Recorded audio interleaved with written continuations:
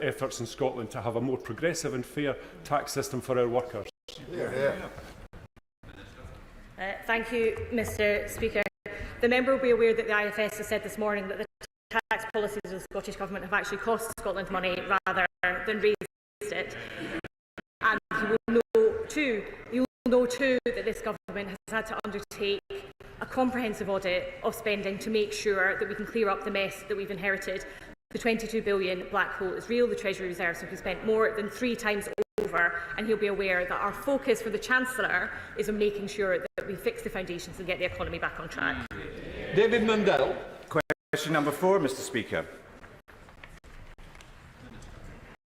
Thank you, Mr Speaker. This Government is committed to delivering economic growth in all parts of the country, and we're working closely with local partners and the Scottish Government on the Borderlands growth deal, and together we are ensuring it delivers the uplift in economic benefits as set out in the deal.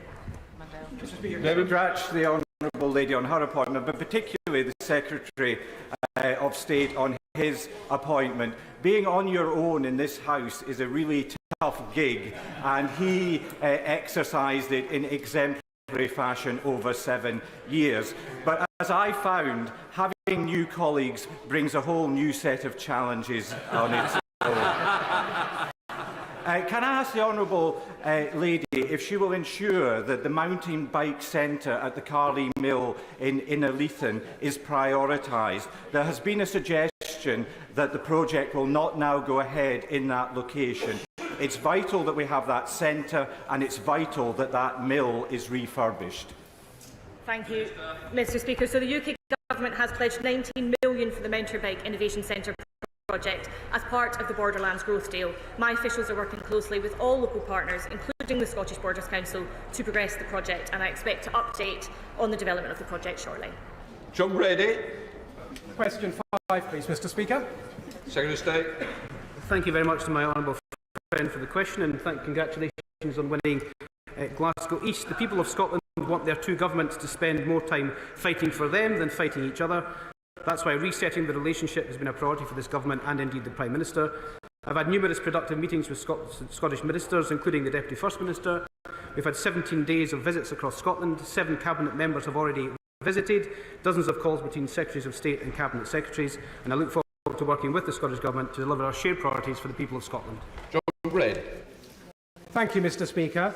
Scotland's official economic forecaster, the Scottish Fiscal Commission, has said about the Scottish budget that much of the pressure comes from the Scottish Government's own decisions. Would the Secretary of State agree with me that the Scottish Government must accept responsibility for the catastrophic state of Scottish public finances?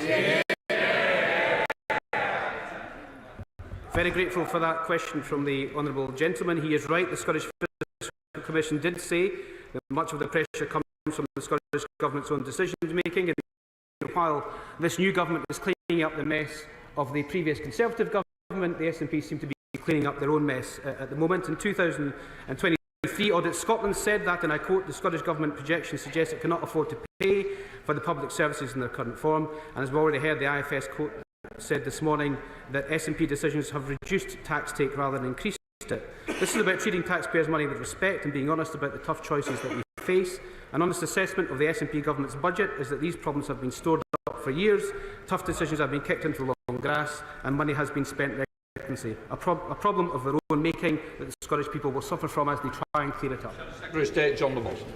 Thank you, Mr Speaker. Can I also start by congratulating both the new ministers on their appointments to the Scotland office. I certainly love my time at the Scotland office, and I know they're going to be very well supported by the excellent team of officials in the department, some of whom are in the box today. Now, Mr Speaker, Labour plan to end the winter fuel payment, taking money away from elderly people who have worked all their days. Age Scotland have said, and I quote, at minimum, 250,000 pensioners in Scotland on the lowest incomes or living in fuel poverty will no longer receive this vital financial support over the winter months, while hundreds of thousands more on modest incomes are going to struggle. Labour have cut it across the UK, and the SNP are doing their dirty work in Scotland. What does the Minister have to say to the 250,000 elderly Scots who are in poverty, struggling with Labour and the SNP's decisions? Secretary of State. Thank you very much, Mr Speaker. And can I welcome the Shadow Secretary of State to his new post. The Chancellor set out during the inheritance statement a few weeks ago the dreadful legacy that his government, that he was a member of, left this current government to fix the foundations and try and clear up. These were decisions that the Chancellor didn't want to make or didn't expect to make, but indeed have had to be made in order to try and get the finances in balance and to try and make sure we can fix those foundations to deliver our manifesto. That is the legacy of this government, and as has already been mentioned in the previous answer to the start of this question, the SNP have already made a mess of the public finances over the last 17 years, and as we've seen yesterday in the Scottish Parliament, they've got one hell of a mess to clear up, and it's Scottish pensioners and Scottish people that will pay the price. John Lamont. Mr Speaker, that Labour are taking a leaf from the SNP's playbook and refusing to take responsibility for their own actions. This is happening because of choices made by this Labour government, which have been passed on by the SNP in Edinburgh. Now, his party's election slogan was all about change. Under this Labour government, pensioners don't seem to have any change to spare. One woman called Leslie told Age Scotland, "This payment is literally a lifesaver for us." Another, Brian, told them, "I would freeze without it or go hungry." Is this the change that Labour meant, taking money away from struggling pensioners? Mr Speaker, there seems to be no recognition or apology from the Shadow Secretary of State in terms of the legacy they've left this government to try and clear up. We knew about, of course, the massive overspending in public services from the previous government, and of course the £22 billion black hole that was revealed by the Chancellor in the audit that she did in her first weekend in office. These things have to be fixed. They are tough decisions we didn't expect to make. They're certainly tough decisions we didn't want to make, but we've had to make them to fix the foundations of our economy. Mr Speaker, can I add my congratulations to the Secretary of State? I know it's not always been easy and sometimes been a lonely path, so a personal congratulations, and to the member for Midlothian for taking her place. In terms of improving the relationship between the Scottish and the UK Government, I'm going to take the Secretary of State at face value, but you'll be aware of the devastating consequences of the cut to the winter fuel payments on pensioners in both our constituencies and across Scotland. So in terms of working better with the Scottish Government, will he do better than just give them 90 minutes notice next time?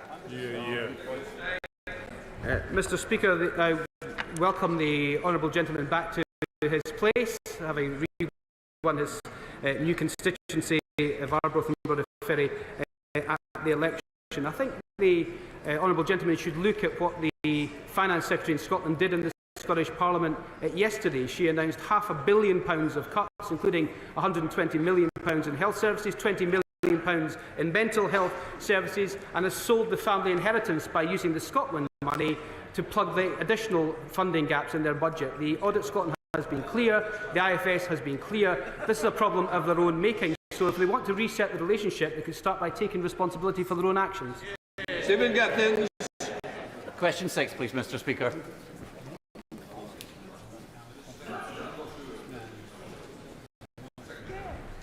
I'm just giving the Minister number 6. I'm committed to working with the Scottish Government, and I've already met with the Deputy First Minister 4 times in 8 weeks. Resetting the relationship between Scotland's two governments is crucial to driving economic growth. Just last week, my right honourable friend, the Chancellor of the Exchequer, was in Glasgow and met with the First Minister. The Prime Minister has made it a key part of his new way of working in government to reset that relationship, and has met with the First Minister to have those discussions. And members of the business community discussed growing the Scottish economy. It's all of our choices to grow the Scottish economy. It's something we all need to do together. Stephen Gattins. Mr Speaker, and I'll thank the Secretary of State for his response. He will be aware that macroeconomic policy sits here, that decisions taken sit here that have a huge impact. Now, we've worked on this issue in the past before. Does he agree with the SNP that being outside the customs union in the single market is bad for growth in the Scottish economy, or does he agree with the Conservatives and their colleagues in Reform that's been good for the Scottish economy? Mr Mr. Speaker, the honourable gentleman is taking no responsibility for the decisions that his party makes in the Scottish Government. We've seen that yesterday in terms of the plugging the holes in their own public finances. The IFS have been clear that the decisions they have made has taken the tax take down in Scotland, despite it being the highest tax part of the country. And I think it's time, if we are to reset this relationship, that they start off by taking accountability and responsibility for their own decisions. Rachel Taylor. Thank you, Mr. Speaker. Sport has played an essential role in economic growth in Scotland. What steps will he take to ensure the legacy of Sir Andy Murray is recognised in Scotland? I'm grateful for the question, Mr. Speaker. Can I tell the House and announce today that Andy Murray is no relation to myself, despite the fact we share the same physical physique? But I can assure you that the Scotland Office and this Government will do all we can to make sure that wonderful legacy of one of Britain's best sportspersons of all time is certainly maintained. George Kilpright. 7, Mr. Speaker. With permission, Mr. Speaker, I will answer questions 7, 9 and 10 together. Scotland's at the forefront of this Government's mission to make Britain a clean energy superpower by 2030. We will headquarter Great British Energy, a new publicly owned clean energy company capitalised with £8.3 billion in Scotland. This will help create thousands of jobs, deliver energy security and lower prices permanently for consumers. Just this week, the 6th allocation for the Contracts for Difference scheme was announced, with over 130 renewable projects awarded contracts, with 20% of those projects based in Scotland. George Kilpright. Thank you, Mr. Speaker. Can I welcome the Secretary of State to his position? We watched him for many lonely years as he held the fort on his own. He was always outnumbered, he was never outgunned. Can he use the full firepower of the Scotland Office now to convince Cabinet colleagues and industry players of the vital role and potential of the Arnish fabrication yard in Stornoway and its sister yard in Methil, both of which are coming up for sale as part of going to market for Parliament Wolf? And can he assure workers at the Arnish yard and Stornoway Port that they will play a big role in renewables, future and in GB energy? Thank you very much for that question. Can I congratulate my honourable friend on winning the Western Isles? He is Mr. Western Isles himself, and he'll be a champion for those particular islands. The Government will continue to engage with Harland and Wolff, local MPs and the Scottish Government to monitor the situation and support a resolution that provides long-term certainty for the yards and workforces across the whole of the UK, with all 4 yards across the UK being treated as one. Minister McNeill has also recently visited the Arnish yard herself. I visited the Methil yard twice, once before the election and during the election. In particular, I have regular meetings with the Deputy First Minister on this issue and hope to meet with her again in the coming weeks, but we will do all we can to protect these yards. Gordon McKay. Thank you, Mr. Speaker. Having spent many years working for the Right Honourable Gentleman when he was on the opposite side of the chamber, can I welcome him to his position as Secretary of State for Scotland. The creation of GB Energy will support 50,000 new jobs across Scotland. It will deliver lower household bills and help meet our net zero obligations. Given that Glasgow already has a fantastic renewables industry, can I ask him what work he has done with his Cabinet colleagues to ensure that GB Energy supports jobs in Glasgow? Thank you, Mr. Speaker. Can I thank my honourable friend and congratulate him for winning his seat in Glasgow South? That's a much better question than he ever wrote for me, Mr. Speaker. My right honourable friend, the Secretary of State for Energy Security and Net Zero, is due to make an announcement concerning the location of GB Energy very soon. I regret that in the interim I can say no more than that, although I'm sure my honourable friend's words of encouragement in respect of Glasgow will not have escaped the attention of my Cabinet colleagues. And I can announce exclusively to the House today, Mr. Speaker, that GB Energy will be headquartered in Scotland. Richard Baker. Mr. Speaker, my right honourable friend is aware I've been working closely with Unite GMB and local management at the Methil yard in my constituency during the restructuring process for Harland and Wolff. Would he agree with me that 200 skilled workers at Methil and those at Arnish have a vital contribution to make to our ambitions to grow our renewable sector, and all stakeholders a vital role in securing the long-term future of these yards? Can I thank and congratulate my honourable friend for winning Glenrothes in mid-Fife, Mr Speaker, I acknowledge the efforts of my honourable friend and indeed many honourable members in the House and in the local area in respect of the methyl fabrication yard. The yard, along with many others like it, will have a key role in fulfilling our ambition for Scotland and the UK to become a clean energy powerhouse. In addition to GB Energy, the National Wealth Fund will help unlock further investment opportunities for ports, heavy industry and manufacturing companies have a crucial role to play in creating jobs in our transition to net zero. I've been to the methyl plant twice myself. It's a world-class workforce, and I can assure them we'll do everything we possibly can to make sure they've got a bright future. John Cooper. Mr Speaker, thank you. I welcome the Secretary of State to his place and thank him for his generous words about the work of Sir Alistair Jack previously in that role. Does, however, the Right Honourable Gentleman share my consternation this morning that two sanctioned Russian oligarchs now have a share in Harbour Energy, our largest producer of North Sea oil and gas? This seems incredible at this time, not least since the company which they are using to have this stake, Red Letter, we, for our part, forced them to divest themselves of a broadband company because they were a threat to national security. Can we look again at this decision? Can I thank the honourable gentleman and welcome him to his place, and congratulations on winning his seat. Mr Speaker, the Foreign Secretary is sitting 2 seats along from me. I'm sure he would have heard what he said. I'm sure it's a concern to everyone in the House, and we'll make sure that a written response is given to the honourable gentleman as soon as possible. Come to Shadow Secretary of State, John Lamont. Mr Speaker, thank you. The Rosebank oil field is going to provide more than £6 billion of investment in UK-based businesses. The Jackdaw oil field will cater for the energy needs of 1.4 million UK households. But this Labour government are jeopardising all of that investment, energy and the jobs by dropping the UK government's opposition to the judicial review which aims to block these vital energy projects. Can the Secretary of State seriously tell the 90,000 people whose jobs rely on oil and gas in Scotland that the future of this crucial industry is secure under Labour when it is his government's policy to oppose all new developments? Can I thank the Shadow Secretary of State, and can I firstly say to him that he should stop scaremongering with the 90,000 workforce in the North Sea. Oil and gas will be with us for decades to come. The Finch decision, of course, that he refers to was something that this government had to consider very carefully. The Secretary of State, my right honourable friend, has started a consultation on consenting, which will affect Jackdaw and indeed Rosebank that he has mentioned, and that should conclude within the next 6 months. John Lamont.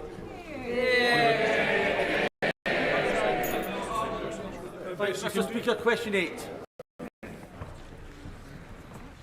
So what number? Number 8.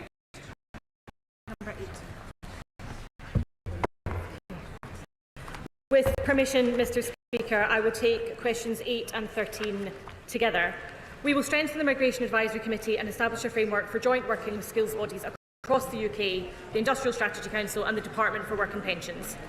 The needs of our economy are different across the regions and nations, and different sectors have different needs. Given that skills policy and employment support are devolved, we will work with the Scottish Government when designing workforce plans for different sectors. This will ensure our migration and skills policies work for every part of the UK.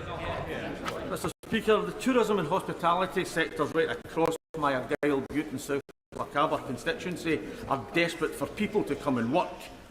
But because of Brexit and end of freedom of movement, we have the jobs, but we do not have the people. The government know that Scotland needs people. So will the government now reaffirm Jackie Bailey's commitment and assurance to voters and now commit to facilitating the creation of a Scottish visa? Thank you, Mr Speaker. We are committed to ensuring that there is effective Scottish representation on the Migration Advisory Council, and I look forward to working with the Home Office and engaging with sectors on ensuring that the immigration sector works for all parts of the UK. Kirsten Black. The skilled worker salary threshold and the skills list is simply not working. Will the Minister make sure that the skills occupation list is actually fit for purpose for Scotland, and will she make sure that that skills shortage occupation list works in order for our energy transition to work? Mr Speaker, it's fixing the foundations of our economy that is the key to bringing long-term prosperity. That includes future-proofing the economy for all, whether that is for long-established families or new arrivals. The Chancellor will set out plans to fix the foundations at the budget on the 30th of October. We now come to Prime Minister's questions. I call Bill Esterson. Question 1, Mr Speaker.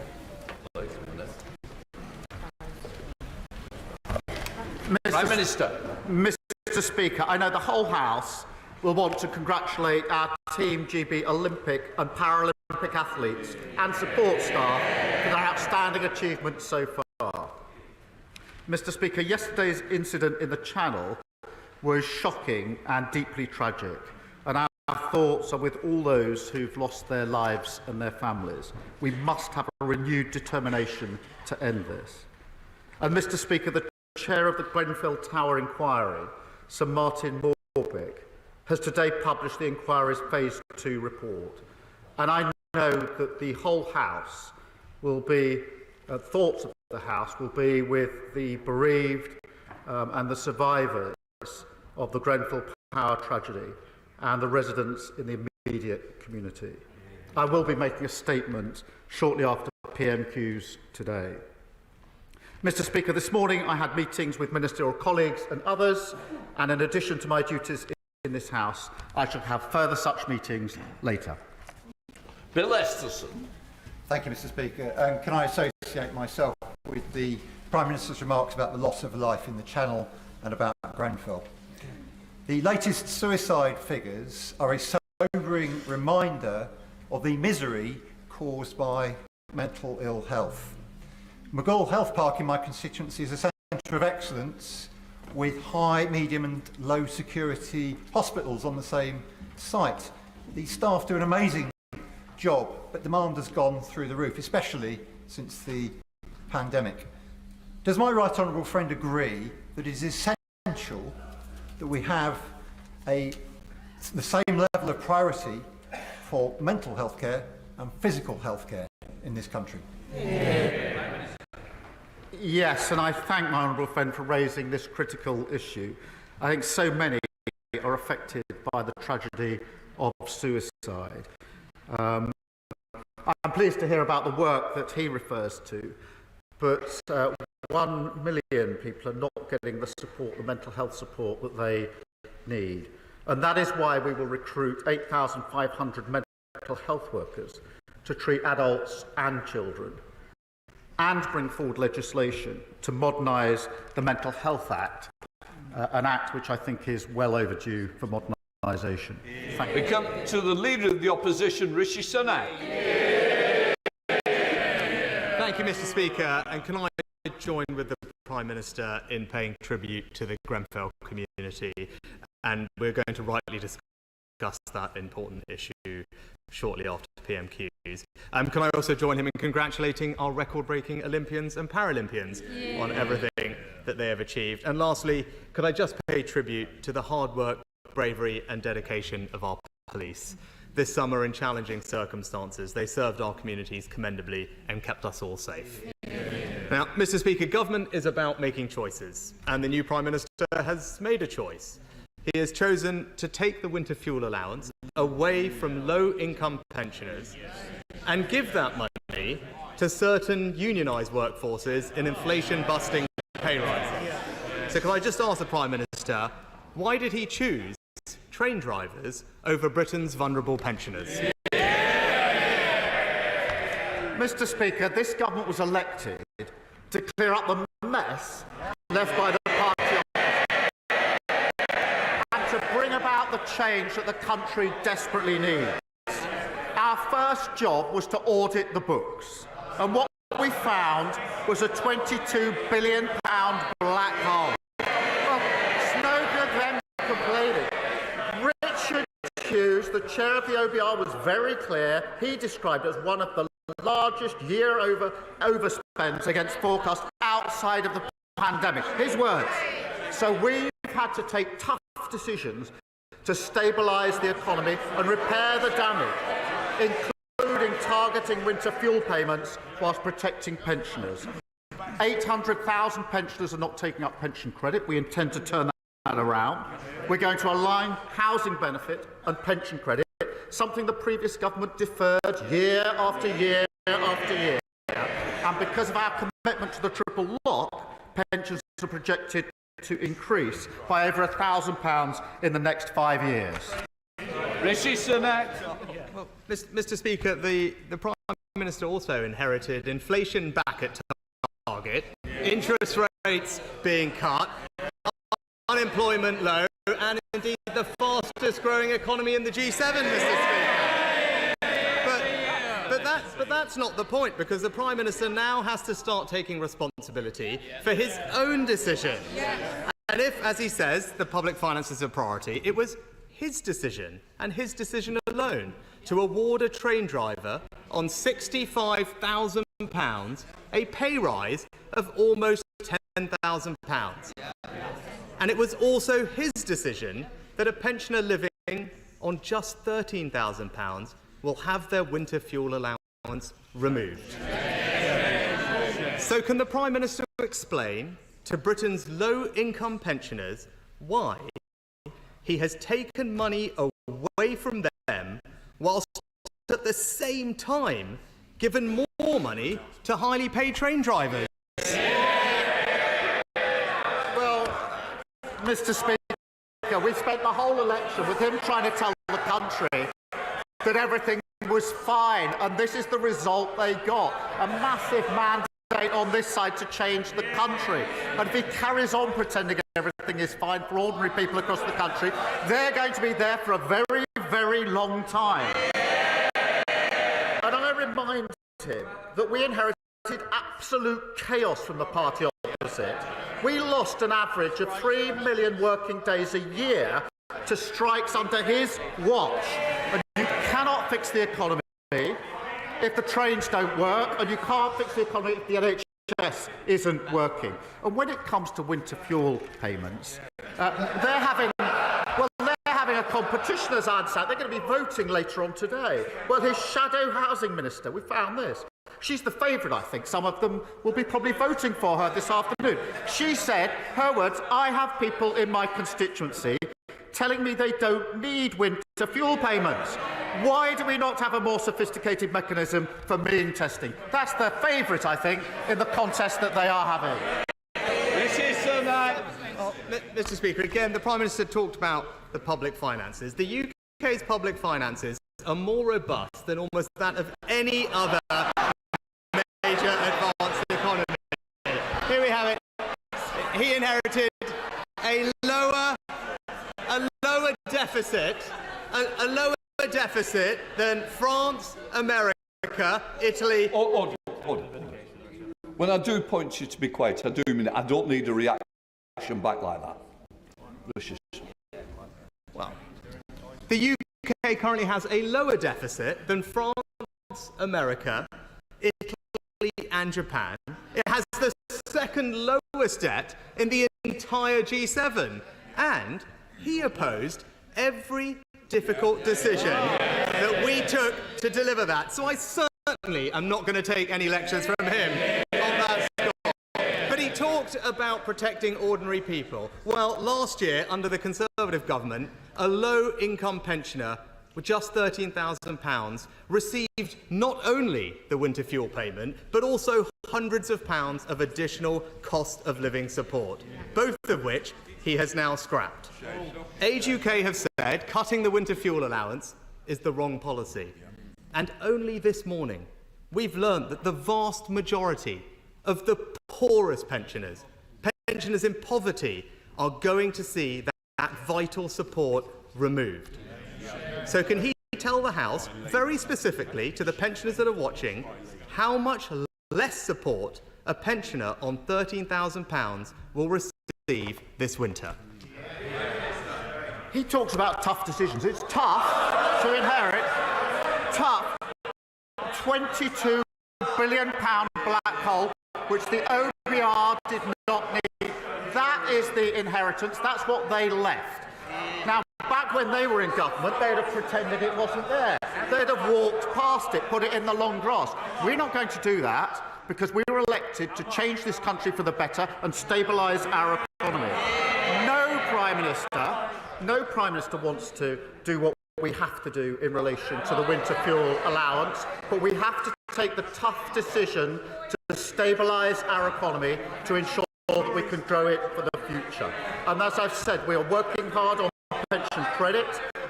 We're allowing housing benefits, which they didn't do for years, and over 5 years, it's a projected increase of up to £1,000 for those on pensions. We are tough decisions that they done. The government doesn't have to choose to take money off low-income pensioners in order to give it to highly paid train drivers. That is a choice that he has made, and it will be clear to any pensioners watching that he simply can't explain why he has made that choice. But, Mr. Speaker, turning to another important issue. The government has suspended 30 of the UK's 350 arms export licences to Israel. It's a decision that the Chief Rabbi says beggars belief and will encourage our shared enemies. Can the Prime Minister therefore explain how his decision will help to secure the release of the 101 hostages still being held by Hamas? Prime Minister. Well, Mr. Speaker, can I start by saying I think the whole House will be shocked by the horrific killing of 6 hostages over the last few days. And I know I speak for the whole House when I say that. The remaining hostages must be released.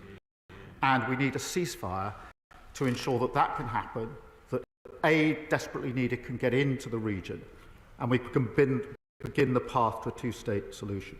Now, he asks how we arrived at this decision. He knows very well, because the legal framework is clear. The latest guidance was issued in 2021 under his government, and that means that licences have to be kept under review, as they were by his government. And I think he probably knows the advice that was given to his government. He understands the framework. We've carried out the review in the same way and come to a clear legal conclusion, and shared that conclusion, the assessment, with Parliament. We will, of course, continue to stand by Israel's right to self-defence, but it is important that we are a country committed to the international rule of law. That gives us the strength of argument with our allies on important issues. This is a difficult issue, I recognise that, but it's a legal decision, not a policy decision. And the Prime Minister knows the framework, and they issued the guidance, they know what the test is, that test has been assessed, we've come to a conclusion, and we've put that before the House to consider. Prime Minister. Well, Mr. Speaker, I appreciate the Prime Minister's answer, but he'll know that decisions like this also have important and broader geopolitical implications. And he mentioned allies. It's essential that we maintain transatlantic unity in the face of terrorist threats and avoid any perception of splits between our two nations. So can he therefore update the House or tell the House what engagement he had with the United States prior to taking this significant decision? Prime Minister. I acknowledge the importance of working with our allies on all issues, as we have been doing, as I was able to make very clear at the NATO summit that I attended in the early summer. And of course, as he would expect, as the House would expect, we have talked this through with our allies. They understand. They have a different legal system. That is the point they made. It chunters from the. This is a serious issue. It requires serious consideration. And the Prime Minister knows the legal framework. He knows the legal framework very well. He also knows that applying that framework, the facts of that framework, and arriving at a decision does not permit me to simply then say I'm not going to implement the legal decision and conclusion that's been reached. I don't think he's really inviting me to do that. Mr. Speaker, not only do these decisions have geopolitical consequences, but they also have emotional ones too. And the Prime Minister took this action on the very same day as the funerals of Israeli hostages murdered by Hamas.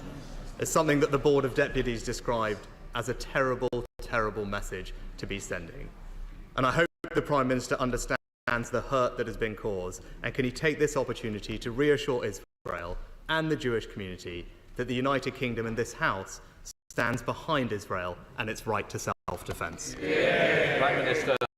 Let me be very clear about that. I've said it before, I'll say it again. We absolutely recognise and support Israel's right to self-defence and have taken action in support of that right of self-defence. And I've made that repeatedly clear in all of my engagements with Israel across the region and with all of our allies. I absolutely stand by that.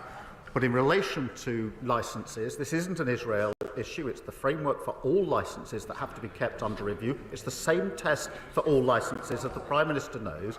And having applied the law to the facts and come to a legal conclusion, I don't think the Prime Minister is really inviting me to put that to one side. We have to, the Leader of the Opposition. This is a serious issue. We either comply with international law or we don't. And we only have strength in our arguments because we comply with international law. I appreciate the party opposite didn't think that international law mattered, and that's why we got into the pickle that we did. What happened? Mr. Speaker, I welcome the Home Office's decision to close the Bibby Stockholm barge in my constituency. We all know this barge is a gimmick. First, it arrived late. Second, it cost the taxpayer a fortune. Third, it was laden with fire and disease risks. And fourth, it likely contributed to the death of a 27-year-old asylum seeker on board. So can the Prime Minister reassure my constituents that this unworkable gimmick and similar unworkable gimmicks will be closed down as we clear up the mess from the party opposite? I thank my honourable friend for the question. Unlike the party opposite, we won't waste money on gimmicks. And that's why within days we ended the Rwanda scheme, we announced the launch of the Border Security Force, and we're preparing legislation to introduce counter-terrorism powers to tackle gangs. And in the first 2 months, we've removed more than 400 people on planes who had no right to be here. Compare that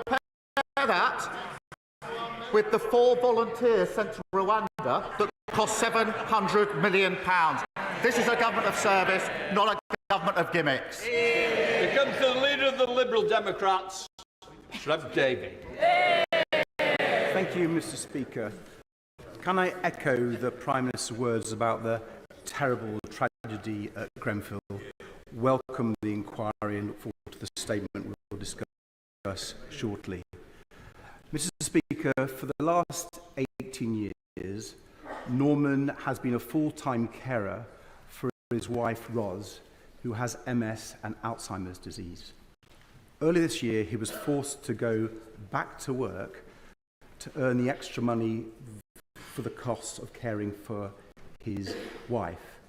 As their income is just a few £100 above the limit for pension credit, they're set to lose their winter fuel allowance unless the Prime Minister listens to these benches and others and changes this plan. So, if he doesn't, what advice does the Prime Minister have to Norman and Ros and millions of struggling pensioners as they face rising heating bills this winter? Prime Minister. I thank the honourable member for raising that important question. I know how much he, both politically and personally, has championed carers. We have taken a difficult decision, and I'm not pretending it's not a difficult decision. Of course it's a difficult decision, because we have to stabilise the economy. We have to stabilise the economy. We went through, the first thing the Chancellor did was an audit. She found £22 billion worth of unfunded spending commitments. We can't walk past that. We can't pretend it doesn't exist. That's what the last government did. have to take tough decisions. We will put all the support in that we can, obviously talk to the learned gentleman about this, but we have to take the tough decisions in relation to this. They walked away from those decisions. That what got us into the mess in the first place. You can't grow your economy, you can't fix your economy unless you stabilise it first. Davey. Can I say to the Prime Minister, we recognise the appalling financial problems left to him by the last Conservative government. But can I say, no one understands the difficult decisions you need to take to balance the books as unpaid family carers like Norman. So many millions of pensioners have struggled over recent years thanks to the last government. The number of pensioners who can't afford to heat their homes has doubled since 2019. So will the Prime Minister support our campaign for more urgent action to invest in insulation and renewables so we can help pensioners and all families make it cheaper to heat their homes every winter? Yes, of course. And I remind him that there are 800,000 pensioners who are not claiming pension credit, which of course then deals with the winter payment allowance. And so that's why we are taking so much care to ensure that we can get them onto pension credit. Again, aligning housing benefit with pension credit, something they left undone for years, will make a massive difference. And of course the triple lock, which over 5 years will mean pensions are expected to rise by up to £1,000. Yasmin Qureshi. Thank you, Mr. Speaker. 4 years ago, the previous government ordered a review into the home and pregnancy test drug Primados and found that the drug had caused avoidable harm. Primados was given to women in the 1960s and the 70s and resulted in many babies being born with severe disabilities. For the last 12 years, I have stood in this Parliament and pleaded with the last government repeatedly to do the right thing.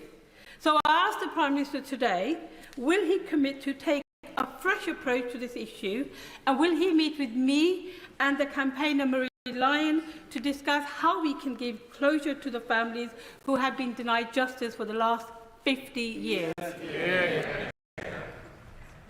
Well, I thank her for that question and for her work on the APPG. I am sympathetic to the families who believe their children suffered from these tests and committed to reviewing any new evidence which comes to light. Mr. Speaker, at the moment the Health Department is reviewing a publication from Professor Danielson and we'll follow the results of that review. And I'm happy to ensure that the Health Minister does meet her to discuss this further. Gavin Robinson. Thank you very much, Mr. Speaker. Can I thank the Prime Minister for visiting Northern Ireland within the last fortnight, and particularly for the time he spent with injured officers of the police service of Northern Ireland.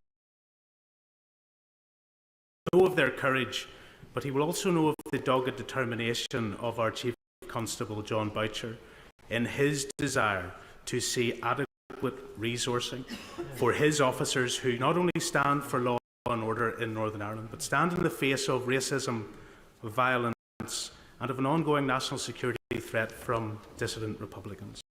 So can I therefore ask him to earnestly and urgently engage in a discussion about uplifting the national security grant afforded to the police service of Northern Ireland and ensure that the PSNI can face the challenges that we need them to face head on? Well, I thank him for that question, and it was important for me to go to Belfast to meet the injured officers and to say simply thank you for what they are doing, and of course the impact it has on their families. I do recognise the difficult financial position the PSNI faces, and the Chief Constable and I have spoken about this on more than one occasion, as you would expect. I mean, predominantly it's for the Justice Minister and the Executive to set the PSNI's budget, and an operational matter for the Chief Constable in relation to how he allocates that. But I have been talking to him about what further support might be possible, because I do realise just how important it is to him and to the PSNI and to Northern Ireland more generally. Emma Foodie. Thank you, Mr. Speaker. Last week, ticket-selling websites like Ticketmaster left millions of Oasis fans furious. But worse still came minutes later when tickets started to be relisted online for thousands of pounds.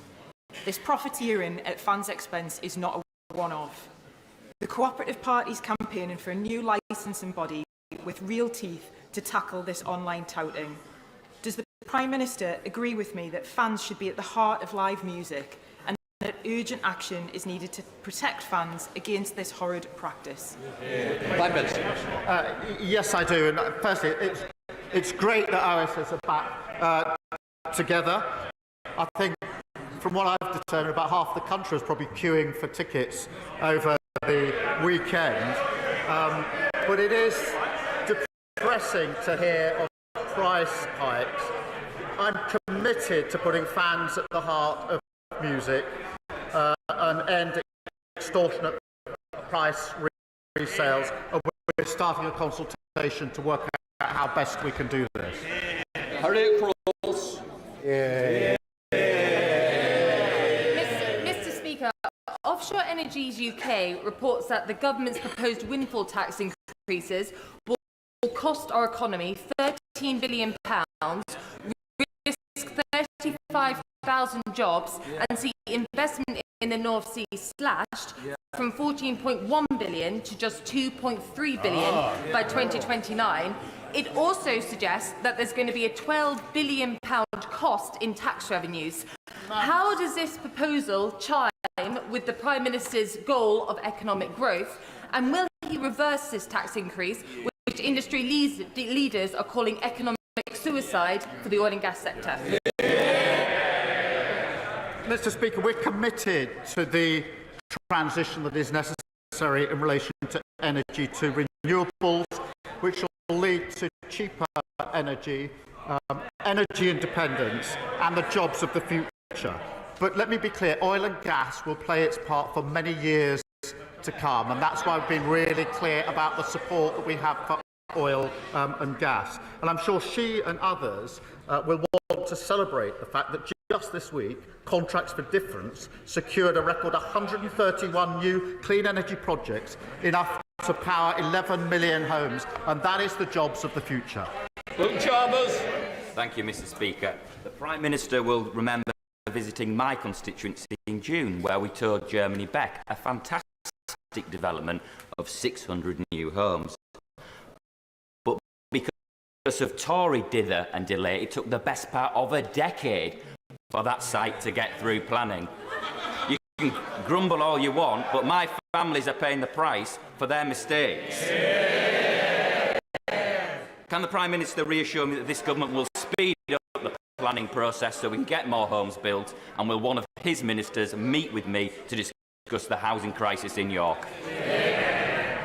Yes, I remember that visit well, and was struck by the delays in planning because the system was broken by the previous government. We will deliver 1.5 million new homes, Mr. Speaker, drive economic growth and fulfil the dream of home ownership, shattered for 14 years under the former government. And that means changing the planning rules, a tough decision they were not prepared to make that happen and to grow our economy. Thank you. Mr. Carmichael. Thank you, Mr. Speaker.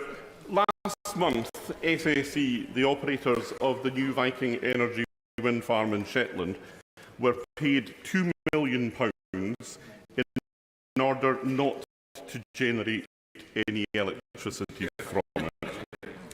Is there not something badly wrong with an energy market that pays big corporates not to produce electricity, while the people living amongst the turbines endure some of the highest levels of fuel poverty in the country?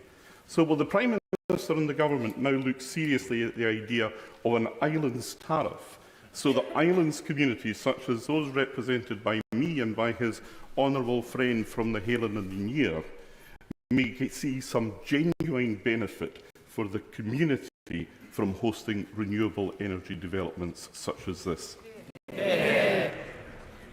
Well, I thank the honourable gentleman for raising this issue, which is obviously a considerable concern to him and his constituents. The National Grid, as he knows, does balance the grid by occasionally requesting some generators to stop when there's not enough capacity on the network. That's not good enough. That's not acceptable for the reasons laid out in his question. It's a problem that wasn't fixed over the last 14 years, but a problem we are determined to fix as we go forward. And I will make sure that a relevant minister speaks to him about the particular issue in his constituency. Dr. Peter Prinsley. Mr. Speaker, thank you. As a surgeon from East Anglia, I welcome the measures the new government has taken to fulfil its mission to fix the NHS. In my constituency of Bury St Edmunds and Stowmarket, the West Suffolk Hospital is badly affected by RAC. Just like the James Paget Hospital in Norfolk, where I've worked for nearly 30 years. Does the Prime Minister agree with me that the RAC hospitals must be priorities as the new government undertakes its review of the new hospital programme? I thank him for his question, and also he brings huge expertise to this area. We have to reset the new hospital programme and put it on a sustainable footing. The last government promised 40 new hospitals. The problem is there weren't 40, they weren't new, and some of them weren't even hospitals. Hospitals with RAC will, of course, including West Suffolk Hospital, must be a priority. So we're reviewing the programme, and the Secretary of State will update Parliament as soon as possible. Shaw. After 14 miserable years of the worst Tory government in modern times, the best this Prime Minister can offer the British people is things can only get worse.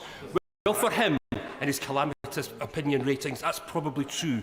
But why does he think he has such an unprecedented fall in his popularity? Is it his attacks on the pensioners? Is it leaving children in poverty? Is it the re-emergence of Labour cronyism? Or is it because his austerity is even worse than the Conservative variety? I remember when they used to sit here. It's a long way up, and there's very few of them, so I don't think we need lectures on popularity. Yes, MP. Thank you, Mr. Speaker. I welcome this week's news on the changes, the government plans around Ofsted, including the removal of single-word judgments. This is great news for head teachers in West Lancashire who've raised this issue with me, along with other issues around Ofsted, and for parents who will have more transparency on the performance of schools. How does the Prime Minister see these changes developing a more positive relationship between Ofsted, government and schools, and improving standards so that all our young people can thrive? Prime Minister. Mr. Speaker, we're committed to the best education for every child, whatever their background and wherever they come from. The current single grade does not work well, and that's why we're going to have a richer dashboard which will give parents more information and allow intervention more quickly, and that's why it's been so warmly welcomed across the country. Rebecca Pope. Thank you, Mr. Speaker. I am new to this House, but I know that we all want our pensioners to live with dignity and security. In my constituency of Reigate, 17,000 pensioners expected to lose their winter fuel payment this year. Of most concern are those just above the pension credit threshold who will be hardest hit. Would the Prime Minister give consideration to broadening the eligibility for the winter fuel payment so that those low-income pensioners who rely on it to stay warm can continue to benefit? Can I welcome her to her place? And Reigate is obviously a place I know very well, as she knows. But the reality is this decision has been taken because of the £22 billion black card. So responsibility for the decision lies with the party that broke the economy. There's a reason we have a mandate for change. There's a reason that this party is now sitting there, and that's because they broke the economy. And I'm not going to apologise for clearing up the mess that they left. Deirdre Costigan. Thank you, Mr. Speaker. After 14 years of Conservative failure, crime and street drinking now blight areas of Southall Town Centre, West Ealing and Hanwell Broadway in my constituency of Ealing Southall.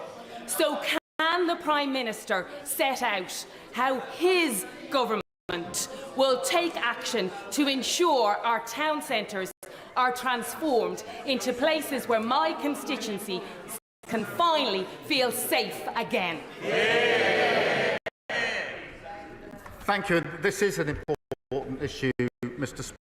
Speaker, and I've heard too many people say that antisocial behaviour is some sort of low-level issue. It really impacts lives across the country. We have to tackle it, and that's why we will put more police on the streets.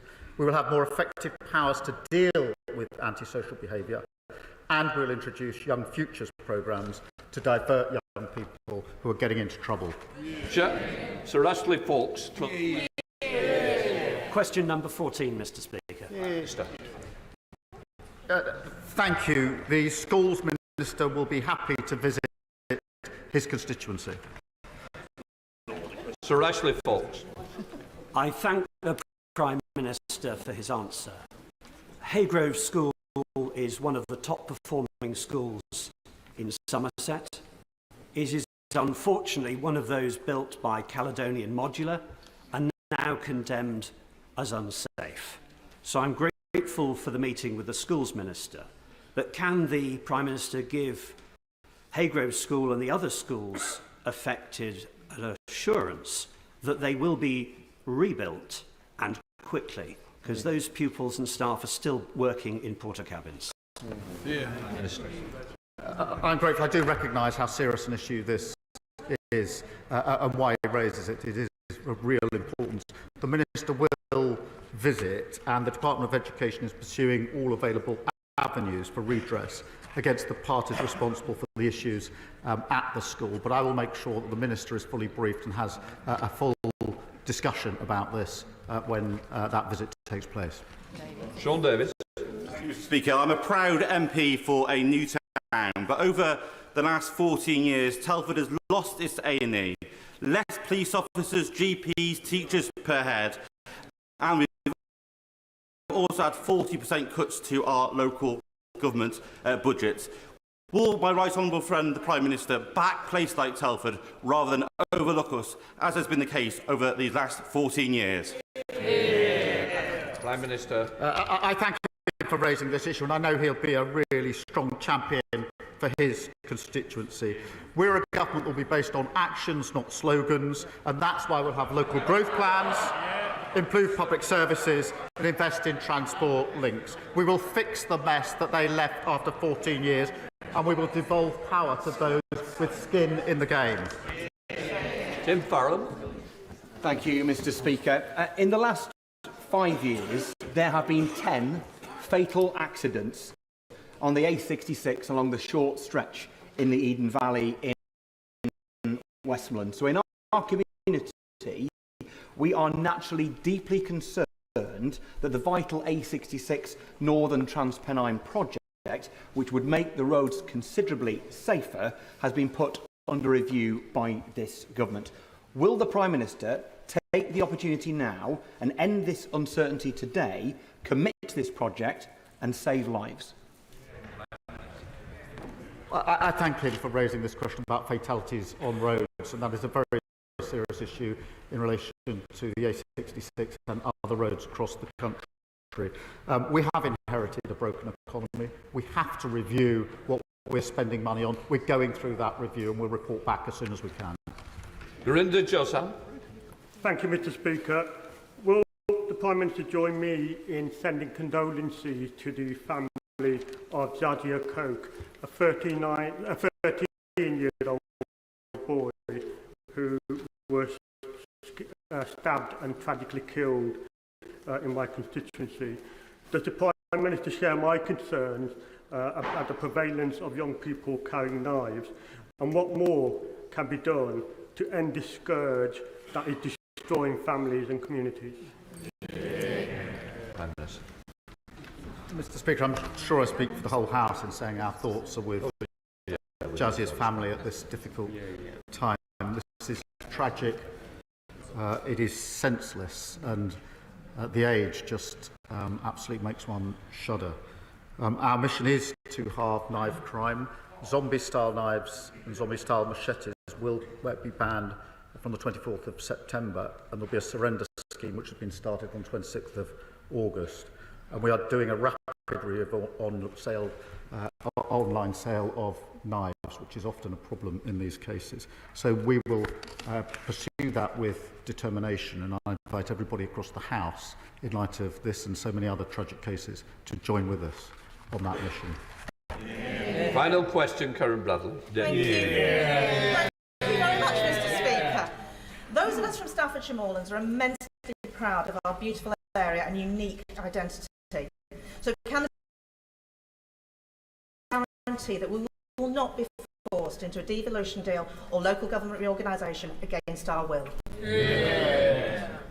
I think it's very important that local people have a say, but it's equally important that we do devolve to those who have skin in the game. And one of the ways in which we can restart our economy is making sure that those with skin in the game take the decisions that are relevant to them and their area. That completes Prime Minister's questions. I'll let those who are leaving the chamber leave quickly before we start the statement.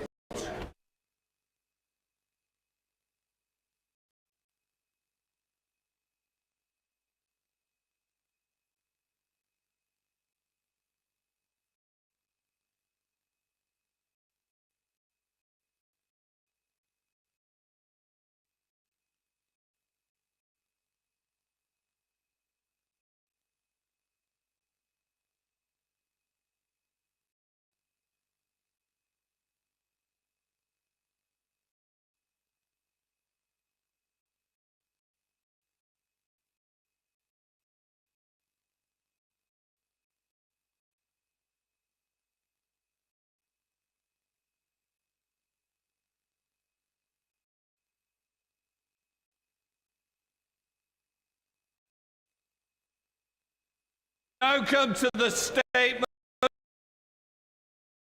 of the Prime Minister. Mr. Speaker, this morning, Sir Martin Morbick published the final report of the Grenfell Tower inquiry. And I'm sure the whole House will join me in thanking him, the members of the inquiry and the whole team for their dedicated work.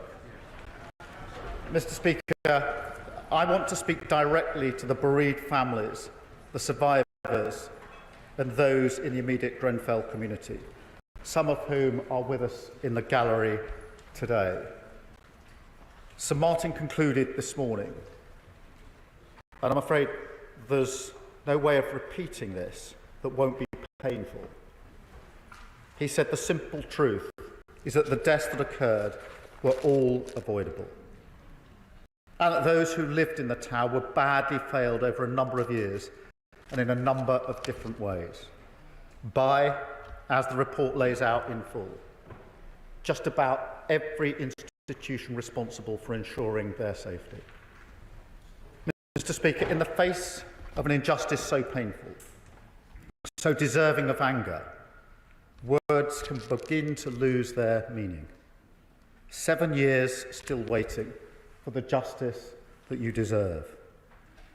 I want to say very clearly on behalf of the country, you've been let down so badly, before, during and in the aftermath of this tragedy. And while Sir Martin sets out a catalogue of appalling industry failures, for which there must now be full accountability, he also finds, and I quote, decades of failure by central government. He concludes that in the years between the fire at Knowsley Heights in 1991 and the fire at Grenfell Tower in 2017, there were many opportunities for the government to identify the risks posed by the use of combustible cladding panels and insulation. And he concludes, and I quote, by 2016, the department was well aware of those risks, but failed to act on what they knew. He further finds that the department itself was poorly run, and the government's deregulatory agenda dominated the department's thinking to such an extent that even matters affecting the safety of life were ignored, delayed, or disregarded. So, Mr. Speaker, I want to start with an apology on behalf of the British state to each and every one of you, and indeed to all of the families affected by this tragedy. It should never have happened. The country failed to discharge its most fundamental duty, to protect you and your loved ones, the people that we are here to serve, and I am deeply sorry. I also want to express my admiration for the strength it must have taken to relive these events when giving your evidence to the inquiry, and indeed to see written down today the circumstances that led to the death of your loved ones. After all you've been through, you may feel you're always one step away from another betrayal. I get that, and I know I cannot change that with just words today. But what I can say is I listened carefully to one of the members of the inquiry, Ali Akbar, this morning, who said this: what is needed is for those with responsibility for building safety to reflect and to treat Grenfell as a touchstone in all that they do in the future. Mr. Speaker, I consider myself someone responsible for building safety, and that is exactly what I will do and what I'll demand of this government. Mr. Speaker, today is a long-awaited day of truth, but it must now lead to a day of justice. Justice for the victims and the families of Grenfell, but also a moment to reflect on the state of social justice in our country, and a chance for this government of service to turn the page. Because this tragedy poses fundamental questions about the kind of country we are, a country where the voices of working class people and those of colour have been repeatedly ignored and dismissed. A country where tenants of a social housing block in one of the richest parts of the land are treated like second-class citizens, shamefully dismissed, in the words of one survivor, as people with needs and problems not respected as citizens, as people who contribute to Britain, who are part of Britain, who belong in Britain. And Mr. Speaker, unbelievably, this continued even after the tragedy.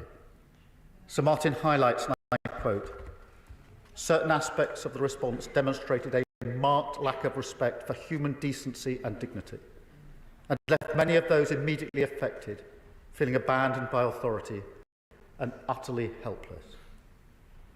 Mr. Speaker, that alone should make anyone who feels any affinity towards justice bristle with anger. But Sir Martin continues. He finds, and these are his words, Mr. Speaker, systematic dishonesty on the part of those who made and sold the rain screen cladding panels and insulation products. And he goes on to say, they engaged in deliberate and sustained strategies to manipulate the testing process misrepresent test data and mislead the market. Sir Martin also cites a complete failure on the part of the local authority building control over a number of years to take basic steps to ensure that the certificates it issued were technically accurate. He finds that the work of the Building Research Establishment was marred by unprofessional conduct, inadequate practices, a lack of effective oversight, poor reporting, and a lack of scientific rigour, and that the tenant management organisation must bear a share of the blame. Its only fire safety assessor, these are his words, had misrepresented his experience and qualifications, some of which he invented, and was ill-informed to carry out fire risk assessments on buildings of the size and complexity of Grenfell Tower.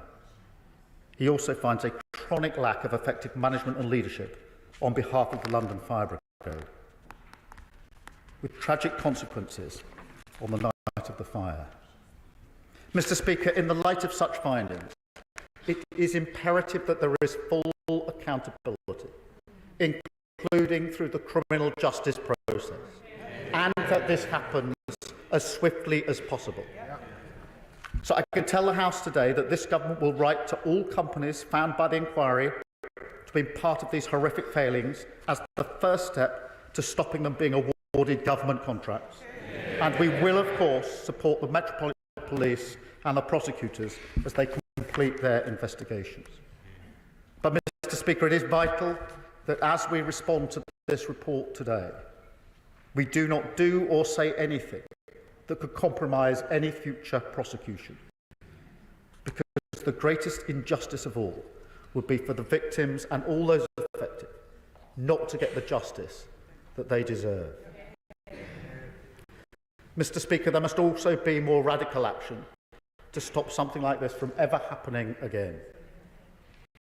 Because one of the most extraordinary qualities of the Grenfell community is their determination to look forward. They are not only fighting for justice for themselves, they are fighting to ensure that no other community suffers as they have done. Mr. Speaker, some important reforms have taken place in the last 7 years, reforms that we supported in opposition, including banning combustible cladding, new oversight of building control, a new safety regime for all residential buildings over 18 metres, new legal requirements on social landlords, making sure fire and rescue services are trained and equipped to handle large-scale incidents, including moving from stay put to get out when needed. And we're now addressing the recommendation from St Martin's first report to introduce a new residential personal emergency evacuation plan policy for anyone whose ability to evacuate could be compromised, and funding from this from renting in social housing. Mr. Speaker, we will look at all 58 of Sir Martin's recommendations in detail. There will be a debate on the floor of this House. We will respond in full to the inquiry's recommendations within 6 months, and we will update Parliament annually on our progress against every commitment that we make. But there are some things I can say right now. There are still buildings today with unsafe cladding. And the speed at which this is being addressed is far, far too slow. We only have to look at the fire in Dagenham last week, a building that was still in the process of having its cladding removed. So this must be a moment of change. We'll take the necessary steps to speed this up. We will be willing to force freeholders to assess their buildings and enter remediation schemes within set timetables, with a legal requirement to force action if that is what it takes. And we will set out further steps on remediation this autumn. We will also reform the construction products industry that make this fatal cladding so homes are made of safe materials. And those who compromise that safety will face the consequences. We will ensure that tenants and their leaseholders can never again be ignored, and that social landlords are held to account for the decency and safety of their homes. And as this government tackles the most acute housing crisis in living memory, building 1.5 million new homes across the country. We will ensure those homes are safe, secure and built to the highest standards. Places of security, health and well-being that serve the needs of residents and their wider communities. Because a safe and decent home is a human right and a basic expectation. And the provision of that right should never be undermined by the reckless pursuit of greed. One of the tragedies of Grenfell is that this is a community that nurtured so much of what we want from housing. People who had made the tower their home and were entitled to a place of safety and security, not a death trap. And yet, time and again, they were ignored.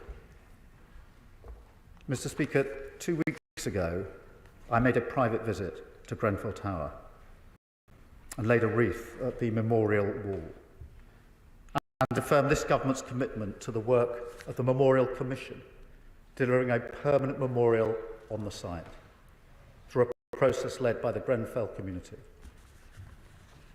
As I walked down that narrow staircase from the 23rd floor and looked at walls burned by 1,000-degree heat,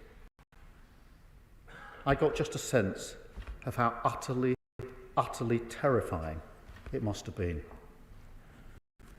And as I saw examples of the cladding on the outside of the building and listened to descriptions of the catastrophic and completely avoidable failures of that fatal refurbishment, I felt just a sense of the anger that now rises through that building.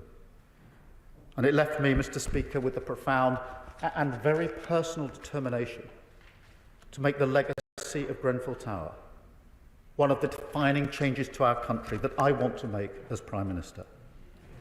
To the families, the survivors and the immediate community, we will support you now and always, especially those that were children. In the memory of your loved ones, we will deliver a generational shift in the safety and quality of housing for everyone in this country. And in the memory of Grenfell, we will change our country, not just a change in policy and regulation, although that must of course take place, but a profound shift in culture and behaviour. A rebalancing of power that gives voice and respect to every citizen, whoever they are and wherever they live. And Mr. Speaker, we will bring the full power of government to bear on this task, because that is the responsibility of service and the duty we owe to the memory of every one of the 72. And in that spirit, I commend this statement to the House. I call the Leader of the Opposition, Rishi Sunak. Mr. Speaker, can I start by thanking the Prime Minister for advance sight of his statement, especially given the timing of Prime Minister's question time. And can I also associate myself and everyone on this side of the House with the Prime Minister's powerful words regarding the pain of the bereaved families, survivors and all those affected by the tragic events surrounding Grenfell Tower. Many are with us today in the gallery, and I want to pay tribute to their strength and patience in waiting for this moment. It is not hyperbole to say that we would not be here today without them. It was their tenacity and strength that brought the truth to light, and for that they deserve our thanks.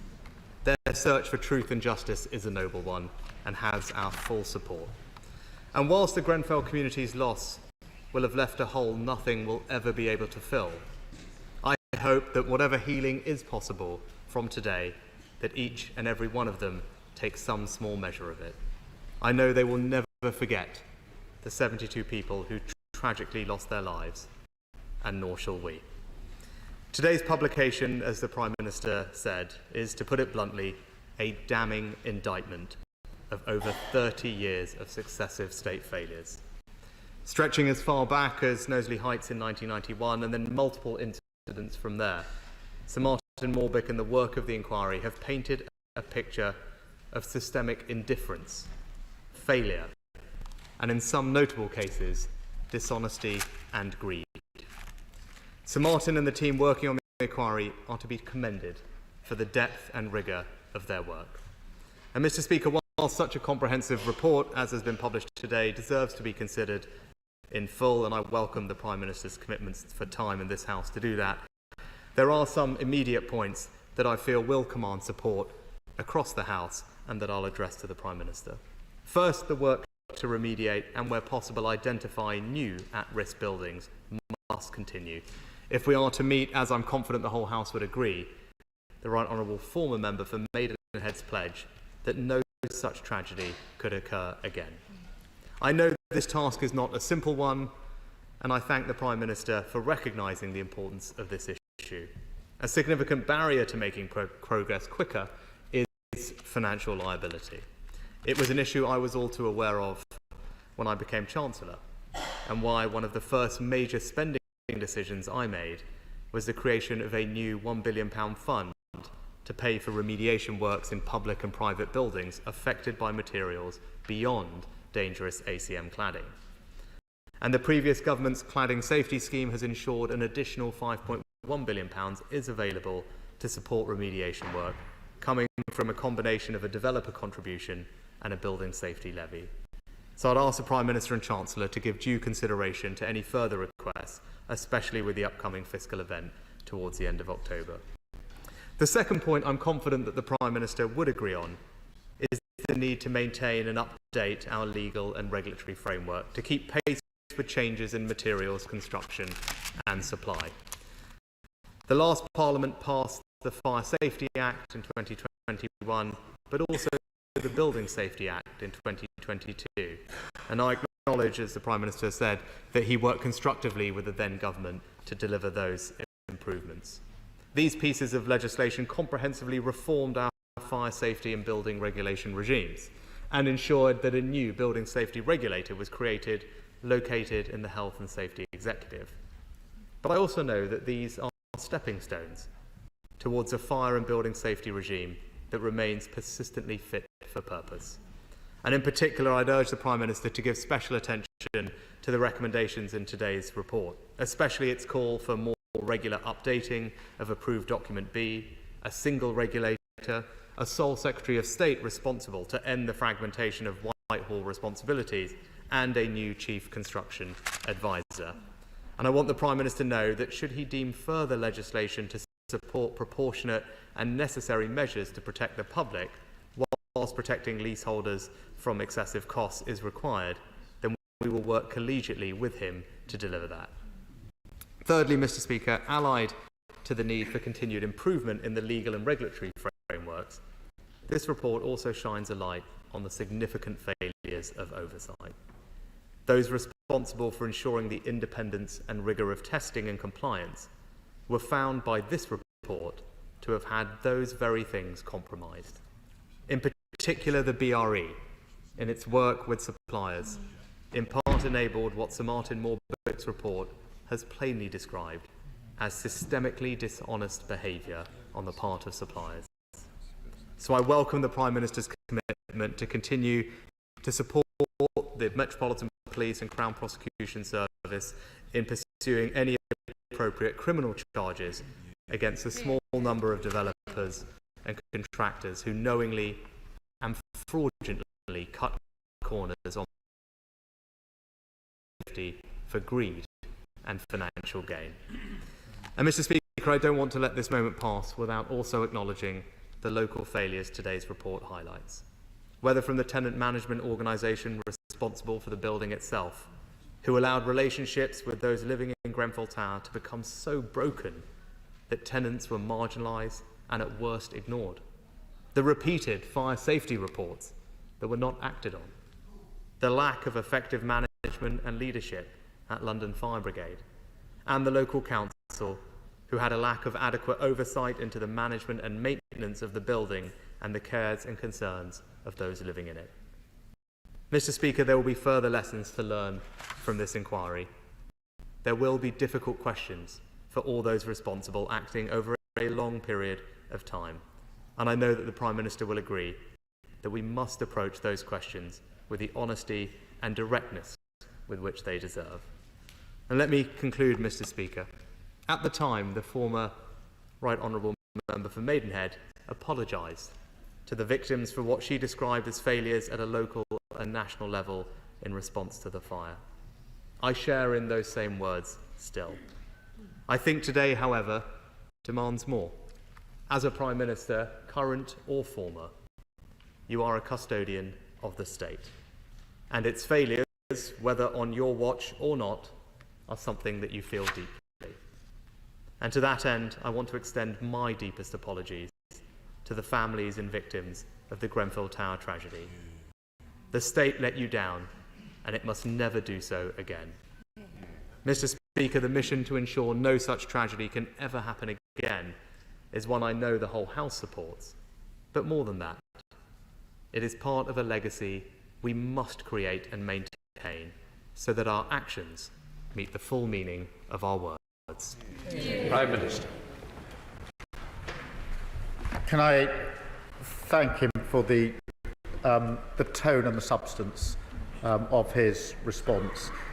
We do owe it to the victims, their families and the community to work together to ensure that they can get the justice that they deserve and that we make this a turning point that means that this will never happen again.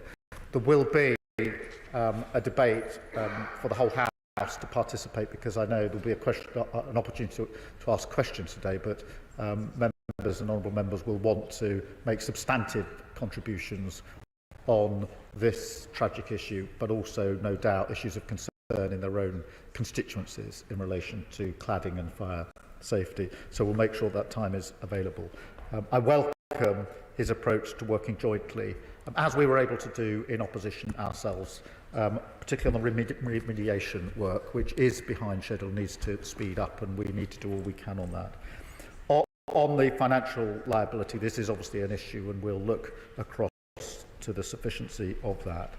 On the legal and regulatory framework, obviously changes have been made already. I do think further changes are going to be necessary. We'll share that with the opposition as soon as we've got some realistic proposals to put before the House, and I think if we can then join together in passing the necessary legislation as quickly as possible, that will be a mark of our determination to treat this as a turning point. And I share in his comments about criminal proceedings. Clearly we don't want to prejudice those criminal proceedings, but I don't think anybody could read this report and not be absolutely shocked at the description of some of the dishonesty. This was not just incompetence, it was dishonesty, manipulating of tests and the market, and you can't read that on the page of this report and not have a renewed determination to ensure that justice is delivered for those who deserve that justice. Thank you. Can I just say I thank the Prime Minister for his comments about the need for caution in terms of comments relating to particular legal cases or inquest. I repeat the waiver that I granted under the sub judice rule on the 21st of June 2022. So I appeal to all members to absolutely to speak, but be cautious of what we do. I now come to the middle of the House, Diane Abbott. Mr. Speaker, is the Prime Minister aware of how painful it must be for the Grenfell community to have that tower looming over them for 7 years, and for it to have taken 7 years to even reach this stage? Having visited Grenfell, he will be aware that the majority of the 72 that died were amongst the most marginalised and largely people of migrant heritage. Can he give an assurance that the bereaved will get all of the support they need going forward, including financial support? And can he also give an assurance that it will not take 7 years to bring those responsible to justice? Minister.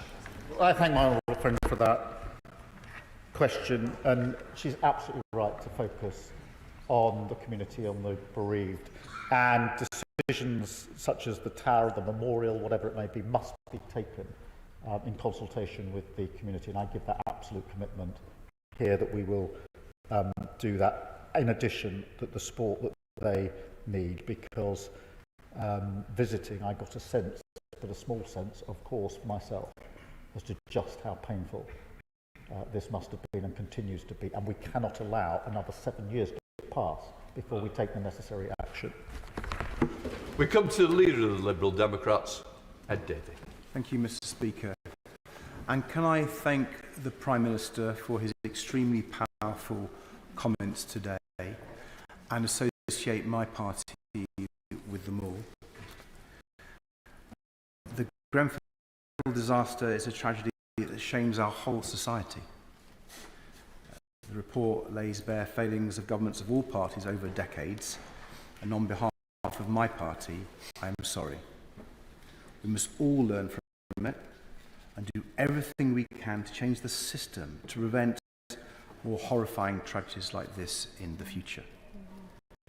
So it's right we pause today and remember the 72 people who lost their lives, as well as the survivors and the bereaved families and friends who fought so long and so hard for justice. This is their day. They waited far too long to get to this truth, and many will remain frustrated that even after today they'll still be waiting for justice and meaningful action. So I want to raise 3 issues of the many that the families raise. First, to get the justice that the families crave, criminality must be investigated, tried and punished, whether it's corporate manslaughter, fraud or misconduct in public office. So will the Prime Minister confirm the police, prosecutors and courts will have all the resources they need to bring those responsible swiftly to justice? Second, what more can the Prime Minister do, can we all do for greater urgency to act on all these recommendations, so this report doesn't just gather dust on a Whitehall shelf? Even now, 7 years on, essential work to make more than 2,300 buildings safe hasn't even started. Can the Prime Minister tell the House what more will be done to remove dangerous cladding as quickly as possible, forcing those responsible to pay, not the tenants and leaseholders? And finally, we must tackle the big systemic issues that come up time and again in scandals like this, from Hillsborough to Horizon to Infected Blood. Like other scandals victims, the bereaved and survivors of Grenfell have called for a duty of candour on public officials, and we welcomed its inclusion in the King's speech. So can the Prime Minister tell us when that legislation will be published and whether the duty will cover all public officials? Well, I thank the honourable member for his response and join with him on this sense that this has taken too long and it's been too hard, and it's not unique in that respect in relation to these types of injustices. On the specific points he makes, it is really important that criminality is fully investigated, and we will give all support and resource that's necessary to the relevant authorities. In relation to the recommendations, we will respond as quickly as possible within 6 months. It's a long report. There are many recommendations, and I think it's right that we take time to look through them, to consider how they can be complied with, and then come back to the House in relation to that, and then come back on an annual basis to assess the progress that we are making and to be held to account on it. On the removal of cladding, that does need to be speeded up. There's no question about that, and measures are already being taken in relation to that. And on Hillsborough, that was in the King's speech. This duty of candour is very, very important, and we'll look again at it in light of this report, but we're determined to bring forward that legislation as quickly as we can. It's long overdue, but I do think, having looked at some of the report already, that it's worth reflecting and making sure what's in the report is incorporated into whatever law that we do bring forward. Thank you. Joe Powell. Thank you, Mr. Speaker. As we've heard, it's now over 7 years since 72 people lost their lives at Grenfell Tower in North Kensington. And as we heard again today, it was entirely foreseen, entirely preventable, the result of individuals and organisations that were systematically dishonest and put profit before people's lives. And I want to pay tribute to the next of kin, bereaved and survivors, including those here today, for their resilience and strength. This is a very painful day for the community. Prime Minister, the shameless merry-go-round of buck passing that has happened for the last 7 years since Grenfell must now come to an end. So I want to thank you for your personal commitment to drive the lasting change and to hold people accountable. Can you assure me that the government will now do everything in its power to ensure that criminal prosecutions will take place as soon as possible? Can he commit to ensuring that companies identified in this report will be excluded from public contracts, held account to the full extent of the law, and pay their full weight of financial remediation for the building safety remedial work that's needed? And can he ensure that the Phase 2 recommendations for central government will be a blueprint for real change, and that implementation of those will be swift and as comprehensive as possible, so that we can really say a tragedy like Grenfell will not happen again? Prime Minister. Thank you, and I can confirm that we will do everything to make sure there is full accountability, including criminal accountability where appropriate. I do remind the House, as Mr. Speaker you have, that notwithstanding the strong findings in the report, it is the last thing now that the victims, the bereaved and the community want or need is for anything to go wrong with possible legal proceedings. So we must all bear that in mind, but I absolutely understand the sentiment. And in relation to the contracts, I stand by what I said in my statement. And I would just concur with the honourable friend on the resilience and strength of the victims, the families, the survivors and the community. It must have been really hard to give evidence to this inquiry, and it must be really hard to read the details in this long report of what happened, and even harder still to read the conclusions in relation to the failures and the dishonesty. And so we must pay respect to that resilience and strength. Bob Black. Thank you, Mr. Speaker. And very sadly for most of us, this report is not a surprise, because many of the things that were being said over many years have now come to fruition in these recommendations. As the Prime Minister has quite rightly alluded to, the conspiracy on testing of products is clearly going to be something that must be subject to criminal proceedings. Will he therefore look at some of the recommendations immediately that affect the government, namely bringing responsibility under one department, with one minister being responsible and answerable to this House, to make sure that action is taken, and secondly, ensuring that one single regulator is introduced to make sure that these various different aspects that were clearly wrong do not occur again? Prime Minister.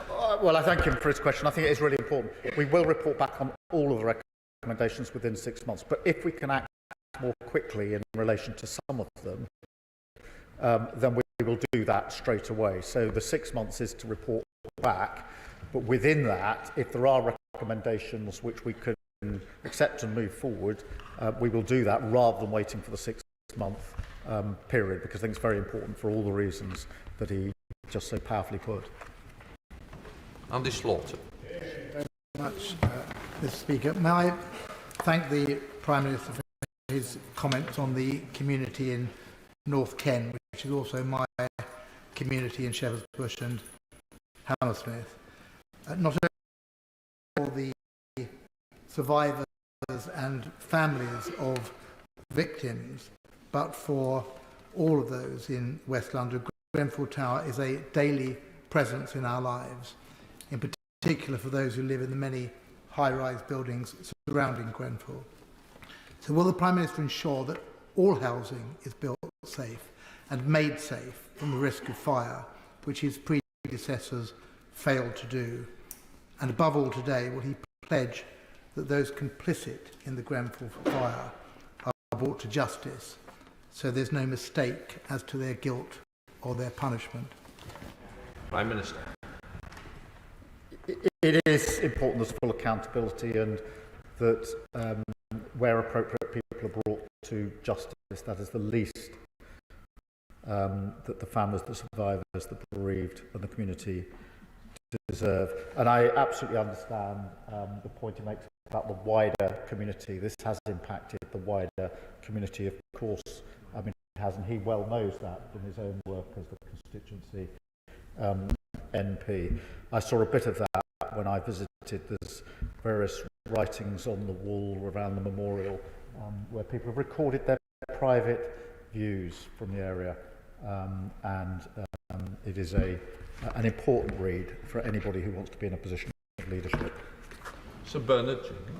Thank you, Mr. Speaker. Can I thank the Prime Minister for his statement and also Sir Martin Morbick. But could I refer him specifically to recommendation 113.58? After Piper Alpha, there was established an independent offshore safety investigation body. After the Paddington rail crash, we established the Independent Rail Accident Investigation Board. A former Fire and Housing Minister, Nick Rainsford, a former Chief Investigator of the AAIB, Keith Conradi, and a leading building control specialist, and I made a submission to the inquiry recommending that there should be independent incident investigation of serious building failures of this nature, which would be able to conduct an investigation far more quickly than a public inquiry and with accumulated expertise. And yet this role is left with the London Fire Brigade, which is itself heavily criticised and would therefore be conflicted in any investigation of a similar incident, which is why they weren't put in charge of investigating this incident in the first place. Could we come and see him about this very, very serious matter? Prime Minister. Well, I thank the honourable member for raising what is a really serious issue. We will, of course, look at that recommendation. We'll report to the House, and I'll make sure that a meeting is set up for him to be able to input directly into our considerations on that particular recommendation and any others that he has concerns about. Florence Session.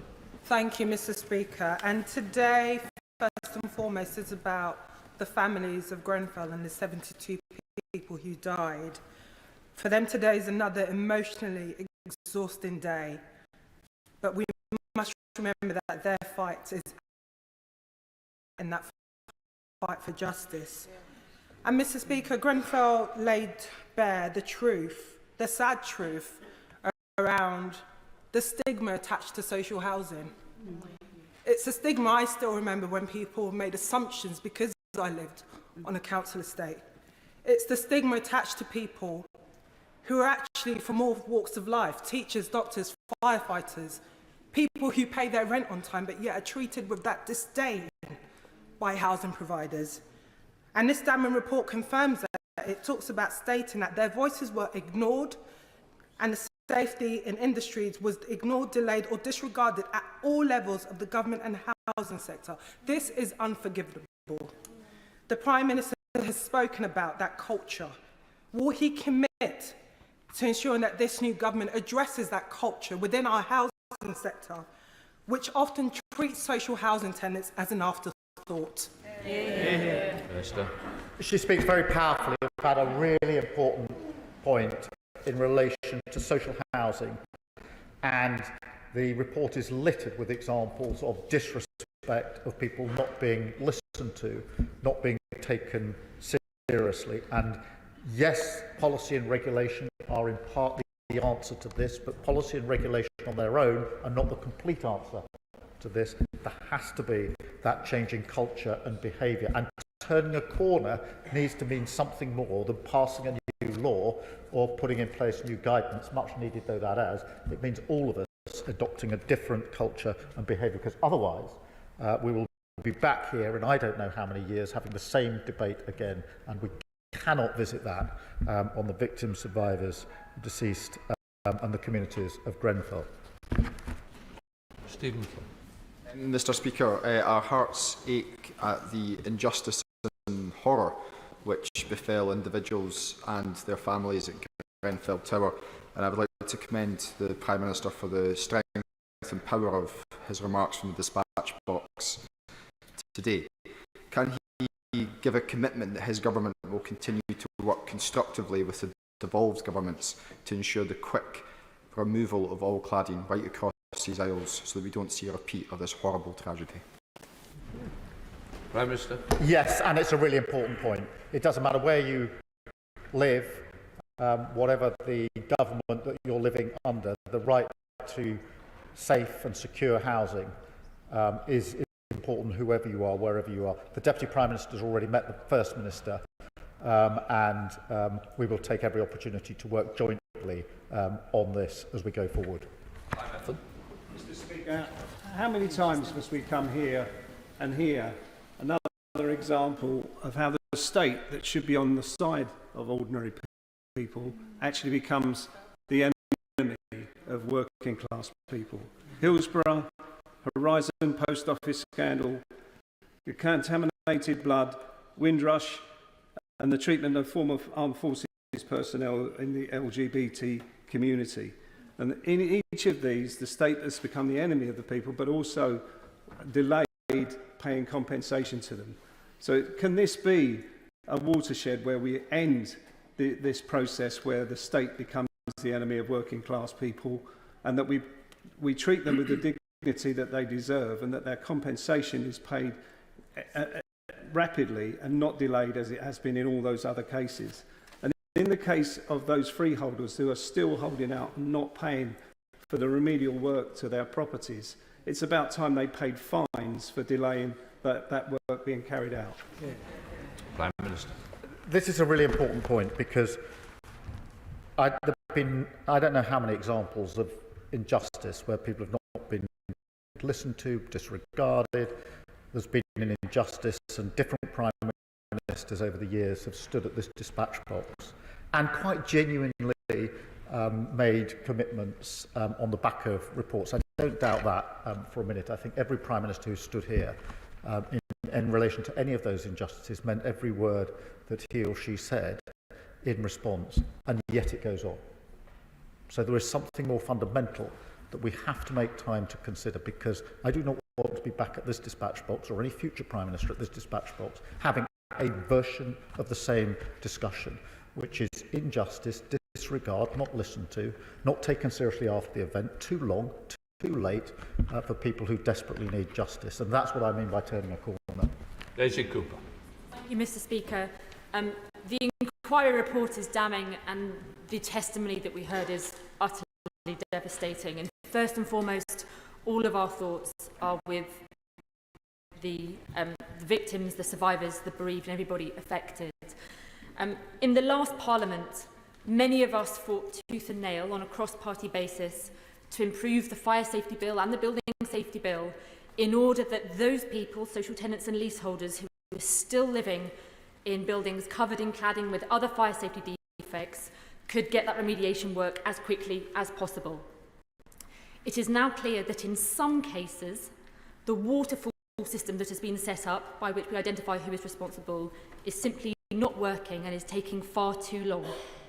One idea that was on the table in the last Parliament was that in some cases, the government could put the money up to pay for the remediation, to take away the risk, and then use the power of the state and its lawyers to go after those responsible with penalties so that the taxpayer would not lose out. Could I please ask the Prime Minister, who now says it is a moment of change, who has committed to speed things up, whether he will review this idea and see whether it could be used in some limited cases where there has still been no action. Great question. Prime Minister. This is a really important point, and from my own constituency, I know of examples where what happened was a contract, was a subcontract, a subcontract, a subcontract. I think in one case in my constituency, it went through 7 subcontractors before the person who was actually responsible was found, and everybody simply took a cut of the contract and passed it on. That is a real problem. We do have to get to the bottom of that. We can't allow that to happen. Of course, we'll consider any proposals that are put forward in response to this report, but this is a very real problem of contracts simply being subcontracted over and over again, and trying to find accountability in that is very, very difficult. Don Butler. Thank you, Mr. Speaker, and thank the Prime Minister for this statement today. I recently visited the Grenfell site with Lord Bertang, who's in the chamber today. Excuse me, Speaker. And everybody there at Grenfell wants to be, they want people to be held responsible. Those in boots, but also those in suits. There's a lot of money that's also gone missing, and some have called for the use of joint enterprise in ensuring that everybody is held responsible. And some survivors have written a poetry book, and there's one poem called So What Simon by Mary Gardner, and she said, just the ending, this is not about mercy or grace or kindness, it's about justice and honesty and believing we are all born equal, and that is how we die. No amount of wealth can make us differ so much that we live in where we live becomes a rabbit hutch. Change your minds, you people with power, or give it over and let us flower. Does the Prime Minister agree that justice delayed is justice denied? Prime Minister. Yes, I do, and I particularly agree that justice isn't a question of grace or kindness. It is an entitlement, and it's an entitlement to every single citizen in this country, and that needs to be honoured as we go forward from here. And can I just take the opportunity to thank all those working on the memorial, which I know is very, very important. It's at an important stage of the work in relation to the memorial, but I know it's very, very important to the community. Robert General. I thank the Prime Minister for his statement today. The Grenfell fire was an unimaginable tragedy, but as he rightly said, it was also a comprehensive failure by the British state, and in many respects that comprehensive failure persists to today. I'm grateful for the words that he said about giving all resource and support to the police and to the CPS, because clearly the victims, the survivors, the community of North Kensington want the insights and the answers that they've had partly today, but they also want justice, and that needs to be delivered as soon as possible. Equally, I fully support the effort that he's going to take forwards to see if further regulatory changes are required. They need to be done in a proportionate and effective way, and there are lessons to be learnt from changes that we've made in the recent past. But when doing those, can I urge him to look in particular at the testing facility, the BRE, the status of that and the way it operates, which I think has failed significantly and is laid out in the report. And finally, can I concur with him on the broader point that he made today, which is that when one speaks to the victims and their families, one's left with a very strong sense that many people in social housing in our country feel like they are second-class citizens, that they are being treated with disrespect, and that must end. And would he take forward the work that began with the Social Housing White Paper to ensure that that never happens again in the future? Prime Minister. Yeah, I thank him for that question. Yes, all support will be given to the police and the CPS, and I absolutely agree. This must be done as swiftly as possible. And I think the police have made a statement in relation to that earlier today. I'll look at the particular point he raises in relation to testing. But I think the whole House needs to come together to recognise that in social housing there has been a profound disrespect for a very long time across a number of communities, and we have to turn a corner on that. Margaret Millay. Thank you, Mr. Speaker. I ask if the Prime Minister will join me following the wildfires of 2022 in Dagenham and Rainham, the ongoing crisis at Launders Lane in Rainham, and now the devastating fire at the Spectrum building, also in my constituency, in commending the outstanding work of our emergency services. And will he comment on the government's plans to improve fire resilience and safety in residential buildings, and to hold those responsible to account when tragedies like this happen? Prime Minister. Yes, it's very important that they're held to account, I thank her for raising the particular issues in relation to Dagenham, and join with her in commending the emergency services who have to respond to these awful incidents, and having spoken to some of the first responders, you get a real sense of the impact it has on them as well. And I know the Deputy Prime Minister has visited the Dagenham scene in the last few days. Jeremy Corbyn. Thank you, Mr. Speaker. I thank the Prime Minister for his statement and the way he delivered it, and Sir Martin for his comprehensive report. Those needless deaths that happened at Grenfell will never go away and never be forgotten. Those of us that have been on the silent walks for Grenfell every year since it happened and visited many times fully understand the strength of feeling and the anger, the deep anger in the community at this needless loss of life, brought about by a contract culture, deregulation, privatisation, ignorance, and frankly contempt for working class communities by many who should have done much more to protect and defend those people. So I hope the Prime Minister's words will be carried through. Criminal action will follow against those that deliberately neglected those that were in a position of more appalling and extreme danger.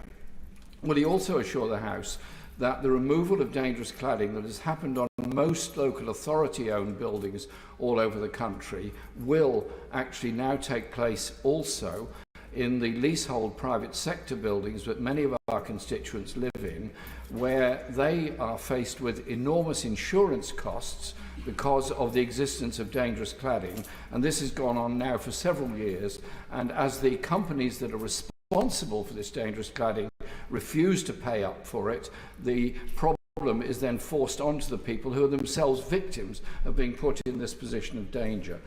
There are so many lessons to be learned from Grenfell, and I hope that the words the Prime Minister just used about the contract culture in local government, the endless subcontracting, so that those responsible for dangerous conditions evade all responsibility, will end, and we'll end the idea of a local government internal market, and instead have the principle of local government delivery of service as the primary responsibility to ensure all citizens live in safety, and that council housing becomes a thing that grows very rapidly in the next few years, and we get more good quality, secure council housing built for the good of the people that are living in desperate housing need, often currently in the private rented sector. Thank you. The point about leaseholders is a really important point, that we are taking action in relation to whether it's insurance or other issues that the House is well aware of in relation to leaseholders. It's important that is included in the work that we take forward. Absolutely committed to the quality of council and social housing as we go forward and build those 1.5 million homes. And just on this point about those that lost their lives, it is important, I know the whole House knows this, it isn't just a number. Each and every single one is a human being to be respected and cherished and remembered for who they were, not just a number. Fiscal. On the council estates in Chelsea, which I have the honour of representing, Grenfell and the incompetence and indifference shown both before and after the tragedy by the local council and by the TMO are still very much discussed. I think one of the striking things that the report brings out is the extraordinary response by the local community where the official response failed. And it was very heartening to hear the Prime Minister talking about a rebalancing of power. And this is absolutely essential. One of the particular things I hope we will be doing is ensure that councils in future gather proper information on disabled people living in social housing, 15 of whom, we must remember, died in the Grenfell Tower fire in order to ensure that they can be evacuated safely in such a situation. And so, as well as taking action against companies, which I fully support, will the Prime Minister commit to working closely with local authorities to implement the report, so to protect our fellow citizens, whether they live in social housing or indeed anywhere else, from this sort of thing happening again? Prime Minister. I thank him for that question. I have to say, reading the part of the report that dealt with the indifference and disrespect after the tragedy was really hard. You would have thought, at the very least, after a tragedy like this, with the failures that went before, that in the aftermath they would be treated with the utmost respect, and yet the same disregard carried on afterwards, the lack of basic respect and dignity, and that is part of what this report is all about. In relation to disabled people, it is really important that there are plans in place, and we've taken that forward in relation to people with disabilities who are housed in circumstances where they clearly need a plan for their own evacuation. And yes, of course, we'll work with local authorities on this and all relevant authorities. Kit Maltos. Thank you, Mr. Speaker. One of the things I learned in my interactions with the Grenfell bereaved and survivors and Grenfell United during my time as Housing Minister was that their pain was compounded by their frustration at the pace of change, even some years after the fire. And it was a frustration I shared as we tried to make progress on building safety issues. However, one of the things that really did sharpen our minds and make the government machine jump to it was the prospect of external scrutiny. So I wonder, I heard the Prime Minister say that he wants to return to the House annually to update on progress. I'm afraid I don't think that's going to give the government machine, with which I know he will do his best, the kind of impetus that's required. So would he either recommend to whoever is elected as the chair of the Select Committee that they establish a specific subcommittee to look at progress on the recommendations of this report, or if not, support a cross-party committee of the House being established to drive through these changes and monitor government progress? Because while an annual debate will, I know, be welcome, as I say, I just don't think it's going to give the sense of urgency that's required so that we can address these issues swiftly. Prime Minister.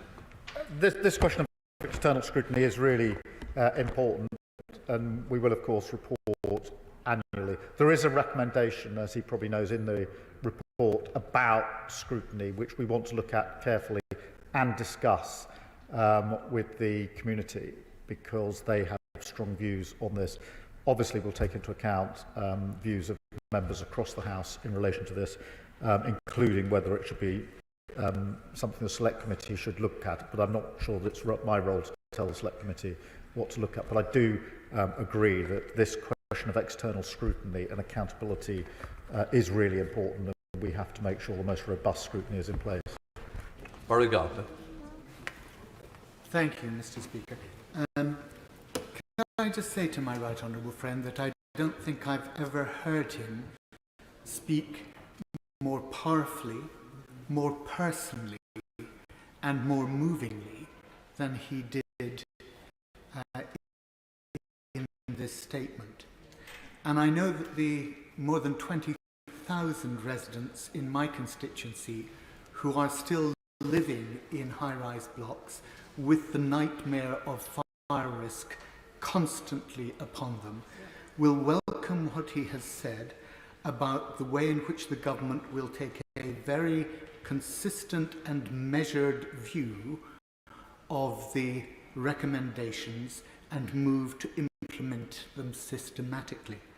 They'll also welcome what he said about prosecution of those who were responsible for the, and I quote Sir Martin, systematic dishonesty and deliberate and sustained strategies to manipulate the testing process.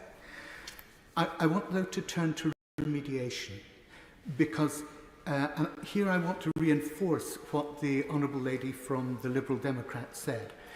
Many of the owners of these blocks have sold on to further further owners and further owners beyond that. And the Prime Minister referred to the subcontracting, but there's also been the on-selling.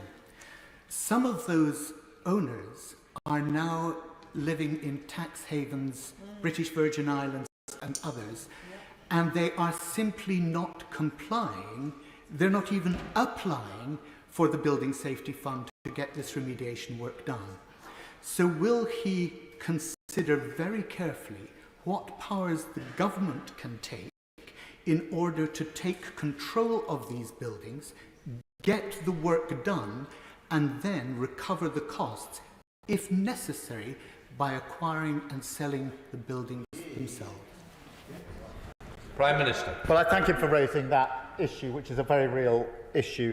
And I think one of the things that we need to do is to look at what further powers may be necessary. I don't think that we can suggest for a minute that the existing legislation, guidance and policy is already there and is sufficient. We need more powers, and we will be looking at that and bring proposals back to the House. And of course there will be a general debate, because I know that many members will want to discuss particular issues in their constituency of those that are fearful of the conditions in which they're living. Shomba. Thank you, Mr. Speaker. And I want to thank the Prime Minister for his very serious and compassionate statement today. The events of June 2017 do feel like yesterday, and I can't imagine how the people more directly affected must be feeling right now. We must act in every way we can together as much as possible. However, I know that the inquiry report does not make new proposals for transparency and accountability for social housing tenants and leaseholders, particularly around access to fire risk assessments and related information, which is still very, very hard for residents to access. I saw it myself in London. I'm seeing it still in Brighton. And I note that the previous government did not act on calls for housing associations to be subject to freedom of information, and that's despite calls that included from the Information Commissioner themselves as long ago as August 2017. So will the Prime Minister also act now to fix these kinds of gaps in resident empowerment and access to information, which will be very simple and are not covered by the report today? Prime Minister. We'll obviously look at all the recommendations that are there from this morning and report back to the House, but we need to look at wider issues as well, and access to risk assessments is a really important issue that we are considering, and there shouldn't be gaps. One of the benefits of a debate across the House will be an opportunity for these and further points to be raised that we will then take back and consider. Thank you, Madam Deputy Speaker. Today, my thoughts are with the victim survivors, the family and the entire Grenfell community today. We know that systemic dishonesty and the many, many injustices meant that the people of Grenfell were treated like second-class citizens. Successive governments, the local authority and industry knew about the risks but failed to act. And as Sir Martin says, the deaths that occurred were entirely avoidable. 7 years on, no one has faced criminal proceedings, and there are still thousands living in homes wrapped in unsafe cladding. I welcome what the Prime Minister said today, and I welcome the way he delivered his statement, and I will also just put on record my thanks that the government will be implementing Phase 1 recommendation to ensure that every disabled person living in a high-rise block will have a personal evacuation plan specific to their needs. Thank you for that.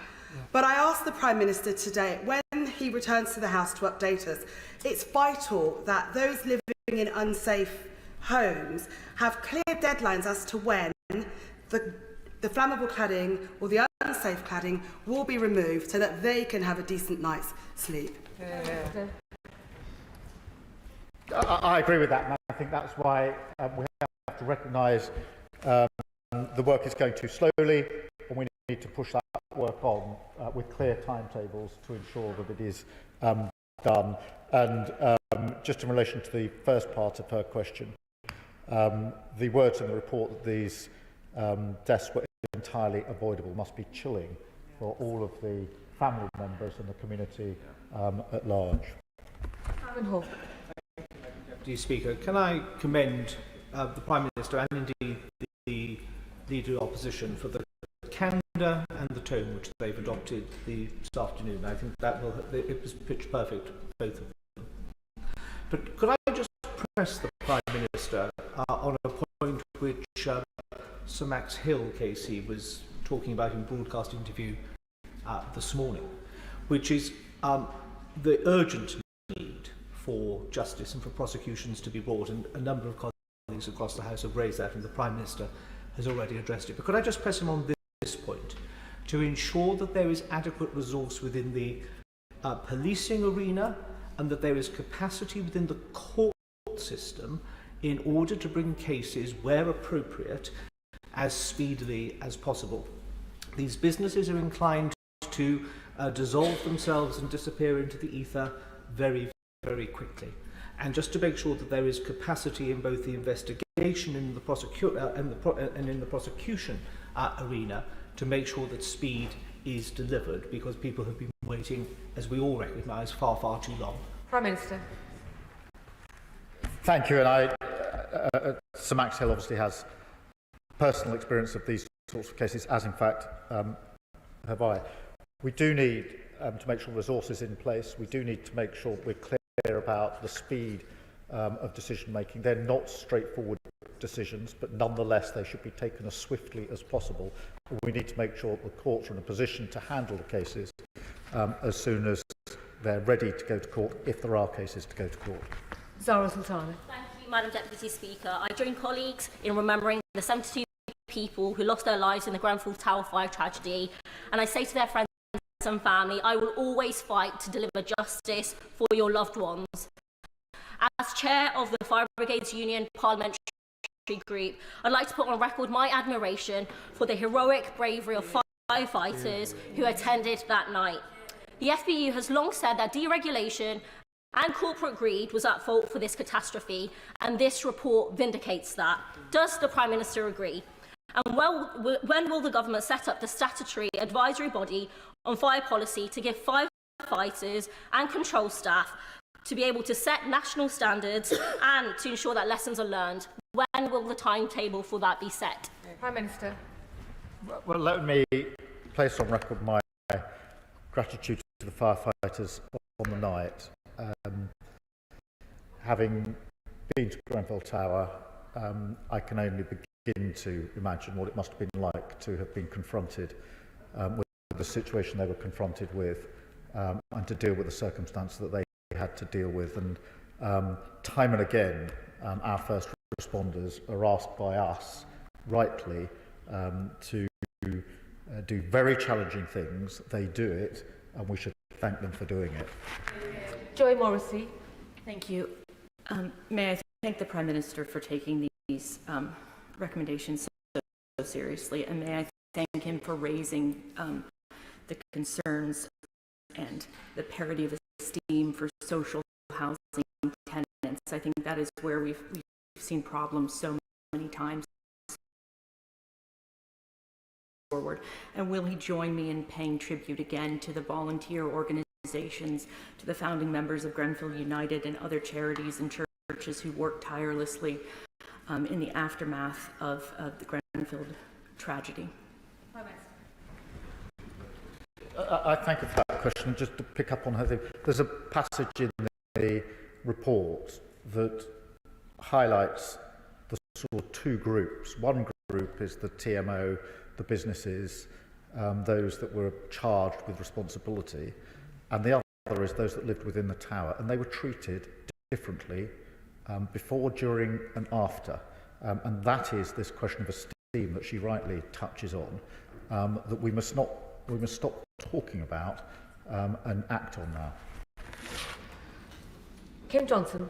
Thank you, Madam Deputy Speaker. My thoughts today are with the family and the loved ones of the 72 that died so tragically in the fire. And as the report identifies, testifies those deaths were entirely avoidable due as a result of corporate greed because people put profits before people. But Mr Speaker, Madam Deputy Speaker, there are 3,000 medium and high-rise buildings still being monitored by the government because they are clad in unsafe cladding. So will the Prime Minister state how he will support those leaseholders whose lives are on hold at the moment living in those buildings, and what he's going to do to support them? And I stand in solidarity with the families in support for justice and hope they don't wait as long as the families of Hillsborough. Prime Minister. I thank my honourable friend for raising that. There are many premises were being monitored. That needs to continue. We need to ensure that they are safe and bear down on all the relevant authorities to make sure they are safe and give leaseholders the support that they need. Sarah Gibson. May I ask the Prime Minister to help and ensure that this type of disaster does not happen again by looking carefully at building control inspection? Often, this is not carried out in person, but on phone calls and by photographs, ever since deregulation. Poor inspection of works across the UK building industry currently means that other disasters like this will happen again and again unless we look carefully at how our building control is worked. No, I agree with that, and the building control inspection that were carried out in this particular case is a shocking read in the report. It's not, it's particularly grave, but it's not the only example in relation to building control inspection, and we will look at that as we respond to this report. Mike Amesbury. Thank you, Madam Deputy Speaker. And may I thank the Prime Minister for probably the most powerful and heartfelt statement I've ever heard him make, putting the 72 victims of Grenfell and survivors in the community at its heart with that roadmap going forward. Justice, as the Prime Minister said, must be speedy with prosecutions for those that were involved in this systemic dishonesty. But justice also means that those that have the responsibility to pay to make buildings safe in the broader building safety crisis should do so.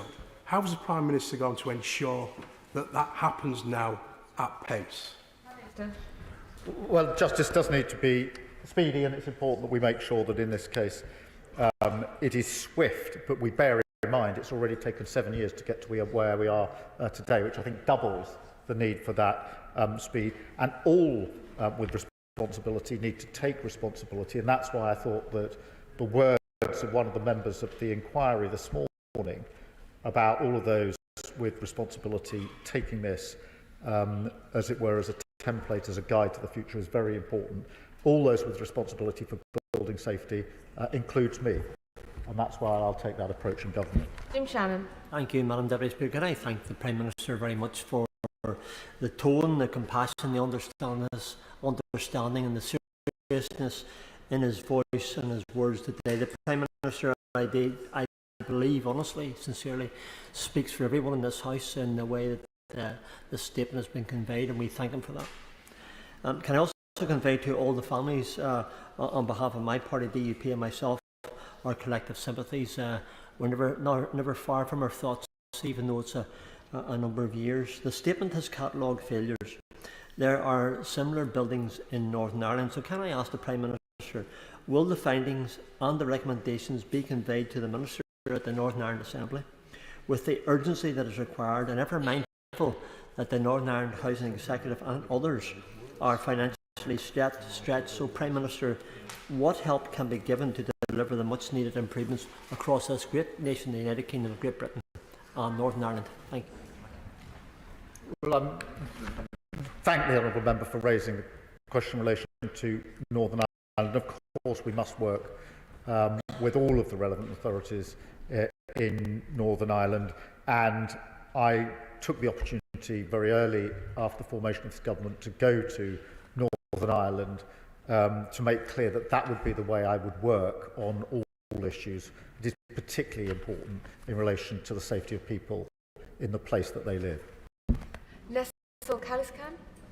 Madam Deputy Speaker, and can I thank the Prime Minister for his statement today, and I associate remarks made in the Chamber in thinking about the victims and the families of those who are still fighting every day for justice.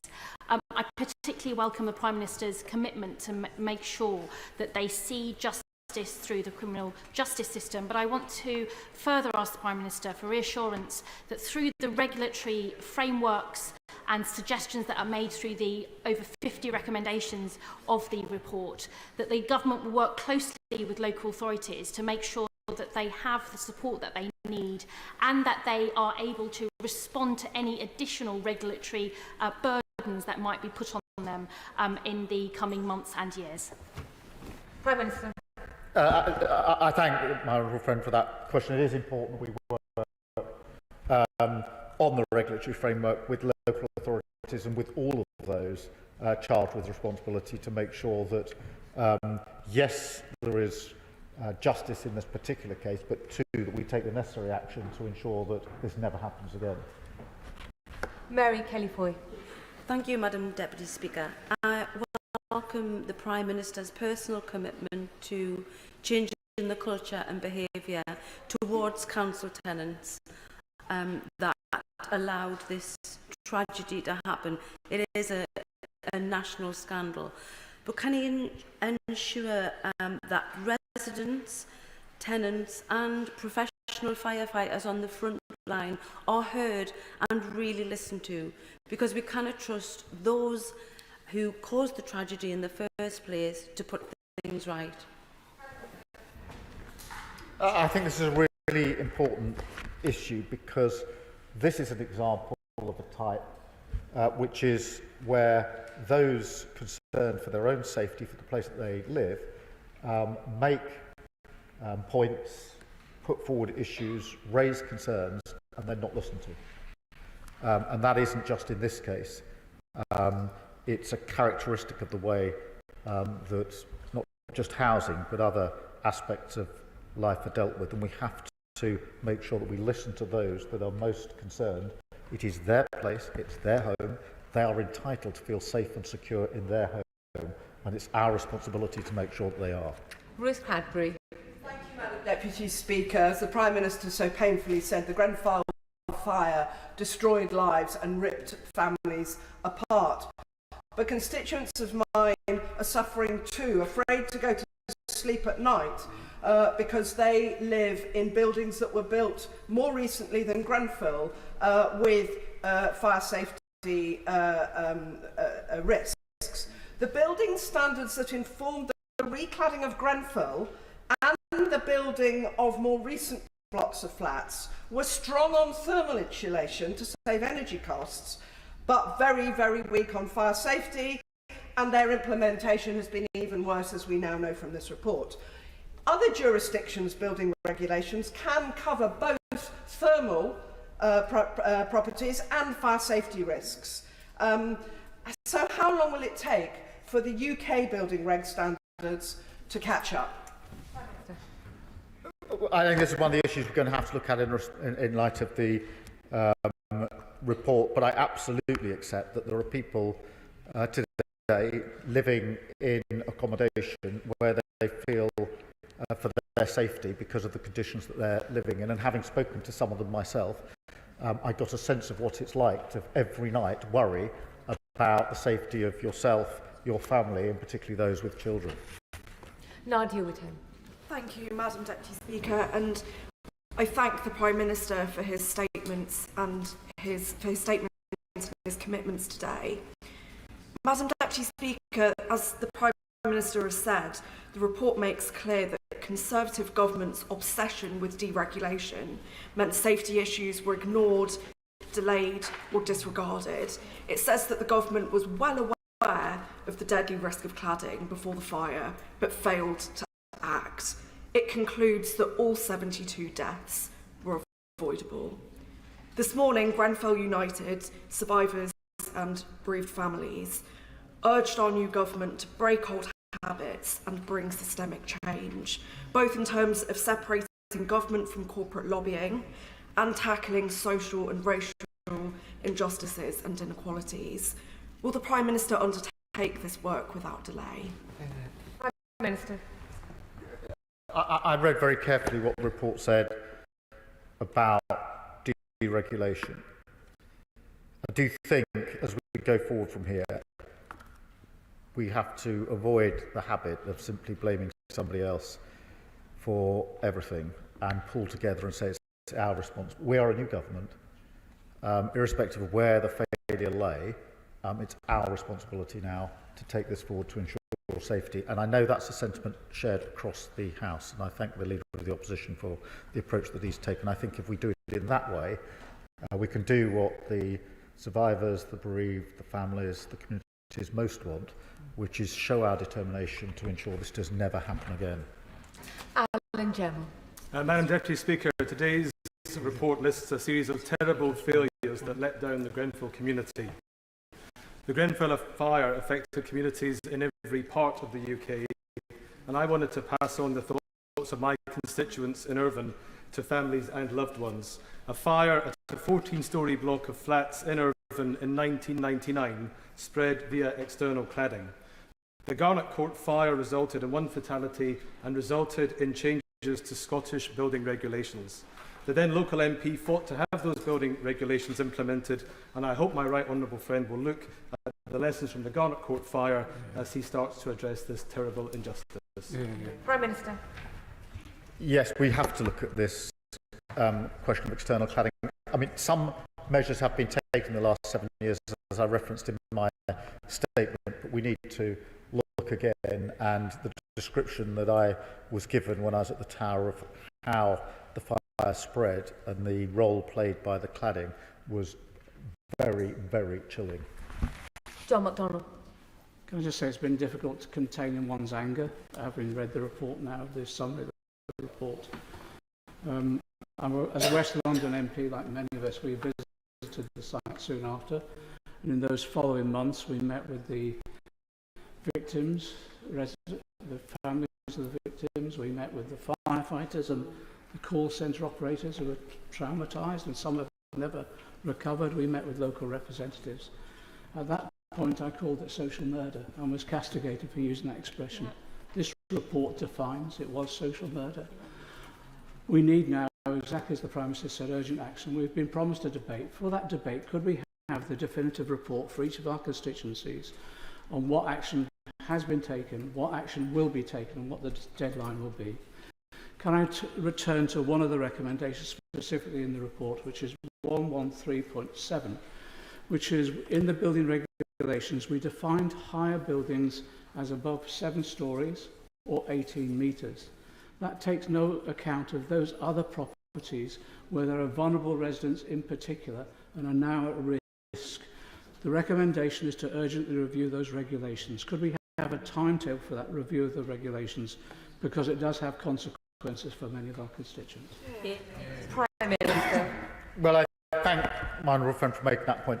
On the question of the debate, I do think it's really important that as much information is made available as possible, and that we're able to deal with the questions that members of this House raise, which is why we look at the date of that debate. I want it to be as quickly as possible, but I don't want it to be so quick that members will be frustrated because they will rightly want information or assurances that need a little bit of working through. So I'll try and make sure that is that happens. And on the question of the safety of buildings that aren't of the specific height, that is, I think, amongst the issues that we have to look at here. We're all well aware of these cases. They are very, very troubling, and that has to be part of the debate. Thank you.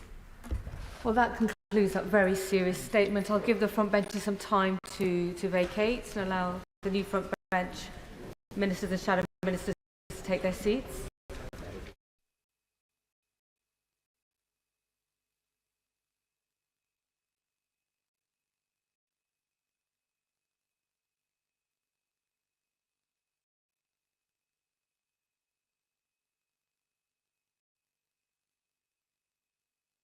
will now proceed to read the orders of the day.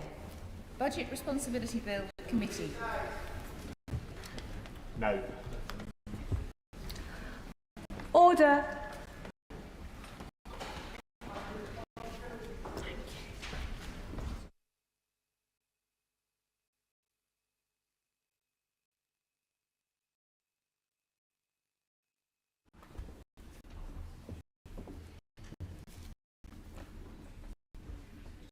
Order. Budget Responsibility Bill. I remind members that in committee, members should not address the chair as deputy speaker. Please use our names when addressing the chair, Madam Chair or Chair. We begin with Amendment 9 to Clause 1, with which it will be convenient to consider all other amendments selected and the clauses to the bill. I now call the Shadow Minister, Nigel Huddleston, to move Amendment 9. Thank you very much, Madam Chair. And can I first take the opportunity to congratulate you on your election? I promise, I'm going to promise to try not to try your patience over the coming weeks, years and so on, but we'll see how things go. Now, I wish to primarily speak today to the Opposition Amendment 9 and, of course, consequential Amendment 10, which effectively seeks to ensure that the fiscal lock proposed in this bill should also include any changes to the fiscal rules and would require the Office for Budget Responsibility to produce a report on their effect on public finances. The Office for Budget Responsibility was, of course, constructed by a Conservative Chancellor following the poor forecasting record of the previous Labour government. Between 2000 and 2010, the then Labour government's forecasts for economic growth were out by an average of £13 billion, and their forecasts for the budget deficit 3 years ahead were out by an average of £40 billion. Their forecasts therefore lacked credibility, and to re-establish confidence and credibility, the OBR was created by the then Conservative government. But while Labour lacked economic credibility in the past, I'm afraid they still lack it now. The facts simply do not stack up to the false claim that they have inherited the worst economic circumstances since the Second World War. They transparently have not.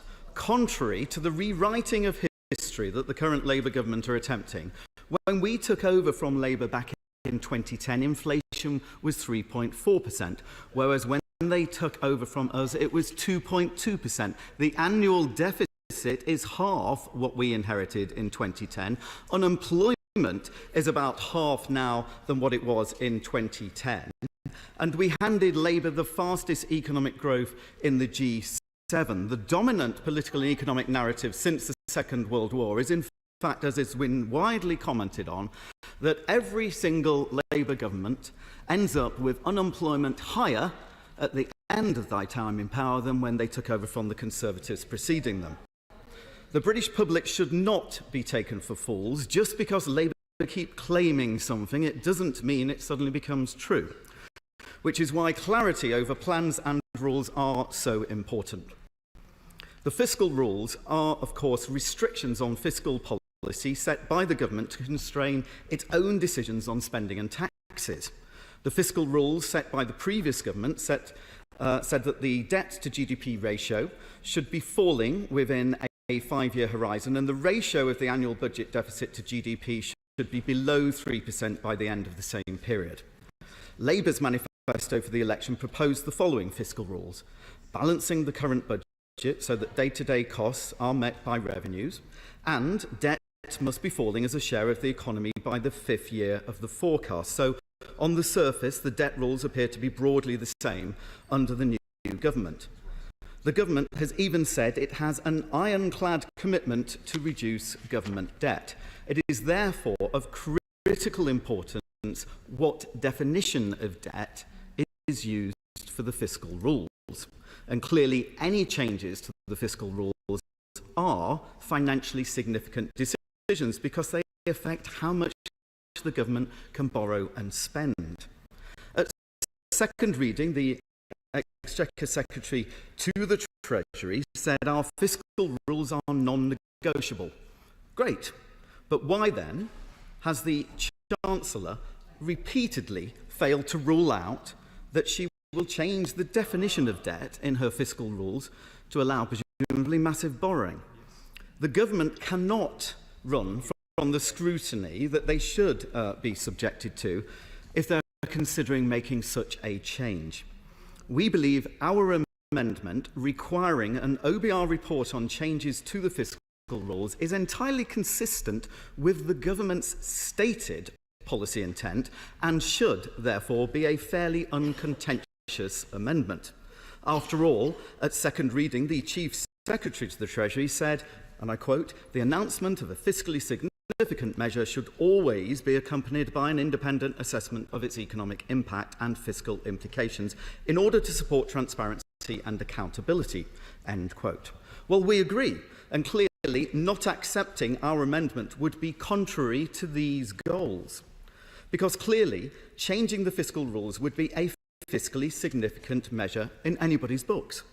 Furthermore, the Chief Secretary said that fiscal discipline and sound money is the bedrock of our plans. Well, changing the fiscal rules would be changing the foundations, would be changing that bedrock.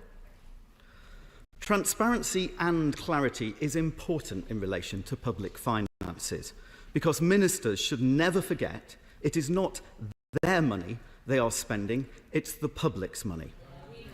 The public have a right to know how their money is being spent, and government is about making difficult choices with limited resources. The British public recognise that with government spending above £1.2 trillion per year, the government clearly does have choices. It is not an endless supply of money, but it is a very, very large amount.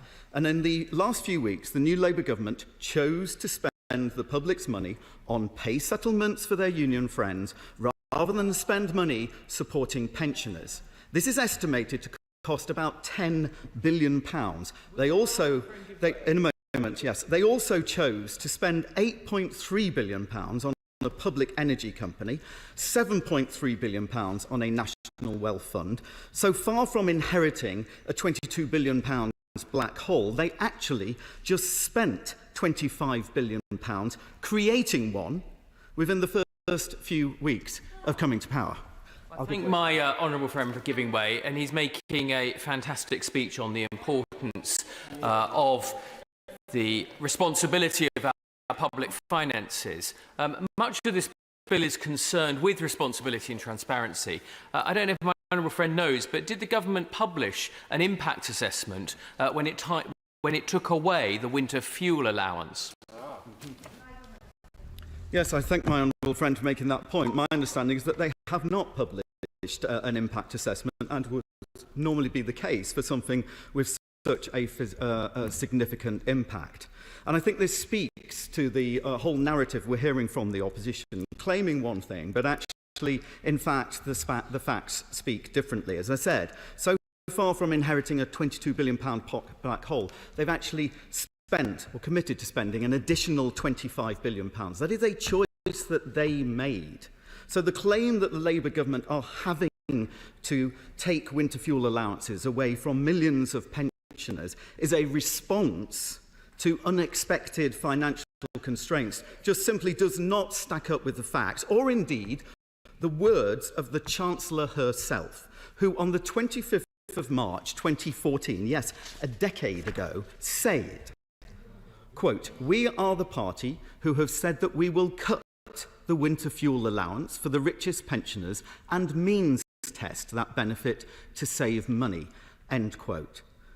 That's a direct quote in Hansard from the current Chancellor. So no, their restricting of winter fuel payments is not a response to financial circumstance. It's a long-established, clearly stated Labour policy intent, a deliberate policy choice, but a policy that they conveniently forgot to tell the public about in the run-up to the last election. But I hope that the government can be straight with the public on this point about the fiscal rules, accept the amendment that we are proposing, and provide the assurance to all members and the outside world that there is no sleight of hand here, that the bill they propose will work as they say it is intended and will include financially significant decisions, such as on the levels of government borrowing, on the fiscal rules. I would appreciate it, therefore, if the Minister could confirm in their wind-up that the government does not intend to change the definition of debt in their fiscal rules, does not intend to practice some accounting trick to hide the level of government borrowing, and confirm that the government does indeed wish to be clear and transparent about the public finances. If the Labour Party vote against our amendment, it will merely prove that they are planning to change their fiscal rules at the budget, to borrow more money, increase debt, and run away from independent OBR scrutiny, the very opposite of the stated intent of this bill. Thank you. Marvellous. We come to our first maiden speech. Dr. Oh my, forgive me. The question is that Amendment 9 to Clause 1 be made. What is that? Perfect. Now we will now move on to more substantial contributions, and I go to the first maiden speech. Dr. Jeevan Sunder.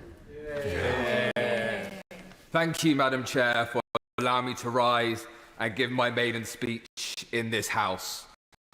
Like every member across this House, it is the greatest honour, privilege and responsibility of my lifetime to represent my community of Loughborough, Shepshed and the villages. But I rise at this, the most difficult moment for our communities, for our country, since the Second World War, when many feel despondency, despair and anger. Now, I know that every member across this House wants our communities to succeed, to contribute to our national success. It is what my community has done before and will do again, with hope and determination. Now, my story does not begin in Loughborough. I was not born there, but it is where my friends, who are now my neighbours, who have made it my home. My story, instead, begins in rural Punjab, 4,000 miles away, where my father was born almost 70 years ago, where his chances of dying before his 5th birthday were 1 in 4. Today, a child born in the same place is around 9 times less likely to die. That is what economic growth means. It means less suffering, it means less misery, it means less death. That's why I became an economist, to build prosperity and to lessen misery. I learnt my trade in the Treasury, and I then went to work in Somaliland, one of the poorest nations on earth, where I helped write their economic policy, their budget and their national development plan. But it's also where I saw the horrors of climate change lead to drought, hunger and death. But it is where I learned that even in the darkest of hours and the most difficult of moments, we can build prosperity. And now I stand here as the elected Member of Parliament for my community. And it says something remarkable about our nation, that the fact that I, as the son of immigrants, am standing here is in and of itself unremarkable. It speaks to our common culture, a culture forged of different backgrounds, a culture that not only rejects the violence we saw over the summer, but completely rejects its reasoning too. My election represents an historic first for my community. I am a member of an underrepresented minority. I am, of course, the first Member of Parliament elected by the men and women of Loughborough that has a beard. And to the organisers of the Beard of the Year competition, call me. Luckily for me, my dad is not eligible for that particular competition. And I know that the Right Honourable Member for Islington North has won the award several times. I hope he doesn't mind me winning the prize this time, as long as I let him win the argument. My predecessor in this place, Jane Hunt, was not a contender for this award, but no one can doubt her commitment to Team Loughborough, and every single member across this House and across my community wishes her the very best, especially as she has recovered from cancer. Her predecessor, the Baroness Morgan, has talents that are well known both in this and the other place. And before her, my good friend and mentor, Andy Reid.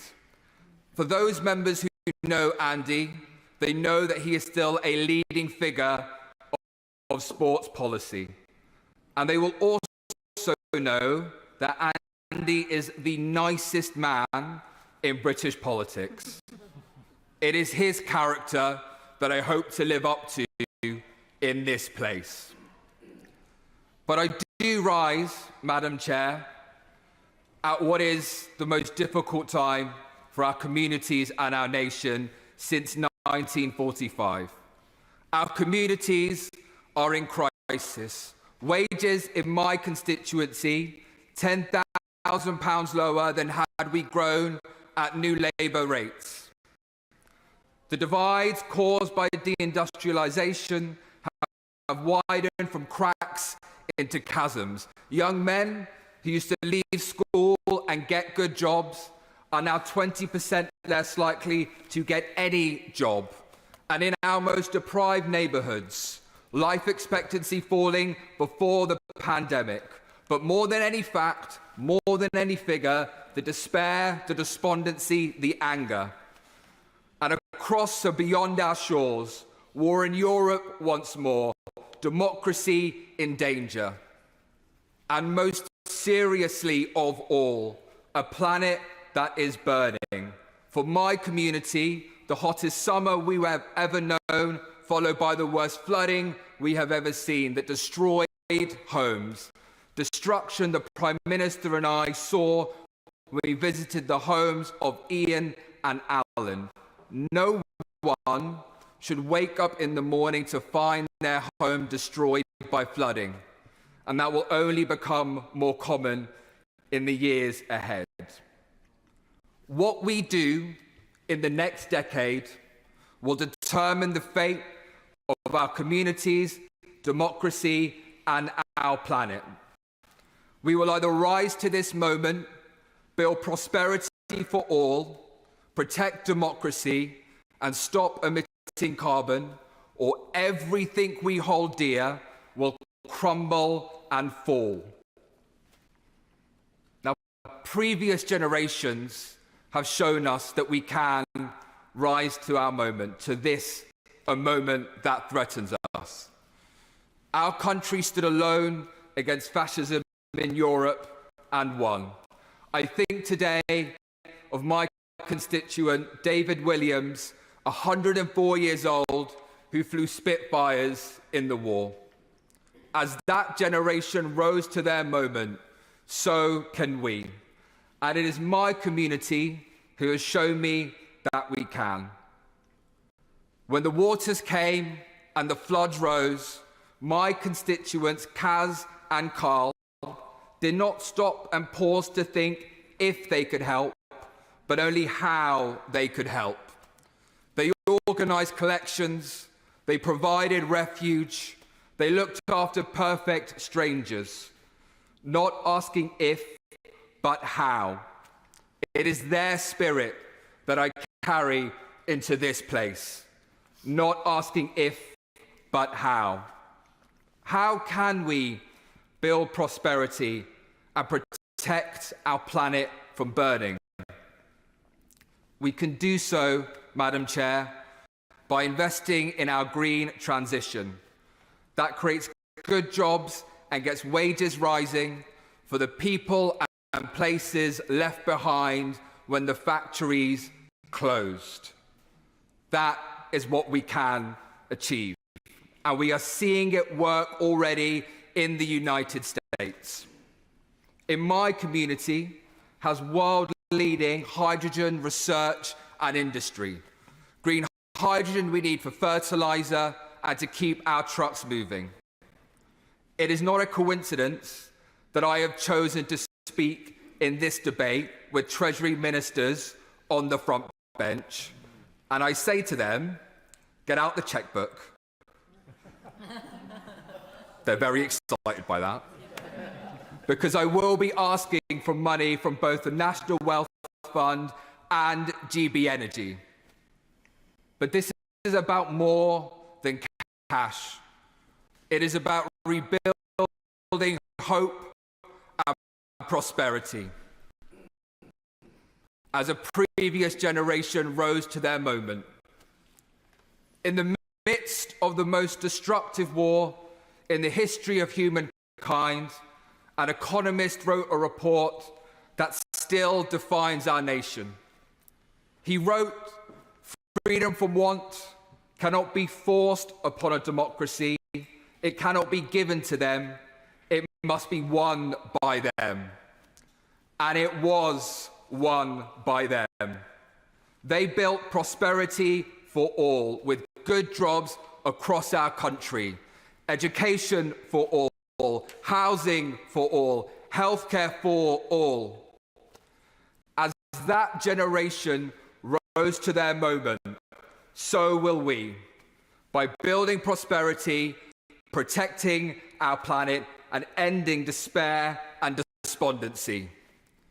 As previous generations rose to their moment, so we will too, with the hope and determination that defines our communities, that defines our country. Thank you, Madam Chair. Indeed. Very strong maiden speech without a script in hand. Your parents will be proud. Andrew Griffith. Thank you, Madam Chair, and it's a delight as ever to serve under your chairmanship. I'd like to congratulate the new member for Loughborough. Maiden speech, his kind comments about his predecessor, Jane Hunt, a great colleague of this House, and it was one of my great pleasures in my previous role as Minister for Science and Research to visit the fine university that he now represents. I wish him and they well, and I wish him all the very luck with his front bench in procuring the financial support that he seeks.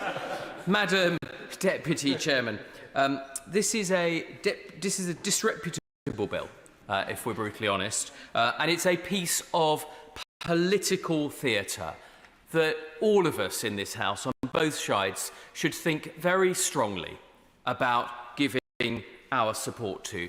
The history of this place is of legislation made in haste, about which this House subsequently repents in leisure.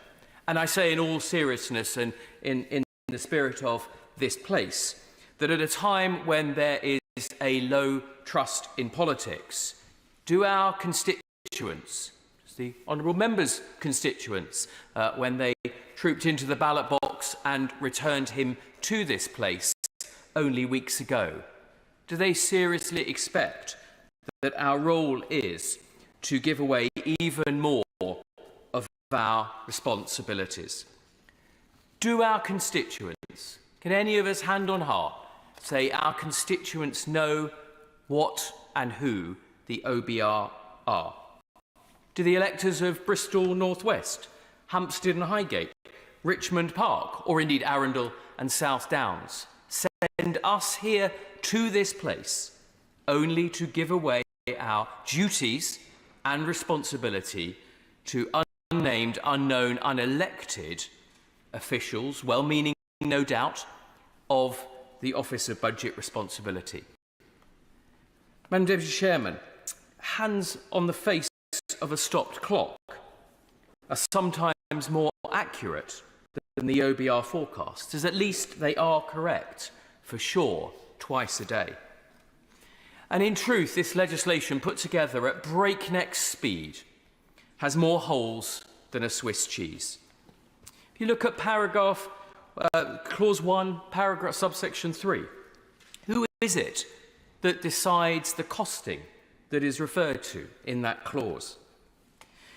In clause 4A, this exempts any measure that is intended at its time of introduction to be temporary. Well, members of this House will be familiar with the fact that income tax itself, one of the largest ever fiscal measures, was itself intended to be temporary. Perhaps the front bench would address that fact when they seek to address this bill. Income tax was, of course, introduced by Pitt the Younger in 1799 as a temporary measure. Well, here we are 225 years later, and that temporary measure, I have to say, is still going extremely strong. And who defines what is and what is not a fiscal measure? A measure potentially impacting the GDP of this country? Well, many things in this House will have a direct impact or an indirect impact on the GDP of this country. The decision by Tony Blair to take us to war without a vote in this House undoubtedly impacts on the GDP of this economy. Decisions, if this House choose to make them as is its right, to introduce a 4-day working week, would have a material impact on GDP of this country. The Centre for Business Economics and Research estimate that every bank holiday costs this country 3.6 billion, approaching up to 3.6 billion. Now, 3 or 4 or 5 or 6 bank holidays later, and you're cuming up to a 1% impact on GDP, which I speculate may be the threshold for the OBR to intervene. Trade deals, if the government benches, fulfilled their ambition to realign with Europe, to federate and once again abrogate our trade to Europe. Now, unquestionably, that would be something that would potentially have a material fiscal impact on GDP. So there are very few domains of this House, very few of the decisions that our constituents have sent us here to litigate and decide on their behalf that would not potentially fall foul of this rule and lead us. I'd be very happy to give way. It's always a pleasure. I'm going to delight him because I'm sure he saw on the amendment paper I have indeed tabled an amendment that would look at trade deals. And one of the reasons I felt compelled to do this and explore this question that he is raising about the economic impacts is the very trade deals he's talking about. Whilst he was in government and indeed a Treasury Minister, the government didn't publish any information. Now, I will always welcome a sinner who repenteth, but is he saying, for avoidance of doubts, he does now believe there should be independent scrutiny of things like the Trade and Cooperation Agreement? I thank you, Honourable Lady, and it's good that we have a proper debate such as this. I certainly think that if we want and seek good government, and that, like the human condition, is not a perfect state, but it is a state that we should seek constantly to perfect, then the highest levels of transparency and the very, very important exercise in the government publishing, as it's required to by Cabinet Office guidance, impact assessments when it makes material decisions, are something that the whole House should join hands and agree on. It's one of the reasons why I asked my colleague whether the government had indeed published an impact assessment on its callous decision to withdraw the winter fuel allowance from so many pensioners. The Honourable Lady will well know that the process of trade deals does undergo extensive scrutiny in this House, and I myself took one of those trade deals through that process of scrutiny in a former life. But my point is, and I will conclude because I simply want to alert honourable members to what they are potentially doing as they seek to support this bill. It's not something for partisan or political advantage, but it's something about the important role of Parliament that has been litigated many, many times in this chamber and debate. I'd like to give way. I'm grateful to the honourable gentleman, and unsurprisingly, I've listened to his speeches on a number of occasions. I agree with quite a lot of what he's saying about transparency. But does he agree with me that the burden of the points he is making is that you can't make a government behave better or govern more effectively by quangos? And that this quango was set up by George Osborne to trap an incoming Labour government and restrict it and slow it down. And it's an odd thing that we see this quango being gilded. Well, the honourable member for Blakely makes, as ever, an important and weighty contribution. And I think he's exactly right in terms of the direction of travel. Now, we will all, on both sides, find our own particular point on the envelope in terms of the balance between organisations that can hold us to account, organisations in particular that hold a mirror to government and ensure that this House acts with the best and most accurate and well-meaning data. But he's also right, and my core point about this is that we are sent here by our constituents. Again, I congratulate the member for Loughborough, who's been sent here on behalf of his constituents, given a fine speech today. But I don't believe, and he may intervene and correct me, but I don't believe that the citizens of Loughborough, whether they voted for Jane Hunt or for our new colleague in this place, intended that one of the very first actions that he and we would do as legislators here today would be to award more of our powers, place more fetters upon ourselves. This is the right chamber for accountability. We should hold ourselves to account. We have a number of ways in which to do that to ourselves. And there's a very real issue about what the honourable member talks about, quangos, arm's length bodies, and how we hold ourselves to account. That, Madam Deputy Speaker, is my point. I understand there are many colleagues who wish to get in today. I support the amendment put forward by my honourable friend because, again, it's quite right that we have the rules. I was an accountant by training, and the first thing you learn, whether it's in accountant or performance sport, is you play by the rules as they are. You don't seek to rig the rules in your favour. Thank you very much. Tracy. Thank you, Madam Chair. And it is a pleasure to be speaking in the same session as the Maiden speech that's been given by the member for Loughborough, and I'm sure there are others coming as well that will show just how impressive the new generation of MPs are, I'm sure, across the House.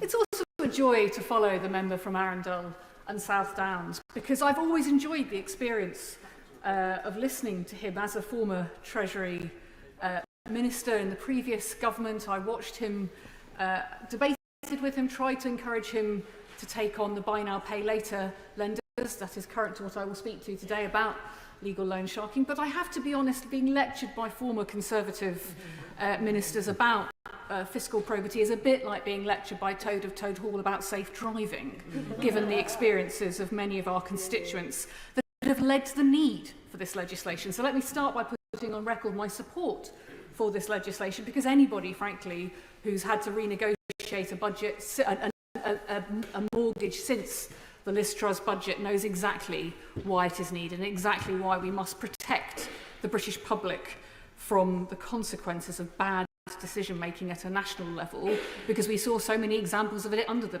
previous administration that they have paid the price for and will continue to pay. Of course I will let him intervene. I could Grateful for the honourable member for Walthamstow. But of course, what this legislation does not do is fetter the last government, previous governments, what this legislation would do is fetter the discretion of her own front bench. And in that context, does she not perhaps enjoy the confidence in her own front bench that many others seem to? A bit disappointed there that the member didn't seek to call me ratty. But I'm also quite struck by the fact that a former Conservative Treasury Minister is getting up, not seeking to hold himself accountable for the consequences of decisions made by the previous government, or indeed defend them, but simply saying, well, you're going to be held to a higher fiscal standard. I think we welcome a higher fiscal standard on this side. That is the purpose of this legislation, because political decisions will still be made, but we will make them with the benefit of independent information. And he will know there were many debates in the previous Parliament, indeed previous before that, where independent information verification about the economic impact of policies mattered and was missing. And indeed, he raised trade deals. That's exactly an example of one where we didn't have independent information. I will briefly comment on that because I do know that my amendment has not been selected. I know the member for Arundel will be as disappointed as I am. The amendments that I have put forward are intended to probe this legislation and this concept of fiscally significant. So amendments 6 and 7, and indeed 8, although it was not selected and seen as within scope, are about this question of how do we hold ourselves to account for the impact for future generation. I am not here to make a maiden speech. I am essentially the old guard now because I've been here for 14 years. I know it's very sad, the member was looking at me with horror. Yes. But in that time, many of us have had persistent concerns, and one of my concerns has always been the private finance initiative. This government is asking all of us to make some very tough decisions and support some very tough decisions because of the economic mess this country now finds itself in. It is my view that we must look at all outgoings in that process. And the challenge with private finance is just as if somebody came to your constituency surgery and they had multiple outstanding loans and they could not pay their rent. You would seek to look at the debts that they held. So private finance is the legal loan sharking of the public sector. And my amendments 6 and 7 are about that process of getting a grip on the debts that we have and making sure moving forward we learn from the damage that private finance has done. Let us be very clear, nobody can absolve themselves from private finance. Governments of all persuasions have sought to use this process. The ability to put only the repayments rather than the substantial cost of borrowing on the books. Started under John Major, yes, multiple PFIs under the previous but one Labour government, and indeed the previous Conservative government continued to use private finance up until 2018. That is why, as of February this year, there are still 700 PFI schemes which represent a capital value of £57 billion, but for which we will pay back £151 billion in the years ahead. When we are asking pensioners to pay more for heating their homes, we should be asking how we can pay less for the private finance debts that we have built up.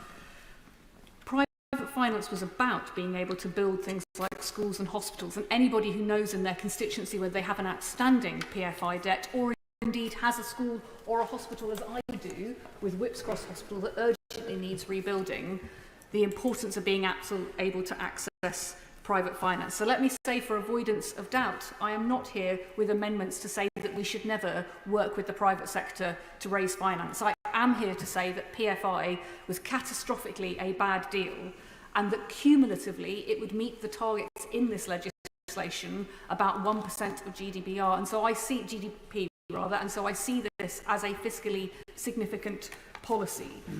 The amendments I've put down, therefore, are about trying to understand how we will deal with cumulative debt and cumulatively fiscally significant policies. I'm grateful to my honourable friend and agree with completely the points that she's making as a sort of member of the even older guard than the original, the OG. than she is, certainly the older guard from the start of the last Labour government, which is relevant because at that time I had a discussion with the then Paymaster General Geoffrey Robinson about the costs of PFIs for hospital, and his answer was succinct. If you want the hospitals, then you have to go down the PFI rule. Why he was saying that was because the Treasury rules were so rigid in terms of finding money for socially needed hospitals in this case, that they had to work around them at the eventual huge cost to the taxpayer. And there is a warning there about rigid rules and not dealing with the reality. He won't surprise I don't just agree with him on his football team, but also on his analysis. Absolutely, this is about the fiscal rules, and this legislation is about having better fiscal rules and having tougher constraints on when governments make decisions, because as we saw with the Liz Truss budget, how catastrophic those decisions can be. PFI is something many people will have come across in their individual constituencies, but it's worth putting on the record just how big it is, because that is relevant in the context of this legislation. We're talking about 700 projects, but actually each project can be hundreds of individual buildings. So for example, one of them is 80 schools alone of those 700. So you can think about the scale that we're talking about. About half of it is held between the Department of Health and Department of Education. This is our schools and hospitals. This is how we built desperately needed schools and hospitals.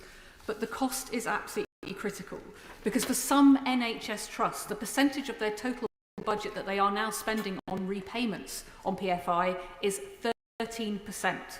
For some, it's £2 billion a year. In practical terms, that means that some NHS trusts are spending more repaying what is essentially a payday loan for the public sector than they are what they're paying on drugs for their patients. It is a huge drain on our public finances. During the pandemic in 2020, Norfolk and Norwich University Hospital paid £66 million to service its PFI commitments. That is the same that it spent on lab equipment, surgical tools and PPE. UCLH Hospital has already paid out £200 million in dividends to the company that owns its PFI. So this is not just money going on repaying a debt for building a hospital. This is money going out in pure profit to these companies. That is why I draw the parallel to the payday lenders and indeed to the buy now, pay later companies. Because once you're hooked in, you have to keep paying the debt. It's not just within the NHS. Hanson School in Bradford has reached a debt of £4.16 million because of its PFI debt. It's now referred to as the UK's orphan school because nobody wants to run it or take it over because of its financial position that it's in. Liverpool City Council pay £4 million a year for Parklands High School, again built under PFI but no longer needed because of falling school rolls. They've roughly £42 million left to pay back on that contract for an empty, dead building. The Equity Solutions company which owns it has posted £340,000 of profit this year alone from that project. PFI companies have made £111 million in pre-tax profit from education profit projects alone. That's about £800,000 per project. That is the equivalent of 5,500 new teachers' salaries. The reality about this is that we don't let schools and hospitals go bust. So although these companies took on these deals to take on the risk of rebuilding your public infrastructure, the reality is they've taken on the ability to print money. And that is what these deals are doing. And I will wager every new MP and existing MP will have had a conversation with somebody in their local government, with somebody in a local hospital, or somebody in a local school who talks about the damage that PFI is doing to their budgets as if it is non-negotiable. These amendments today are about changing that culture. Because one of the challenges here is we've let these companies run rampant. That doesn't mean that we shouldn't work with the private sector. It does mean we should learn the lessons, and I think we can learn some very simple lessons. For a start, a lot of these companies are incorporated in overseas territories, which raises questions about the amount of tax that they are paying on these deals. These deals, that tax was part of the Treasury assessment originally as to why it was good value for money to work in this way, why my colleague was told that was the best way to get a school or hospital. Also, we could learn from payday lending in capping what these companies pay. After all, we cap the returns on defence projects. It makes no economic or ethical sense to say that we cap what you can earn from a military contract, but when you build a school and hospital, it's free rein. Above all, we need to know how much we owe, because even the major projects infrastructure within government could not get a grip on the total reality of our PFI commitments to date. Partly because this has been done at a local government level, it's been done through devolution, it's been done in silos in companies. So it seems a very simple thing to me, because even if these debts are being held overseas, the people paying them are very much here. Northampton, 42 schools costing £30 million per annum, including 4.2 million in pre-tax profits in 21-22. Northampton's budgets are in a very, very difficult position right now as a local authority, but the firm that owns all of those is based in Guernsey. In Birmingham, 11 schools, part of the Birmingham Schools Partnership, is owned by Innisfree. Innisfree owns 260 schools across this country. It also owns my local hospital in Whipps Cross, based in Jersey, making millions of pounds in profit from these deals. We've never consolidated these loans to ask ourselves whether we could renegotiate them as a country and therefore claw some money back, because we don't know who we owe what to or how much that's going to cost. Amendments 6 and 7 are about the challenges at the threshold this legislation poses, because it's absolutely right to set a threshold as to what is fiscally significant. And individual PFIs would not go anywhere near a threshold of 1% of GDP, which is about £28 billion. But when you add them up, it's very clear with what we know already about our PFI commitments that it does.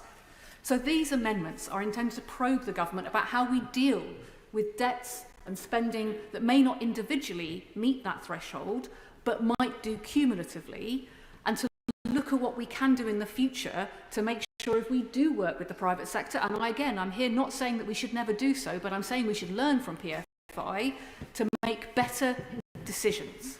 Because after all, this legislation is about making better informed, independent decisions. That is exactly why I also tabled Amendment 8 to learn the lessons again about trade deals, because the member opposite is right.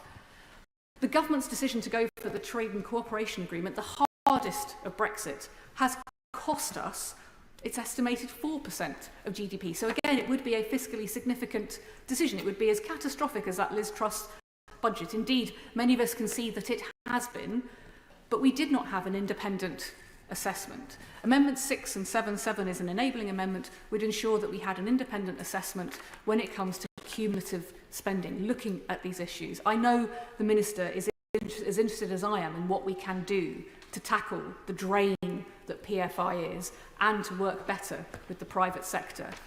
I hope this legislation and that concept of putting PFI on the books is the start of a conversation about better public spending. And I hope that Toad of Toad Hall will recognise that maybe this time it's good they're in the passenger seat. Sarah Olney, are you bobbing? Into my amendments. Thank you very much, Madam Chair. I'll speak in favour of amendments 1 through 4 tabled in my name. Let me once again welcome this bill and the intent of this government to try and rebuild trust with the financial markets and across our economy as a whole. The Liberal Democrats are optimistic about the new government's stated commitment to building a strong platform for economic growth, particularly after years of Conservative turmoil. And I remain hopeful that this bill can support fiscal responsibility and transparency and help to prevent a repeat of the Conservatives' disastrous mini-budget.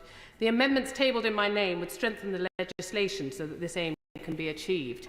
I'd like to take this moment to welcome the concern that the member for Arundel and South Downs has shown for my constituents in Richmond Park and what their thoughts about this particular legislation might be, but I wonder where his concern for my constituents was when the government that he was a part of, cheered on, championed, voted for that disastrous mini-budget that so undermined our stable economy to the detriment of the well-being of our individuals, communities and businesses.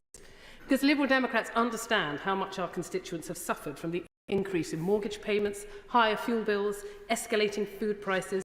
We understand the disastrous effects of the chaos and uncertainty wrought by the previous Conservative government in their horrendous mismanagement of the economy. And we know that the future prosperity can only be built upon a firm foundation. We know that the heavy burden our constituents continue to feel in their pockets and their personal finances, and we know that they deserve better. As I've previously acknowledged, the broad positive response this bill has evoked across the business and finance sector are indicative of the desire for stability. We welcome the engagement from economists,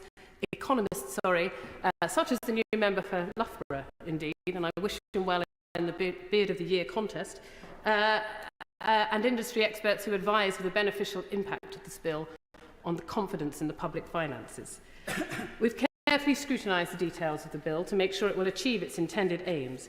In particular, we've looked closely at the threshold for fiscally significant measures, which will be set at 1% of GDP, or approximately £30 billion, and whether the proposed fiscal lock could be circumvented by governments announcing major changes that are just below the threshold.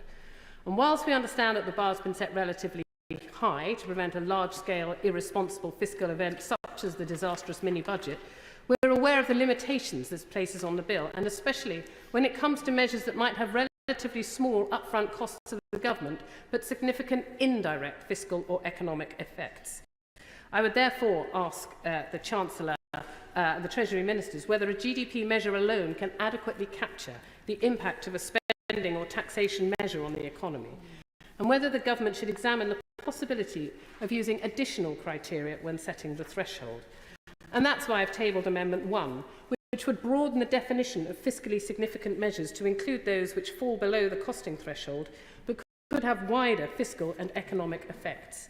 The amendment would ensure that the OBR is able to produce a report when it judges that proposed measures are likely to affect interest rates, the cost of government borrowing, or economic growth. Whereas a fiscal lock based solely on GDP could leave open the possibility of circumvention, the wider definition would enable the OBR to step in if it thinks it likely that the government measures might precipitate the kind of economic disaster we saw after the mini-budget. It's possible to imagine a situation where a fiscal measure falls just short of the 1% of GDP threshold, but is nonetheless likely to carry significant ramifications for the cost of government borrowing, for economic growth, and crucially, for interest rates. And we can't forget that any spike in interest rates doesn't just carry grave consequences for the public finances. It also comes with a huge impact on household finances and people's living standards. We all witnessed mortgage rates skyrocket in the aftermath of the previous government's catastrophic mini-budget, and millions of families are still struggling with higher bills as a result. It's therefore wholly appropriate that interest rates are taken into consideration in assessing whether a measure is fiscally significant. This bill is an encouraging sign of this government's intention to act with more integrity and transparency than the last, but the provisions of this bill alone may not be enough to protect voters from the consequences of another disastrous mini-budget if a future Chancellor or Prime Minister are so minded to deliver one. That is why strengthening the fiscal lock by broadening the definition of fiscally significant measures is such a vital safeguard. I also wish to speak in favour of Amendment 2. Now, this amendment would enable the OBR to notify the independent adviser on ministers' interests if they think that a failure to request a report ahead of a fiscal event might constitute a breach of the ministerial code. Now, the 2022 mini-budget was clearly the moment when the Conservative Party's carelessness took our country to the brink. However, we should not forget that it was in fact the culmination of years of mismanagement and disregard for the principles of good governance from a Conservative Party that considered itself to be above the rules. Sidelining the OBR ahead of a major fiscal event was the pinnacle of the arrogance we had seen so many times before. Now, the Ministerial Code puts in place guardrails that are crucial for good governance. It promotes essential principles such as transparency, accountability and openness, stating a duty to be as open as possible with Parliament and the public. Now, these are principles that all governments should abide by, especially when they relate to economic matters, and the Liberal Democrats have long called for the ministerial code to be enshrined in legislation. In the same vein, this amendment would provide for useful scrutiny of the government's actions by empowering the OBR to notify the independent advisor on ministers' interests if they have reason to believe that vital principles of the code may have been violated. We must never again have a government put the country's finances at risk out of their disdain for the rules, and this amendment would help that. Finally, I wish to speak in favour of Amendments 3 and 4. The purpose of these amendments is to strengthen scrutiny of any changes to the Charter for Budget Responsibility in order to ensure that the provisions of this bill could not be circumvented simply by revising the threshold set out in the Charter. A full consultation, along with an extended period of scrutiny, would ensure that Parliament and the public are fully informed of and given the opportunity to engage with any proposed changes, improving transparency and accountability. Responsible public finances are essential for stability, certainty and confidence that drive economic growth and for getting mortgage rates under control. The Conservative government has shown all too clearly the damage and pain caused by fiscal irresponsibility. I therefore urge the House to accept these amendments. The Liberal Democrats want to see a thriving British economy, one that provides jobs and opportunities for working people and is attractive to businesses and investors. We believe that this bill is a significant step in promoting long-term stability, and we urge the government to accept our amendments, which would strengthen the legislation and help to create the conditions for responsible economic governance. Thank you, Madam Chair. I thought I'd offer some tips to colleagues in the chamber. If you are bobbing, you will be called. If you're on the list but are not bobbing, you're indicating to the chair or the speaker you no longer wish to be called. So if you're hoping to be called, you bob throughout the debate. If you're on the list and committed to bobbing but you left the chamber, you are indicating to the chair or the speaker you no longer wish to be a priority on the list.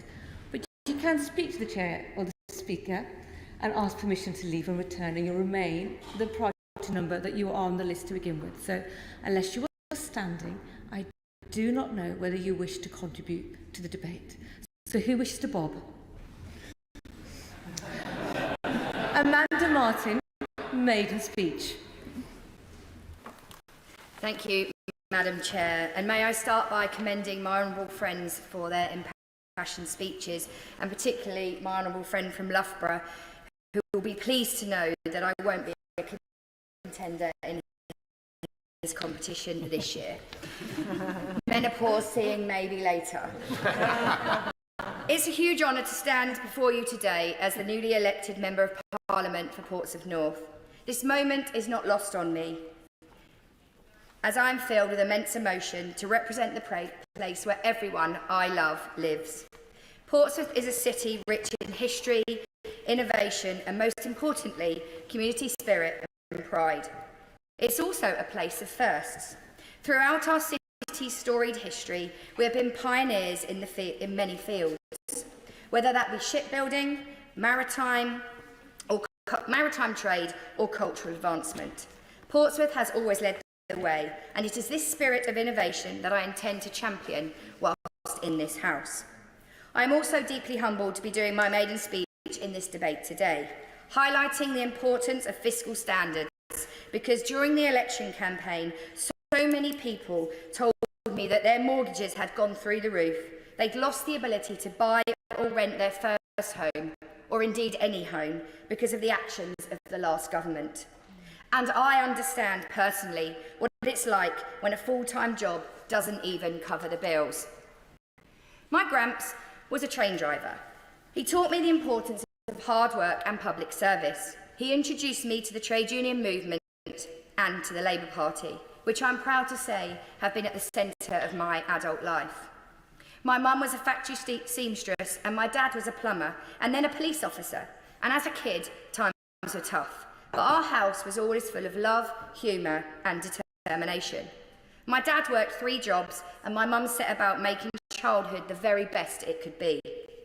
But just as my Gramps navigated the tracks with precision and care, my mum sewed with love and my dad served his community. I know that I will do the same with my time in this house, because the opportunity here is so very precious. Like so many of my colleagues on the government benches, I was the first in my family to go to university and the first to become a teacher, but thankfully not the last to enter what I still deem to be the very best profession in the world. The right education really does empower and give young people belief and opportunities to succeed, whatever their background and circumstances. I am so very proud to be part of a government that will bring down the barriers of opportunity and tackle child poverty, working across departments to ensure that all kids get the best start in life. Being a teacher for 24 years, I know that not everyone has the start in life that I had, and I feel privileged that I did. Being allowed to try things and fail were great lessons. Being from a working class background means sometimes I seem to be a bit impatient. This is because I know that people from my background must fight harder and do not often get a second chance, so you have to seize every opportunity as it arises. As an MP, I want to be able to champion children and young people from all backgrounds across my city, so that they are given every chance to succeed and fulfil their potential, whatever that may be and wherever that may take them. The children and young people in Portsmouth deserve nothing less. Portsmouth, as I've said, has been a city of firsts. The first dry dock in the world was built in 1495. The first ragged school was established in the name of John Pounds in 1818. We were the first to have a steam railway in 1837, and the first cooperative society in Britain was set up in 1796 by dockyard workers fed up with being ripped off by local tradesmen. The first fire-oiled HMS Queen Elizabeth was built in 1913, and the second ship is very close to my heart. In 1956, the first league football game was played under floodlights, Portsmouth versus Newcastle. And 2024 marks the time that the Portsmouth Women's Football Club have turned professional for the first time. And a nursery on Whale Island's naval base is pioneering a brilliant programme to help children deal with separation and the unique challenges of having a parent serving away whilst they are in the military. Portsmouth also produced the first female Secretary of State for Defence. And whilst I raise this first, I would like to pay tribute to my predecessor. Penny Mordaunt's service to our city, and particularly her role in the coronation of our king, is to be celebrated. In this house, she had many roles in government. She has always championed the Royal Navy, and from what I hear, she loved her time in the parliamentary hairdressers. However, the sword now passes to me, and I will continue in her lead as I champion for our Royal Navy and our great city, both here and at home. As for my final first for our great city, I stand here in this house for the first time in our city's history where both Portsmouth MPs are Labour MPs. Building on the predecessors, Lord Frank Judd, Sarah McCarthy-Fry, and my very dear friend, mentor and freeman of our city, Sid Rapson, and alongside my good friend, the new Minister for Early Education, the Honourable Member of Portsmouth South. We will work together night and day to be champions of change for the city we call home, Portsmouth. I'm so very proud of the positive campaign we ran in Portsmouth North. We unashamedly focused on the need for opportunity and for real change. I want to put on record my thanks to the many people who helped me get there, including the Pompey Bells, my amazing family of 17, friends and the dozens of volunteers from Portsmouth Labour and beyond. And as I begin my journey in this house, I know that the need for change has never been so great.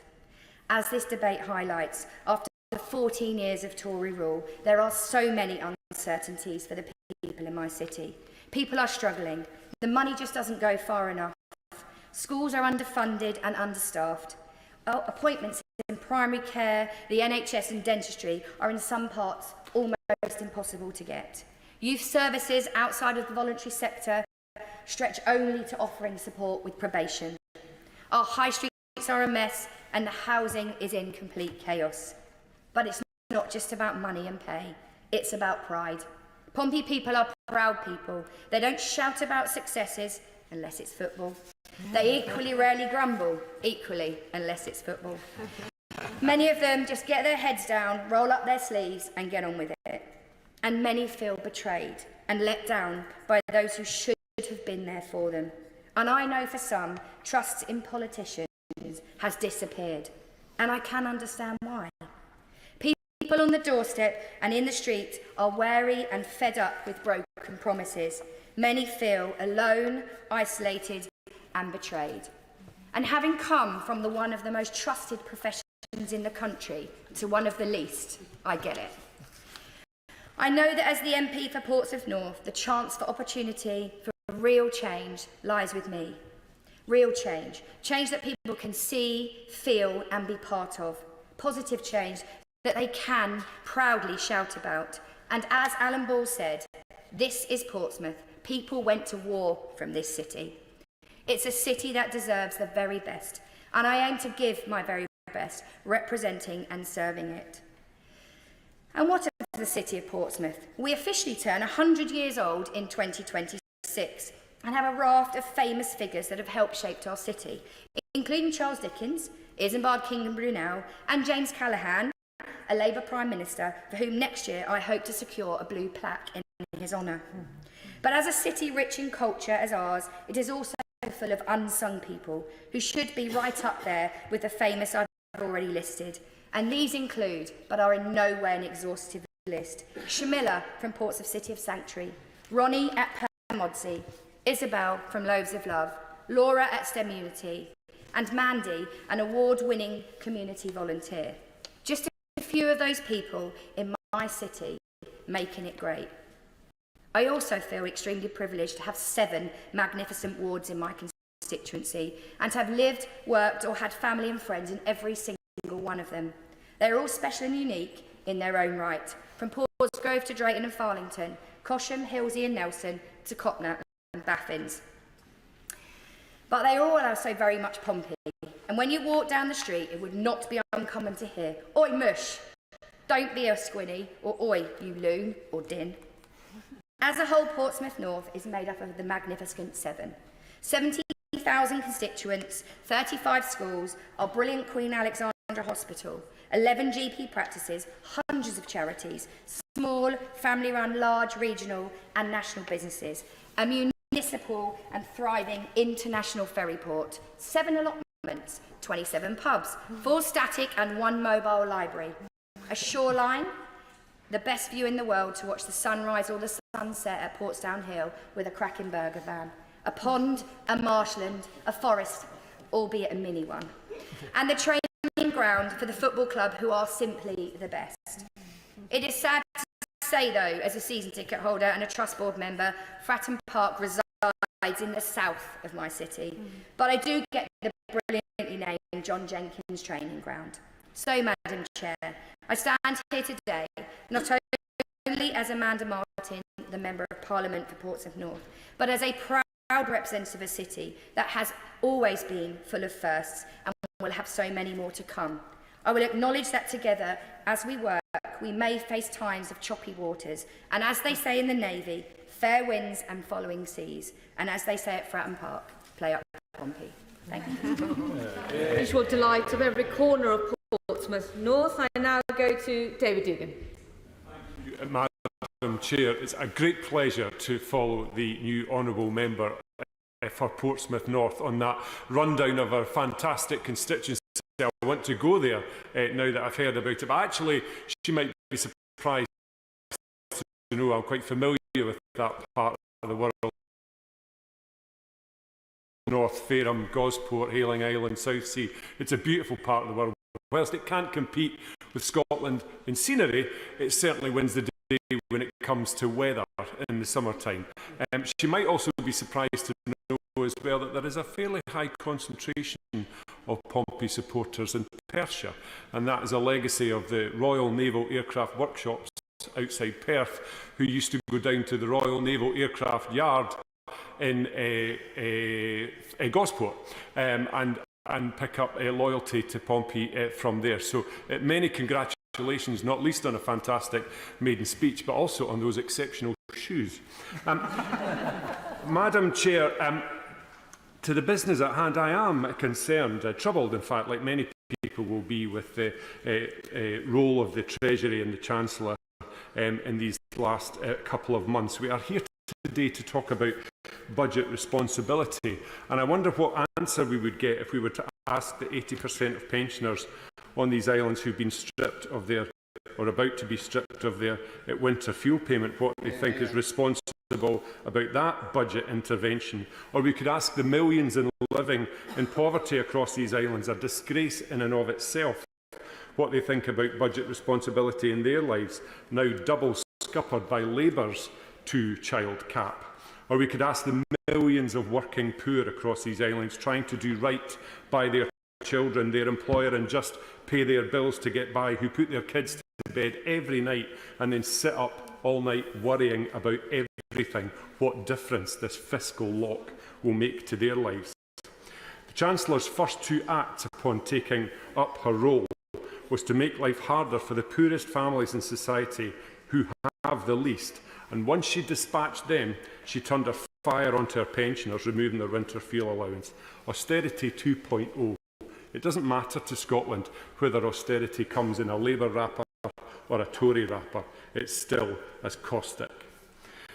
This is relevant because the Chancellor wants us to believe that this bill and the fiscal lock will make everything okay. Well, it doesn't. The OBR will take no view on the qualitative merits or otherwise of any Treasury decision, but merely the quantitative dimension in fiscal terms. There are no locks in this bill to protect the people of these islands from this Labour Chancellor.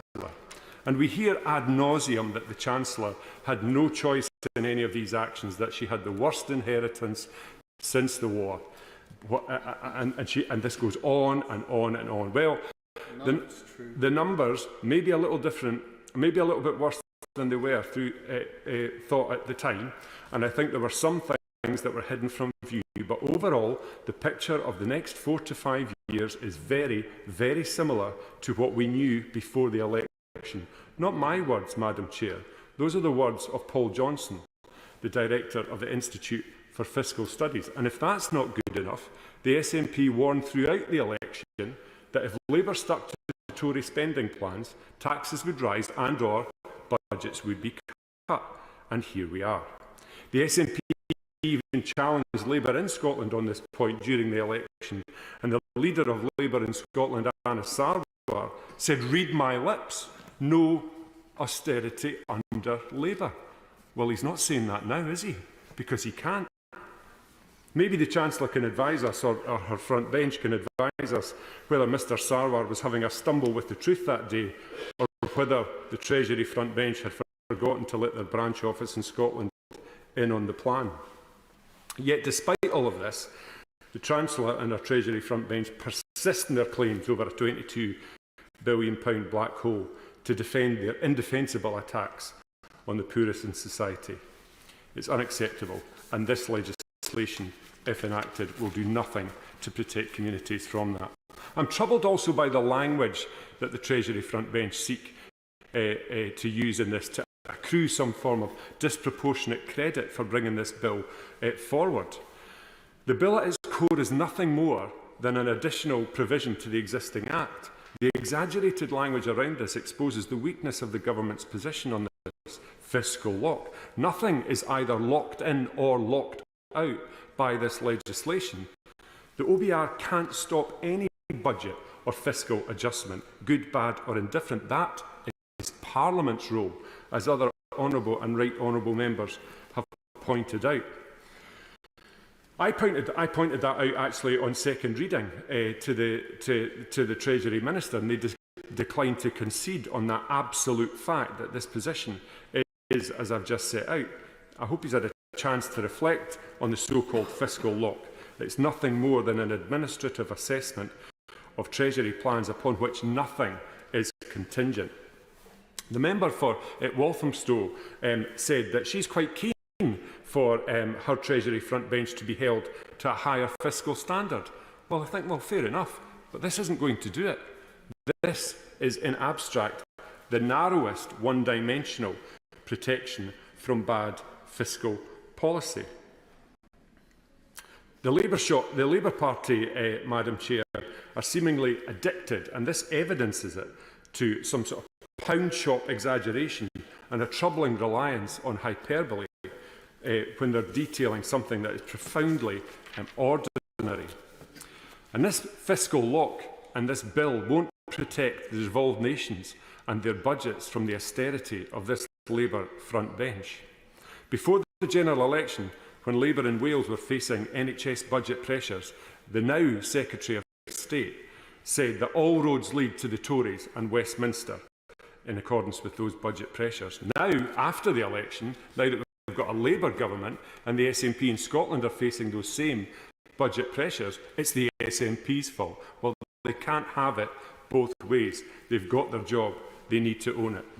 The Chancellor literally claims that the SNP should raise income taxes to pay for her cut to the winter fuel allowance in Scotland. The cheek of it, Madam Chair. I'd like to remind the Treasury front bench, 70% of taxes raised in Scotland go directly to the Treasury. We've paid our dues, and we shouldn't have, and shame on the Chancellor for trying to get the Scottish taxpayers to pay twice to compensate for her axe wielding. The double standards of it all is staggering. She wants the Scottish Government to raise income taxes in Scotland, which is precisely what she refused to do ahead of the UK general election. Why won't she mirror the Scottish Government's progressive income tax regime to increase taxes slightly on those of us that are better off and reduce taxes slightly for those on the lowest incomes? That would raise nearly £16 billion for the Treasury. If she'd done that, if she'd followed the SNP Scottish Government's lead, she wouldn't have had to attack our pensioners' winter fuel allowance. A significant element of the budget responsibility is ensuring you own your decisions and you own your own mess. And Labour will find that we on these benches are keen to help them in that pursuit. In summary, Madam Chair, there is nothing particularly to object to in this inherently ordinary and transactional provision within the bill, except that is the behaviour of the government advancing it. Thank you. Will Stone. Thank you, Madam Chair, and congratulations on your position. I would also like to congratulate the Honourable Member for Portsmouth North on their inspiring speech. I feel like I know your constituency a little bit better now. And I also want to commend all of those who have delivered their maiden speeches today and in recent weeks. You've all been fantastic. It is truly an honour for me to give my maiden speech here in a debate on budget responsibility.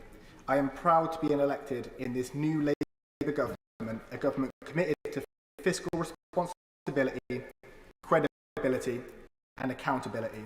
We will ensure that the taxpayers' money is managed and spent wisely, not recklessly like the previous administration. I have the absolute pleasure to represent Swindon North, the town where I was born, raised and am proud to call my home. I am also proud of the fact that I am the first Member of Parliament in Swindon North's history to have been born in the town. I would like to pay tribute to my predecessor, Mr. Justin Tomlinson, who served as a Member of Parliament for North Swindon for 14 years.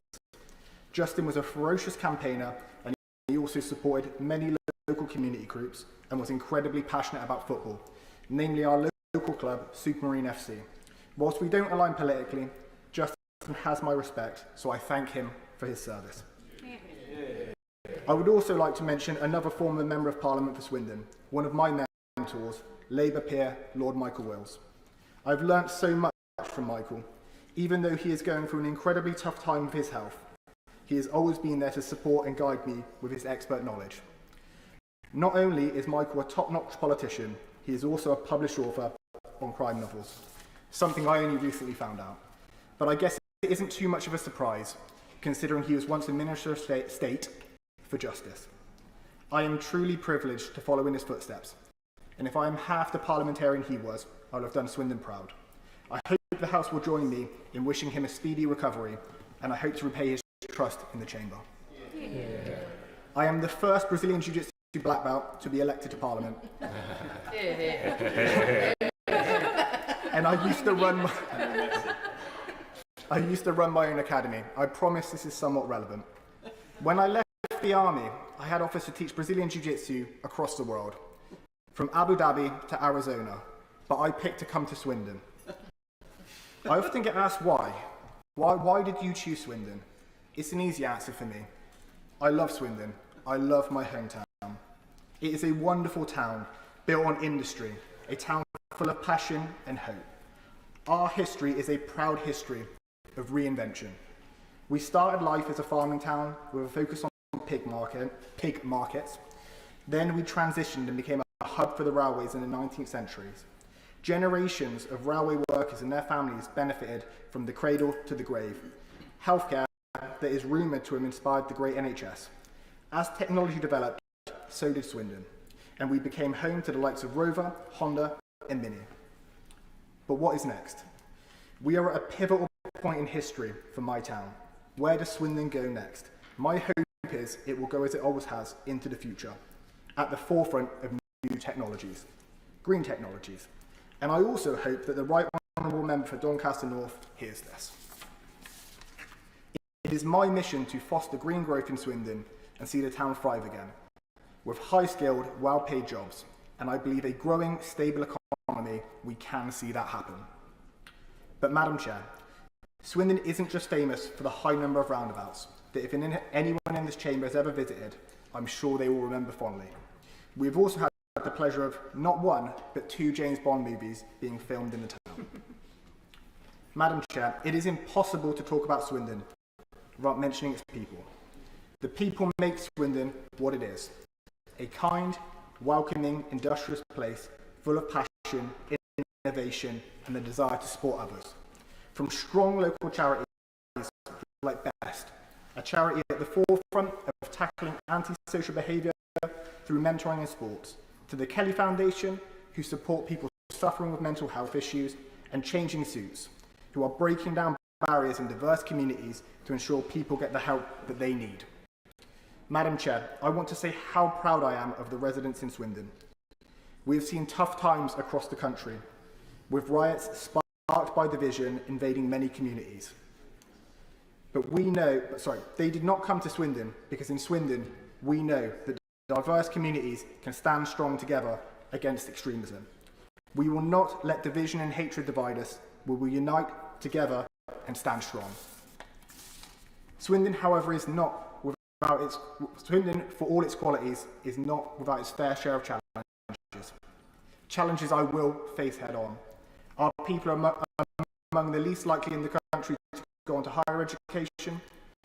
We have growing levels of knife crime and antisocial behaviour, raw sewage being pumped in our streams, and residents of large housing estates being affected by unjust management companies and fleaseholds.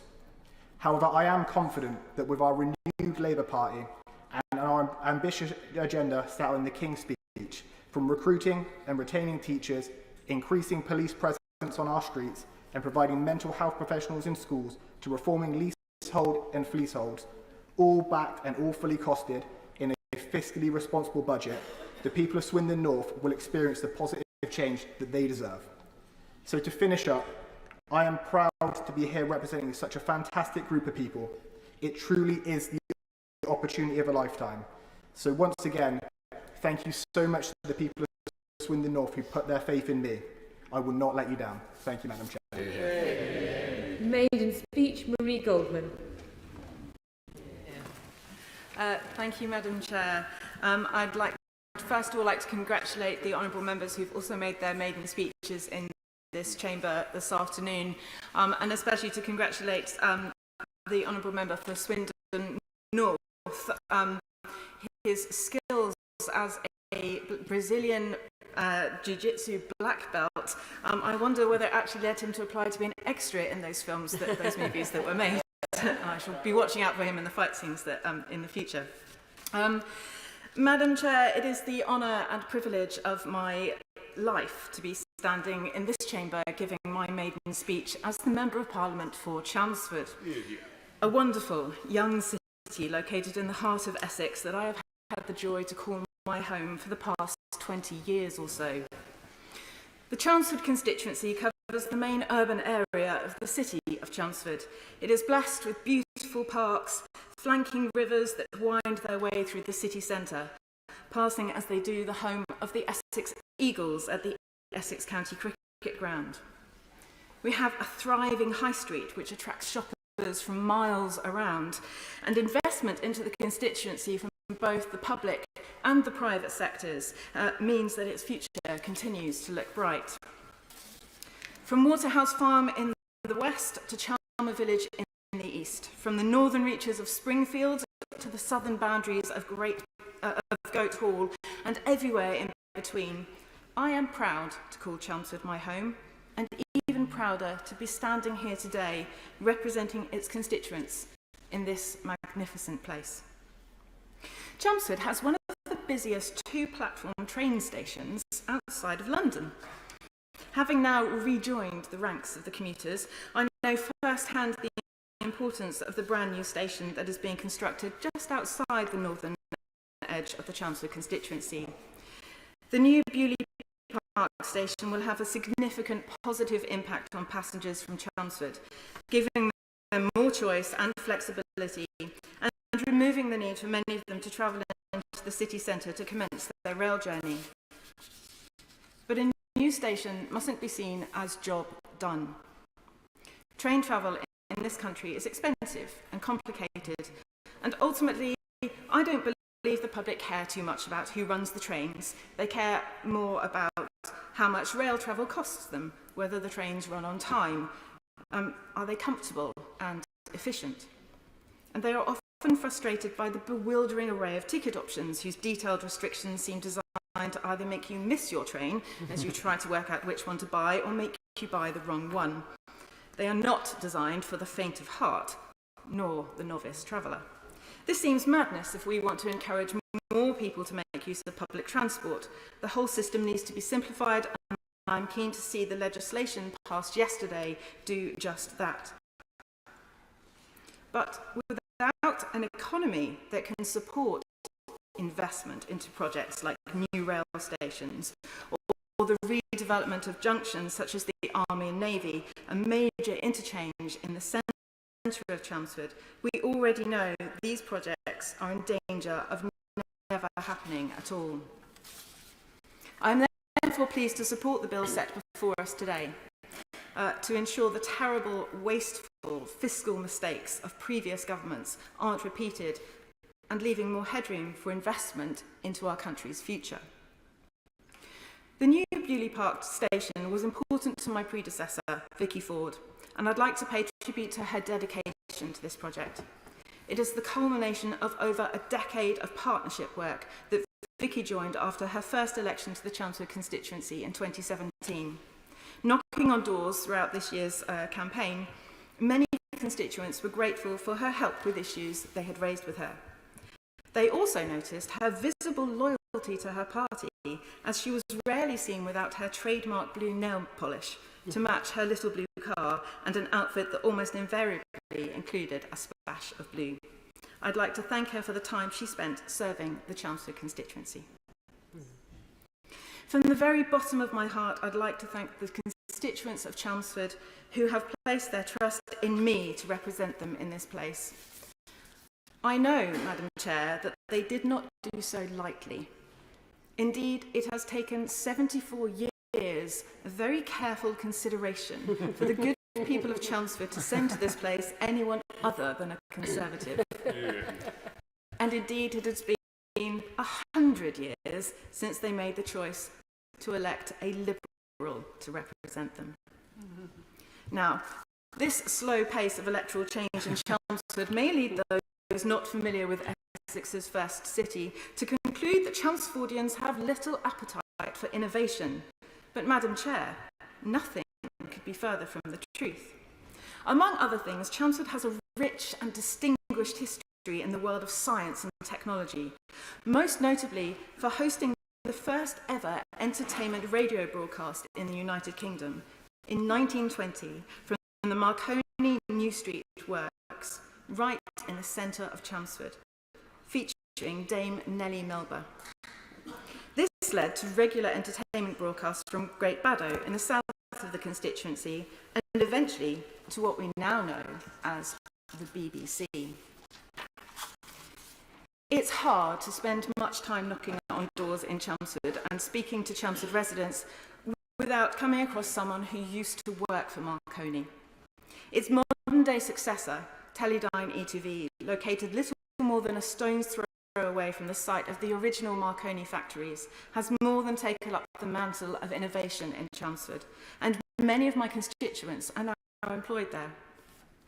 Think of any space mission of the past few decades, and the chances are that its imaging equipment contains components designed and built by Teledyne in Chelmsford.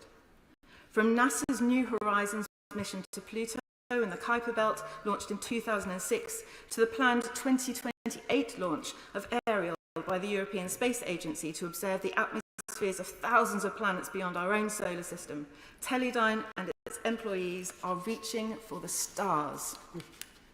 And that's what I want everyone to have the opportunity to do, to reach for the stars, to feel that sense of opportunity, to know that even the sky isn't the limit. But we can only do that if we invest. And the very best place for that investment is in our children and young people. We are lucky in Chelmsford to have excellent schools. And I'd like to thank the teachers and other school staff who work so hard every day to give the children that we entrust into their care the best possible start in life. But they are increasingly doing so with their hands tied behind their back, with dwindling resources, crumbling buildings, and ever greater workloads. I am the first in my family to go to university, the first to be elected to any public office, let alone a member of this House. I have been able to achieve this because I have a loving and supportive family, lots of incredible campaign volunteers, and, of course, a sizable dose of luck. But I also know that a critical part of my success is owed to the amazing state school education that I received, the dedicated and inspirational teachers that I was lucky enough to be taught by throughout my school life, and the extracurricular activities, in my case largely music-based, that broadened my horizons and lifted my eyes to the stars. I worry that is not the overwhelming experience of those going through our education system today. I worry that children are going through the day with little or no food in their bellies. I worry that schools are having to cut clubs because they no longer have the time or the resources to hold them. And I worry that the performing arts, such as music and drama, have been seen for too long by previous governments as expendable, as an unimportant luxury, without recognising that they provide children with the skills and confidence to stand up on large stages, dare I say, in parliamentary chambers, and be heard.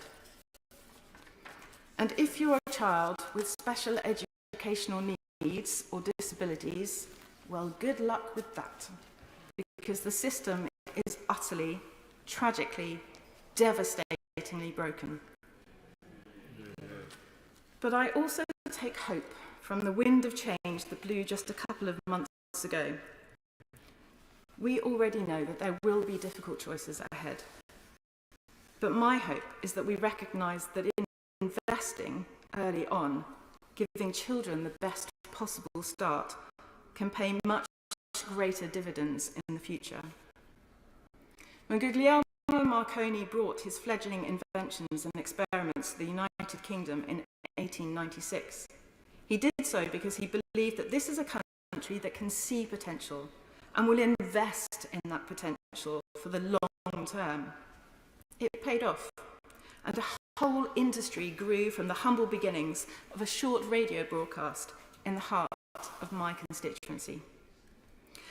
Whatever choices are made by the party opposite in a looming budget, it is my sincere hope that they recognise the importance of giving schools and teachers the resources they need to allow children, all children, to reach the stars. Thank you. Yeah. Maiden speech. Bayo Alaba. Did I pronounce that correctly? Alaba, Madam Chair. Bayo Alaba. Thank you. Thank you. I'd like to commend the honourable member from Chelmsford for a great speech. I know Chelmsford well, it's a beautiful town, and her passion with regards to sort of supporting young people in schools and the journey of young people in schools is very important. It's something that we need to protect. So, Madam Deputy Chair, Madam Chair, sorry, excuse me. Thank you for allowing me today to make my first contribution to this House. I think it's right to start off by thanking my predecessor as MP, Sir James Duddridge, for 19 years of dedicated service. He became MP in 2005 when Southend, East and Rochford was newly redrawn. The rural areas to the north of Southend have been brought back within the constituency for the first time in many years. Throughout many boundary iterations from Southend East and Rochford to Rochford and Southend East, you can see just how creative they were in terms of renaming sort of constituencies and back again. But the area's always been Tory held up until now.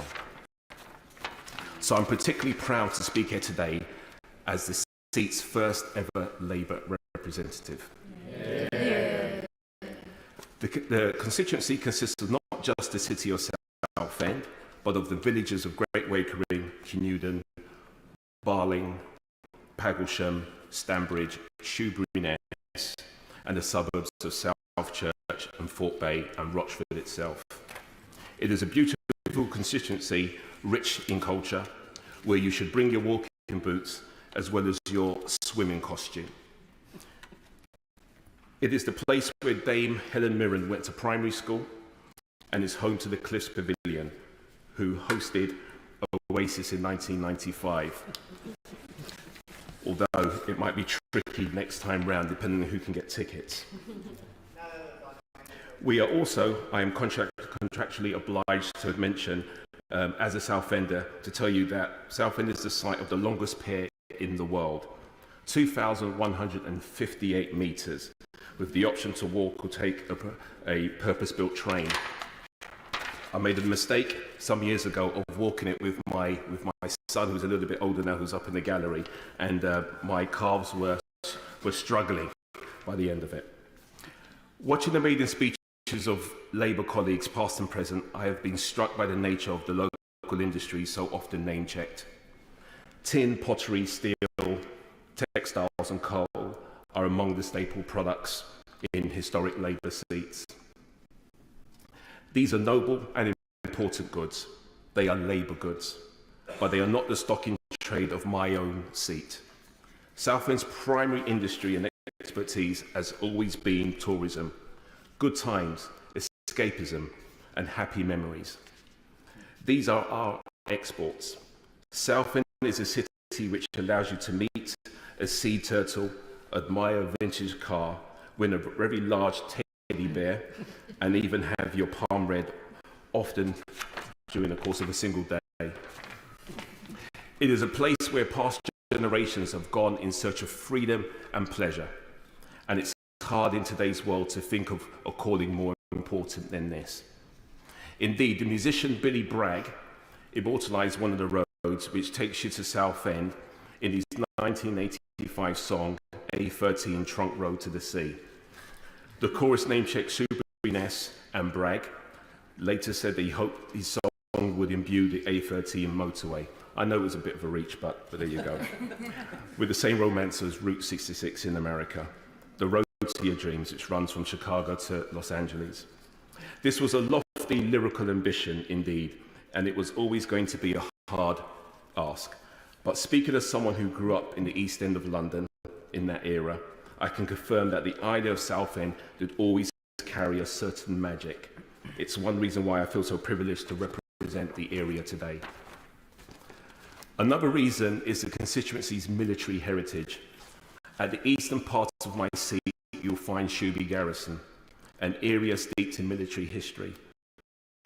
And in the north is Southend Airport, which now serves holidaymakers, but which in the past life was Rochford Airfield, a World War II fighter base that helped to fend off fascism during the Second World War. As a former soldier myself, I was stationed in Southend, in the Southend area for a short while. And one of my great pleasures when canvassing is running into old army friends that are still living in the city if they're prepared to open the door to me. For me, as someone who left school with no qualifications, who got into a lot of trouble as a young boy and needed a second chance, night school and the military provided a lifeline for me. I quite simply would not be here today in the mother of all parliaments without the opportunities it gave me and the ethos of service that it instilled within me. So to properly understand Southend, you need to understand its proud military history too. The city is built on a blend which I say is unique. Excuse me. The discipline and the dignity of the armed forces combined with the creativity and the freedom of the arts, a place for both the soldier and the singer, if you like. There's a risk of getting too misty-eyed here. Coastal areas like mine have been on the economic sharp end for 30 or 40 years. And the root cause of this, most notably, budget air travel. And that's not going away. Recent years have brought fresh challenges. Meanwhile, Southend's economy was at the sharp end during the COVID pandemic. As a city, we are still in its recovery phase. And many of the jewels in Southend's crown, the Curzon venue on the seafront, the Freight House in Rochford, remain unused or underused. I'm determined that these buildings will come back to life again as part of our future. And I do believe change is afoot. There is a Southend Renaissance at work. The people of Southend are ready to seize the initiative and want more. Southend is a strong, independent and unbelievably hard-working. This weekend just gone, for instance, we held a City Jam, an awe-inspiring international street art festival, now in its 3rd year. But we can't do it alone. And this is one of the reasons why I'm so pleased, not just to be Southend's first ever Labour MP, but to be one of many first-time Labour MPs in seaside seats we have never won before.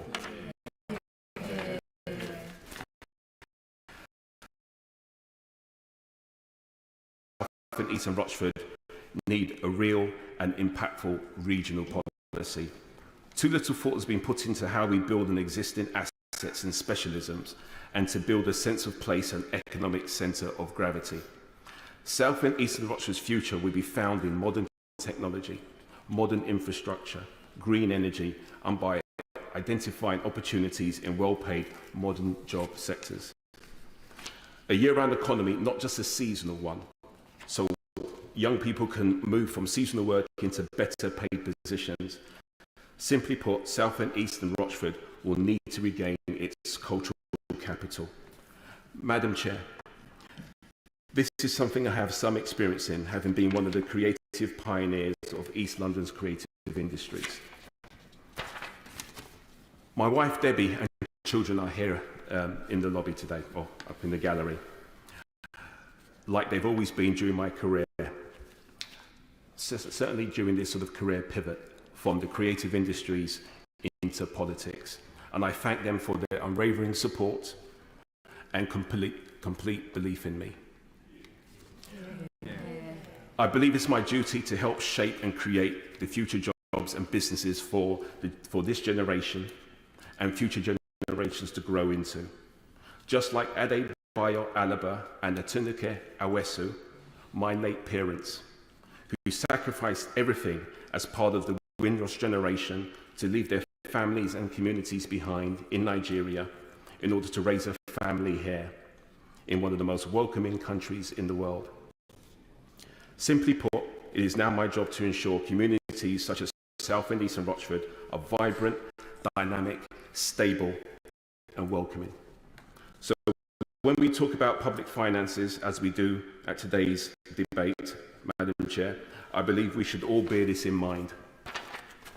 Our economy will be strongest if we can fill the potential in every corner of the country, on the esplanades of Southend and in the town centres of Rochford and Southend, places which have so much to contribute to our economy and our culture, yet have too often been sidelined.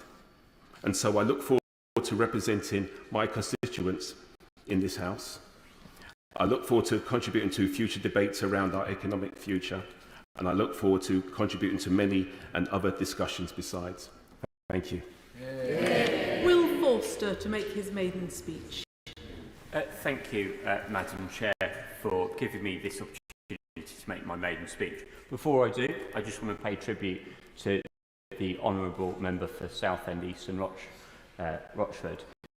He spoke of his and his constituency's proud military past, and I'm sure he will see his constituency through the tough challenges and onto a brighter future as well.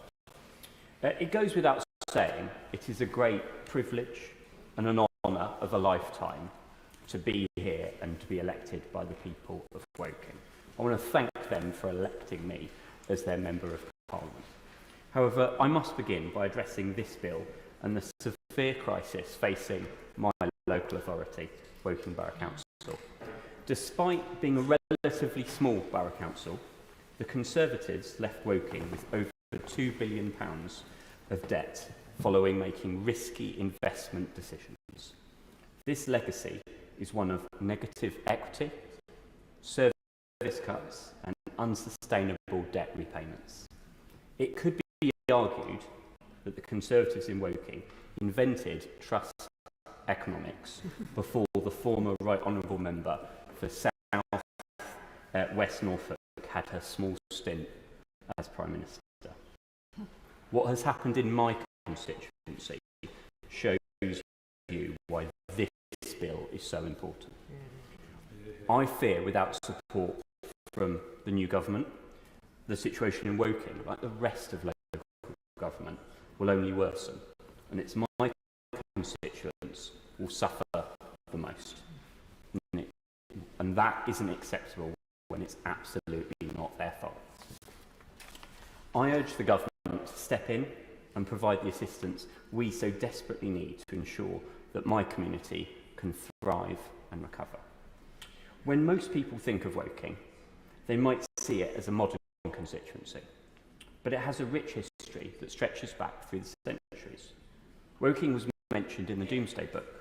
Sutton Place, famous as the former home of Paul Getty, dates from 1525, and it's one of the oldest unfortified houses in the country.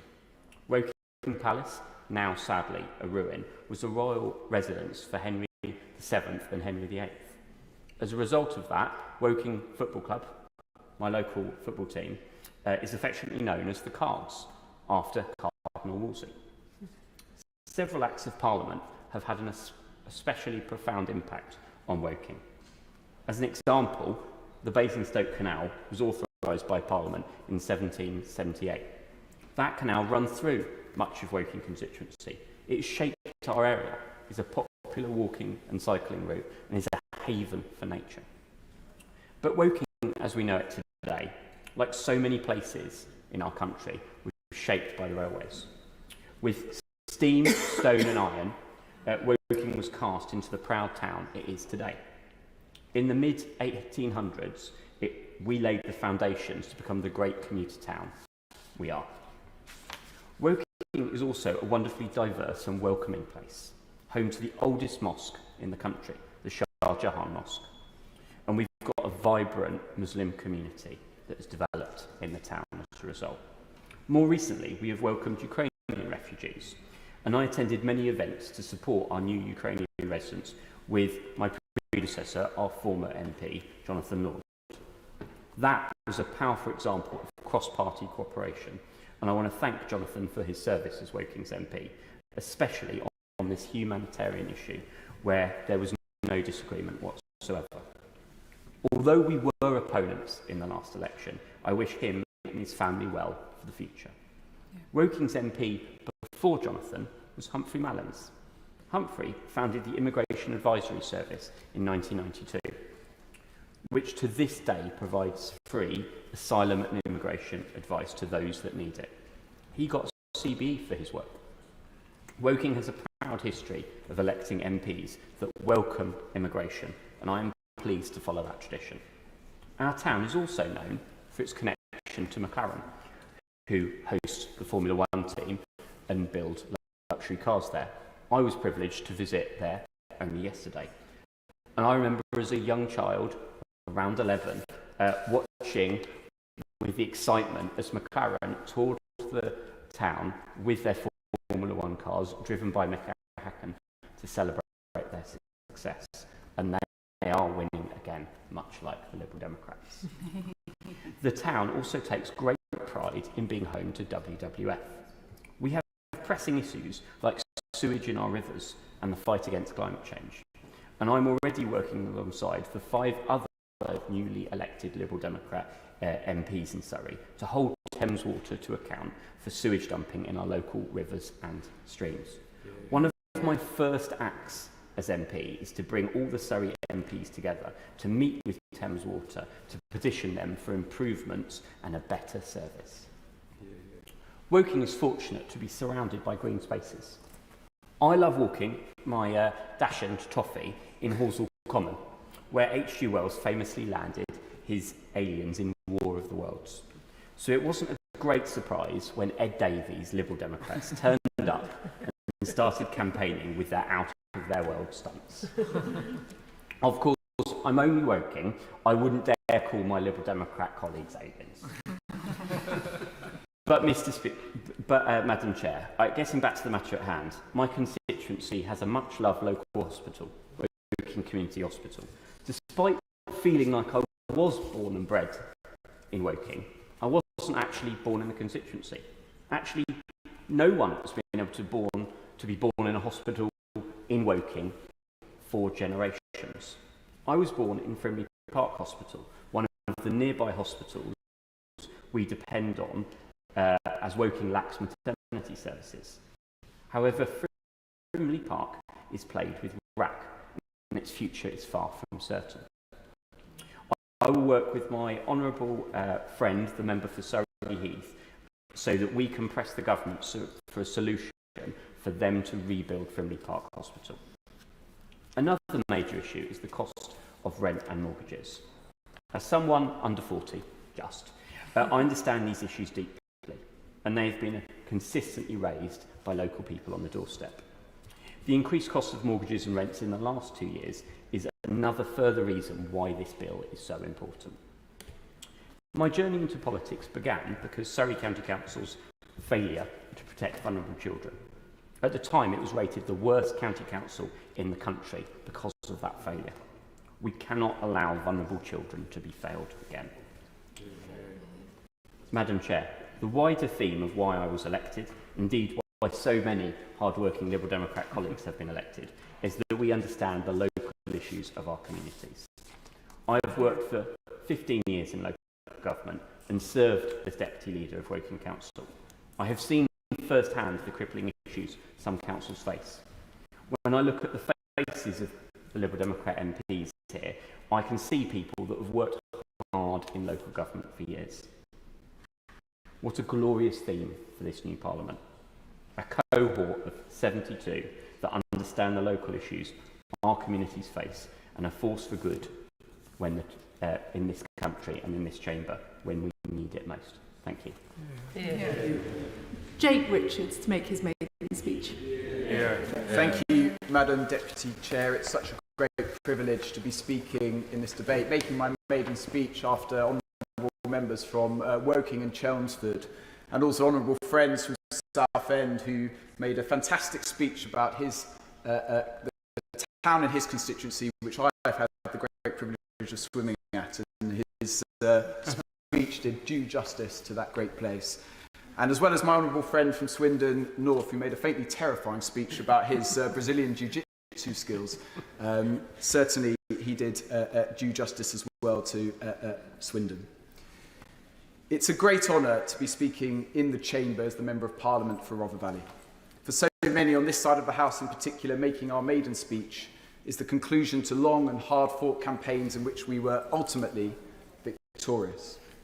And whilst in the early hours of the 5th of July, which just happened to be my birthday, we celebrated the end of 14 years of Conservative government and the first Labour government of my adult life, we also accept the responsibility that we have been given humbly. Because in the context of an often bitter and heated political campaign, and from the thousands of valued conversations I had in my constituency, one cannot avoid the fact that we as a country face daunting and urgent challenges. There is a deep apathy towards the ability of politics, and indeed this place, to effect change that cannot be overlooked. The rise of online disinformation and blaming bogeymen that do not exist. Conspiracy theorists and keyboard warriors purposefully ignoring the complexities of the world around us for attention. A political culture that too often thrives on division and controversy, not the common good. The hyperactive, vitriolic politics seen so often across the Atlantic, seeping into our discourse here, undermining constructive dialogue. An epidemic of alienation amongst our young people, with levels of self-harm and suicide in my constituency increasing all the time. Children arriving at school still in nappies, and too often without breakfast in their bellies. Waiting lists for mental health support, now stretching to half a decade. By the time many are seen, they are about to reach their majority. Too many people feel they have to leave their village or town in my constituency to get on in life. A disillusionment that their home, their community, their place is no longer offering the security and hope that people deserve. There is a fear for the future. I was told so often during the election campaign, what's the point of politics? This country is broken. And perhaps some of these factors came to the fore over the summer recess, when a group organised to attend a hotel just a few miles from my constituency in Wath, planning to set that building on fire, knowing full well that there were innocent people inside. The pictures on our televisions were difficult to comprehend, and I have spoken to a young mother who had been made homeless and was being temporarily accommodated there with her children, and the terror she described will haunt me forever. But Madam Deputy Chair, from the gloom of this violent act came hope, because the day after the hotel was attacked, I reached out to the Muslim community in my constituency and was invited to a meeting after evening prayer. I arrived eager to show solidarity, but anxious about the fear and damage the community would have suffered. And yes, there was plenty of concern. But the first question I encountered was not one of anger or retribution, but instead a comment, urging me to speak with those who had perpetrated the violence to better understand the causes and motivation.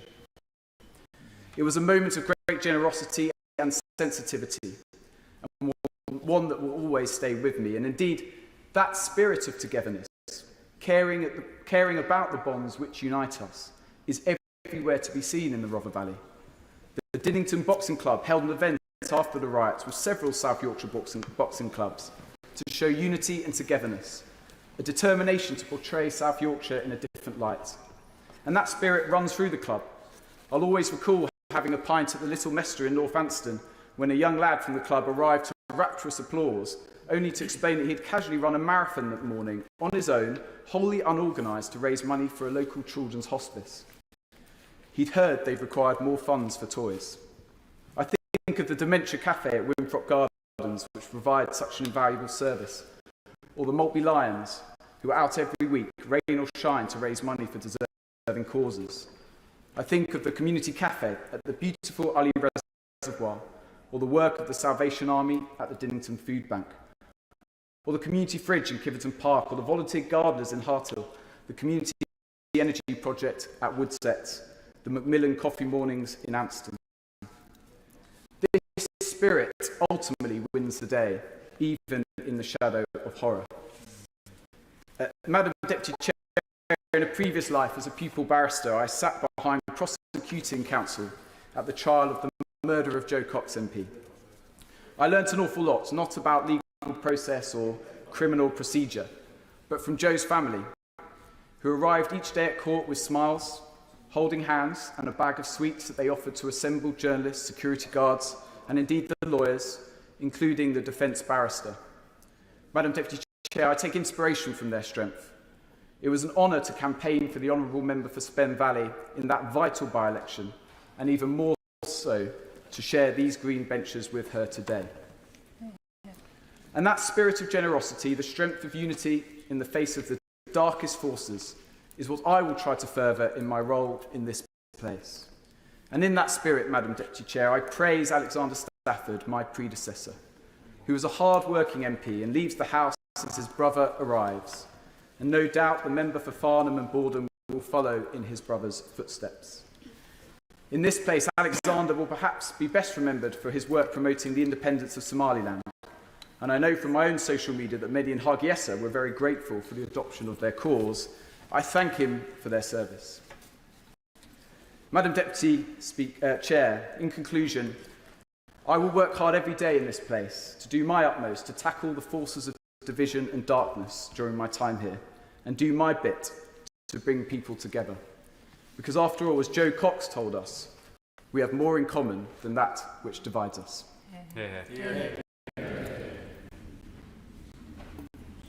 Clive Jones for his maiden speech. Thank you very much, Madam Chair, for calling me to make my maiden speech.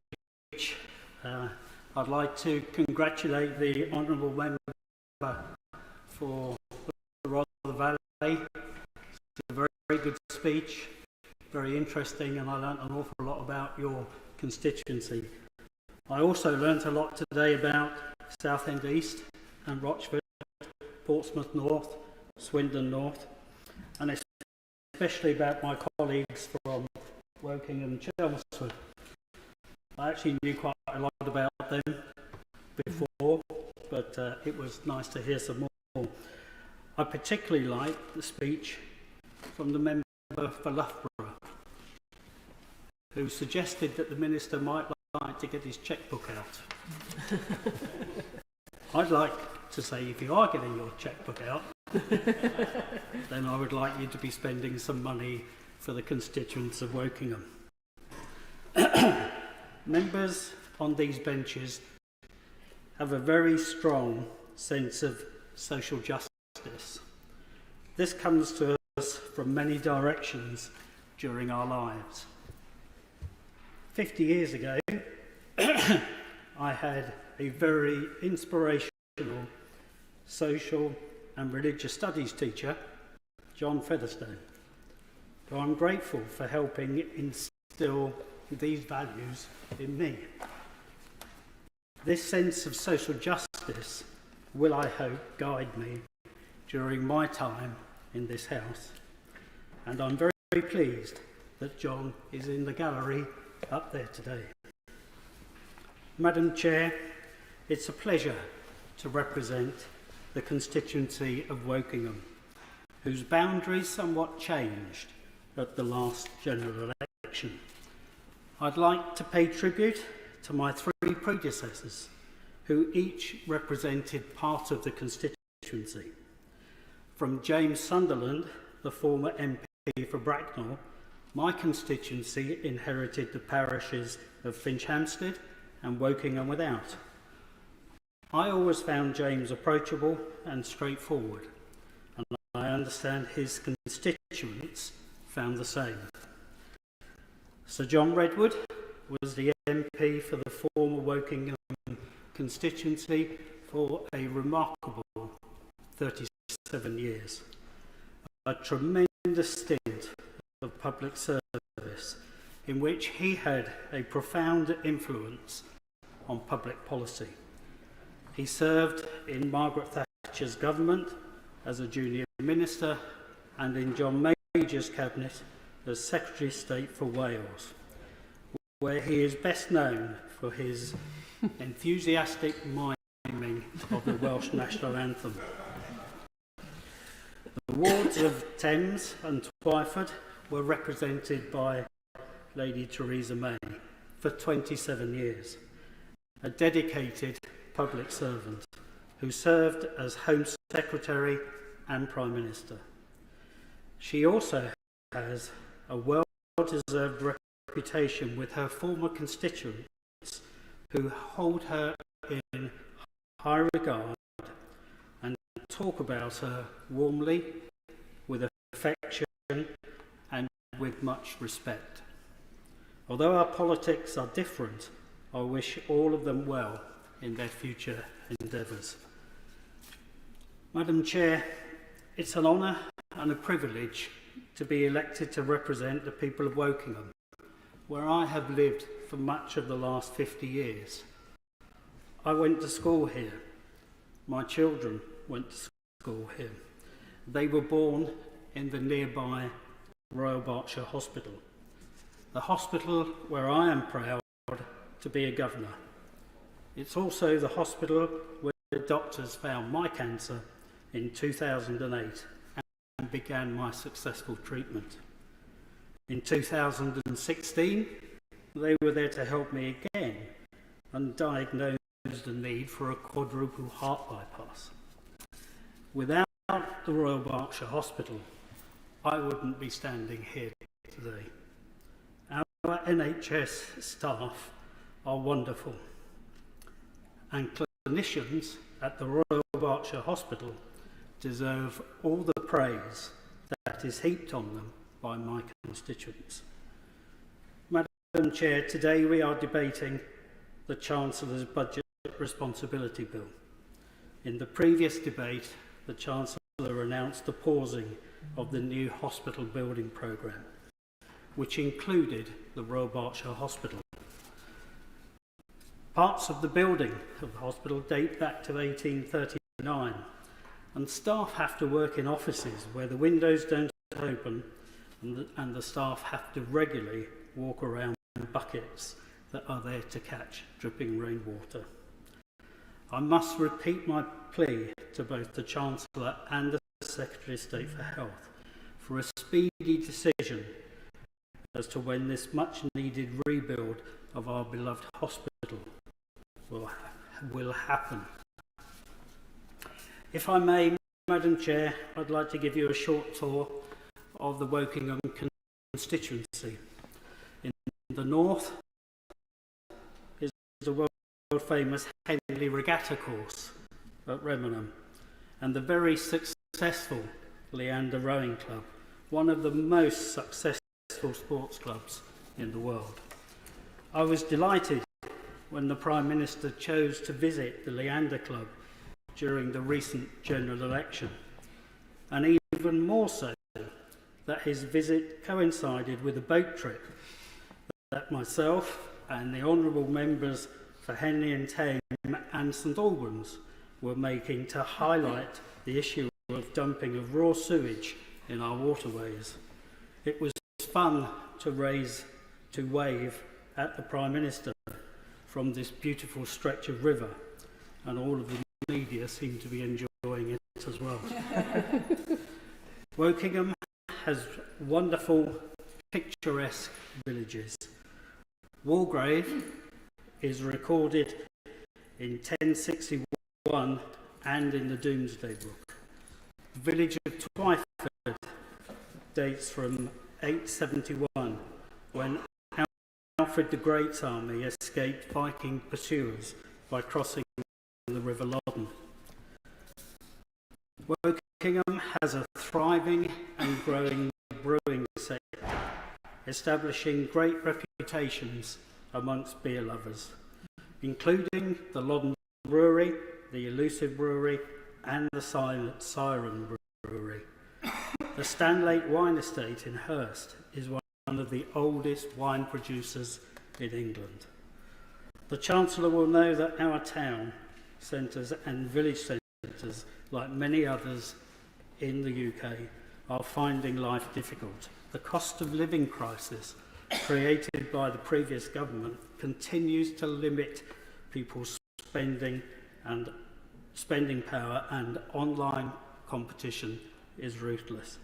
Business rates are a huge issue for our local retailers who make our high streets the great places they are, and I do hope that the Chancellor and Ministers will look into reform of the business rates at the earliest opportunity.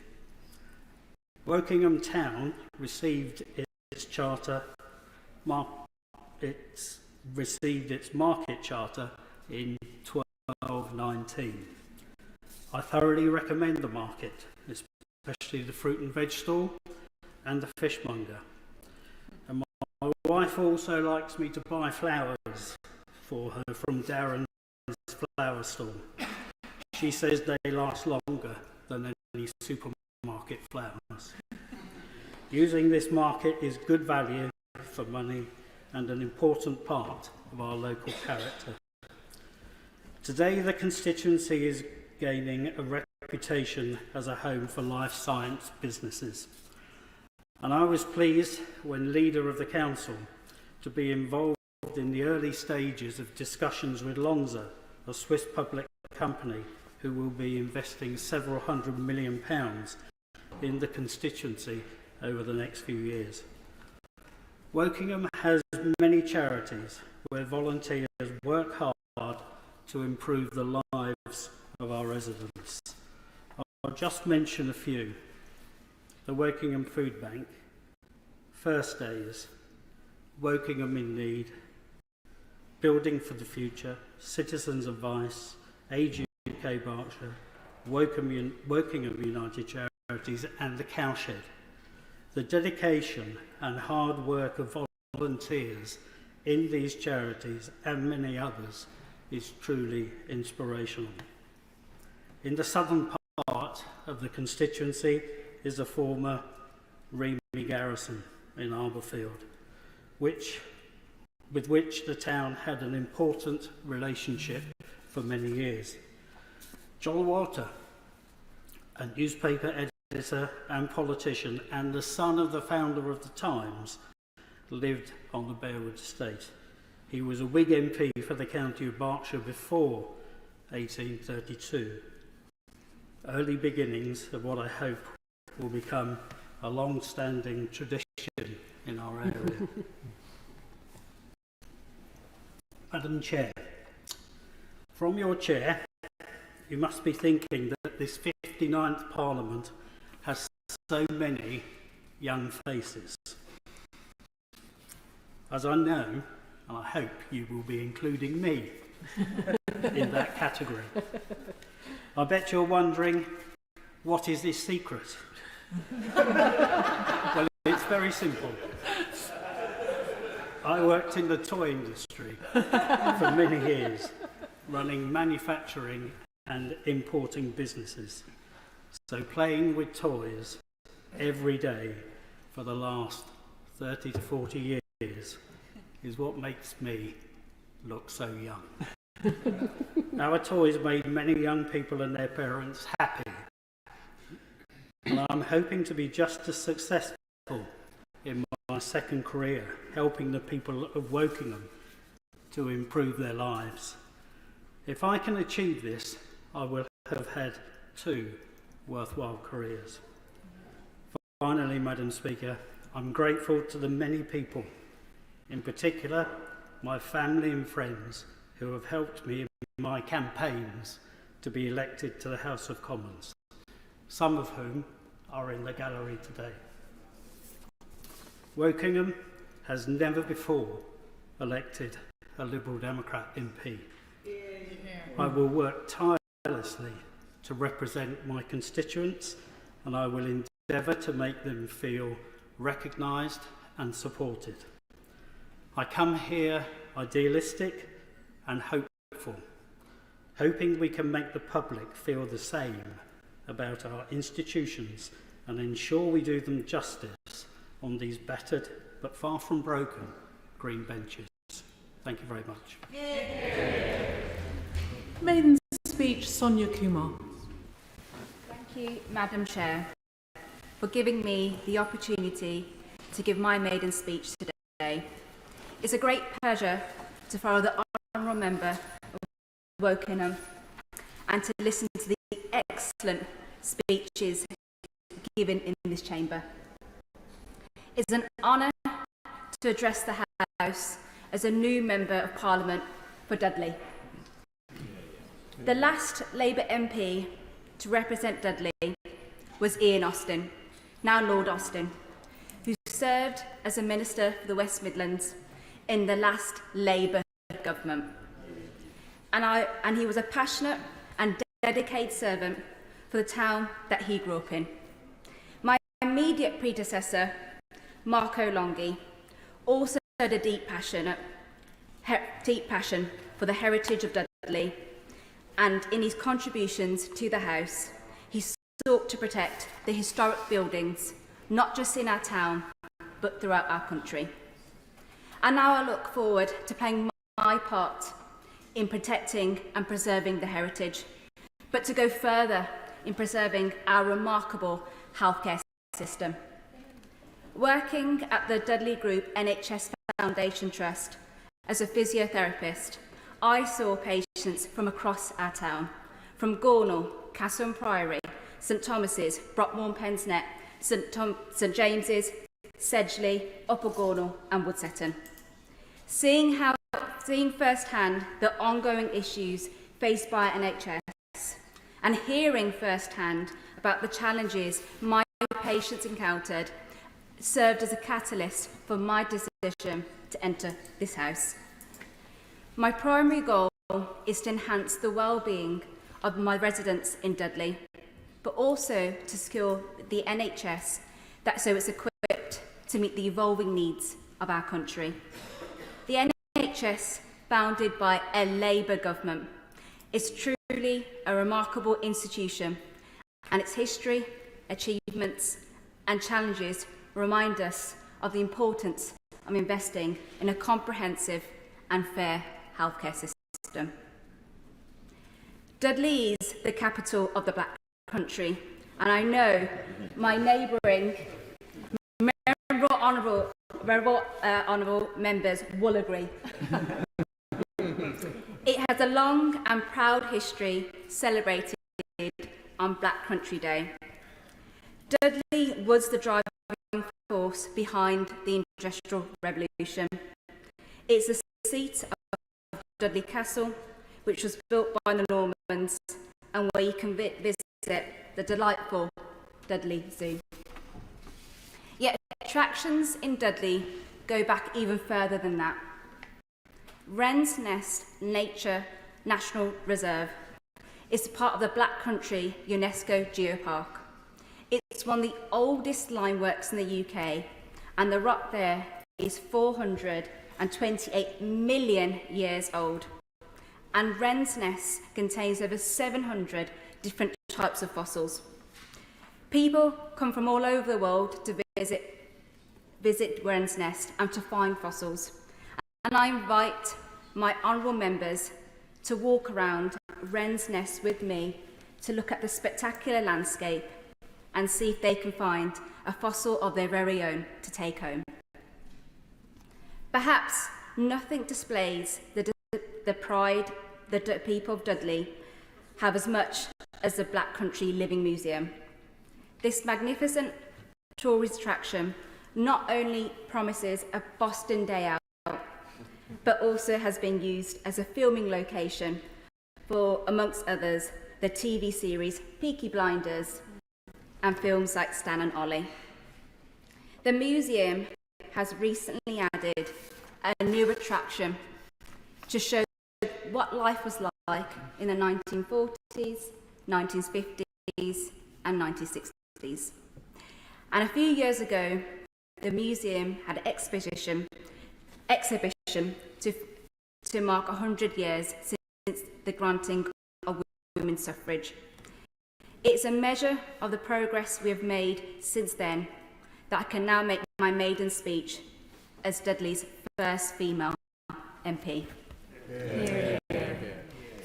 Like the Black Country Museum, Dudley too has changed through its times.